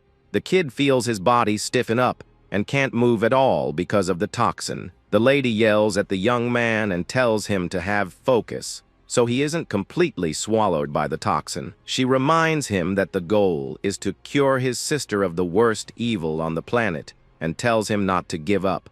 He is left with his face turned to stone, but strains heavily not to pass out and to stand firm. He feels like he can't even breathe because his chest hurts a lot and is already turning to stone. In his mind, he remembers his little sister calling out to him, and that provides more energy to fight. He remembers her suffering and how she became terrified of seeing her body turning into rock. The sickness kept climbing and it hurt a whole lot, but the kid couldn't do anything to save her. The lifespan was only 2 years, and everyone suffered greatly until turning into a statue in the end. The young man remembers how his little sister suffered and tried to hide her injuries from him.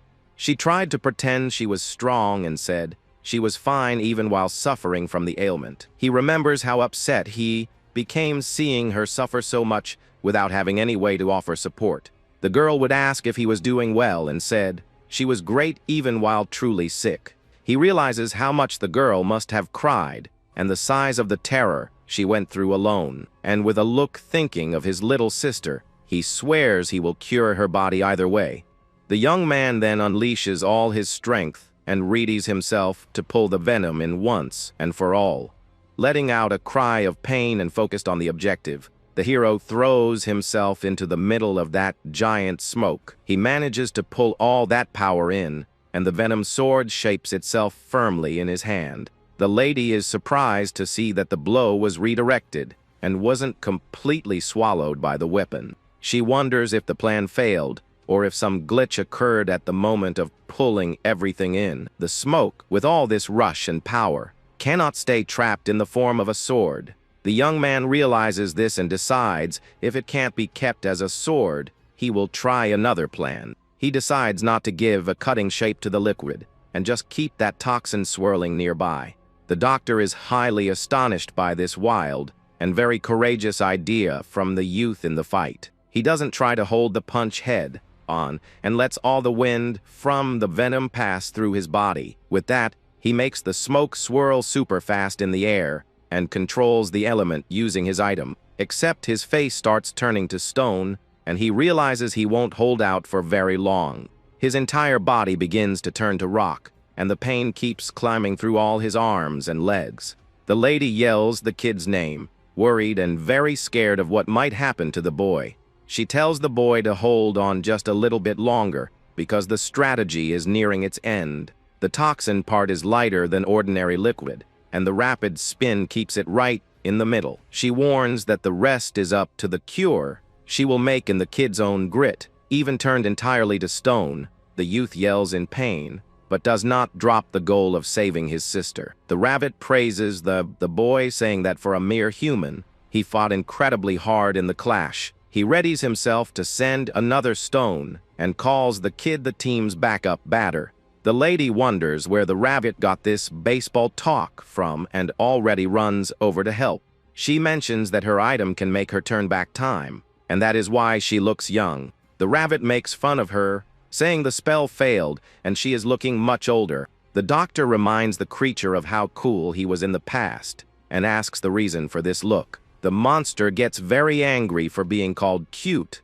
and says he hates his current appearance. Laughing, the doctor asks if he wants her to change him back to the form he had in the past. The little rabbit floats near the ceiling and seems to think about the lady's offer with a very serious face. He gets very angry out of nowhere and yells, telling her not to play games with him, and arms himself again. The rabbit yells for her to do the treatment already, and the doctor gets worried about the youth. The kid yells for her to take her hands away from there, and the boss gets very angry at this attitude. The doctor wonders if she is aging or if that toxin is too strong for her. She yells for the kid not to dare lose the fight, and he strains heavily not to black out. With that, the boy manages to separate all the venom from the middle of the water and gathers it all into a small ball. The rabbit gets very angry and says there is no way to go back to what he was before now. The lady explains that he used the rapid spin to throw all the water out of that toxin. The venom taken from the water and gathered in the middle lost all that speed and power from the strike. With that, the young man manages to store all the toxin inside his sword without suffering as much. He manages to trap all the venom and shapes a very strong blade that moves non-stop. With his face halfway hardened, the youth stands ready for the next stage, laughing lightly at the end. The doctor thinks it was pure luck on his part, but admits that he won by using his head a lot. The young man gets exhausted, and his body begins to return to normal very slowly after the fight. With that, he falls exhausted to the ground after exerting so much strength to manage to tame all the toxin. The lady announces that now that the nest of the sickness is trapped, the cure will be much faster. Letting out a nice laugh of relief, the boy celebrates the victory, and the doctor keeps looking at him. Out of nowhere, the spirit Aeon appears in the room and seems very curious to sample a bit of the cure. He gets close and asks for a little sip of that, but Brigitte scolds him with her eyes. The spirit girl figures out the reason why her creator did not meddle in the young man's fight. The hero mentions that that fool was not going to change his mind by any means, regardless of the talk. The rabbit says the boy almost failed, and the kid wonders where he learned to speak. The rabbit shares that he learned to speak just by listening to people's talk for a long time. He says that people are his rivals, but that there's nothing to be done about that. The master shares that he just wants to escape the dungeon just like them, and that their goal is the same. The hero realizes that if it's possible to have a talk, then they can sort things out through conversation. The rabbit then demands the deal he made with the lady and asks her to change his appearance back. The doctor is dead tired and announces that she spent almost all her special energy in the fight. With the appearance of an old lady, she shows her glowing golden knife and says she is out of energy. The kid and the rabbit are astonished to see the doctor turn into an old woman out of nowhere right in front of them. She apologizes and says the mistake was hers and that the youth is truly very problematic. In a hospital room, the protagonist's sister is lying down, recovering from that sickness. The lady announces that her health condition and that of the other people will not get worse for now. She asks for the weapon full of toxin to create the cure, and the rabbit hurries her up with much anger. With her old woman's face, she asks a fellow if he is also waiting in line. The guy says it's the first time someone has managed to see him there and gets surprised on the spot, and with very red eyes, he states who he is and asks if she is the famous Dr. Rorabata. The boy wonders what time that fellow appeared in the room and how he didn't notice him earlier. The fellow says he saw with his own eyes that she can cure any evil that exists in the world, and, with a very serious look, he asks if she will go along with the group to cure the people of the country. The doctor says she is the corrupt mother who looks after people and asks if he has a lot of money. She asks if he has the budget because almost all of her clients have no way to provide cash. With a very chilly look, the fellow warns that he prefers to go without the service and takes his knives. The guy then threatens the doctor, saying he will carry her away dragged if she doesn't want to go nicely. The rabbit calls the guy a spoiled kid and already readies himself to fight, opening his portals. He tells the guy to wait his turn in line and calls him a fool for trying to cut ahead. The guy gets ready for the clash, and a giant energy explodes around his entire body. Several purple and white lightning bolts cross paths in a super-fast fight full of magical power. He mentions that so there is a talking rabbit in that room, and already readies himself to use his knives. The big rabbit feels the cut and gets a bit dazed at that moment because of that punch that came out of nowhere. Our hero offers to fight the guy and tells the doctor to get far away from there quickly. Except she stops the kid, saying the medicine comes in first place before any trouble. She tells the rabbit to remember that when she returns to normal and calls the doctor Granny, the doctor thinks that he plays very well and remembers that several have already tried to capture her in the past. Except she realizes that his strength is of the highest level she has encountered in many years. Furthermore, she feels an absurdly massive energy very close to them in that corner. A short time earlier, the American hero found the leader of our hero's partners flying high. Letting out a nice laugh, the hero of America greets the warrior of Japan with plenty of excitement. The one with glasses mentions that they are bumping into each other constantly, and the American confirms very happily. The hero explains that from time to time, both nations work together to close the rifts, except at other times, they throw hands for the gold and items they find at the bottom of the temple. Because of that, everyone knows they are great rivals and never true friends. Their score is 5 wins and 6 losses, with 12 ties in the fights they've had. But the American hero confesses that when the rival uses clones, he has never managed to win. The one with glasses stays quiet and seems to accept the truth that the warrior of America just spoke. He says that with a single body, it's a different story, and already prepares himself completely to fight seriously. A giant blast of electricity and flames happens way up high, and the two clash in a fight. The guy with glasses watches the fight laughing and seems very confident that he will win it all. He warns the American hero not to celebrate ahead of time because there is a tense detail. The warrior of Japan prepares to tell the whole truth about the clashes they had before.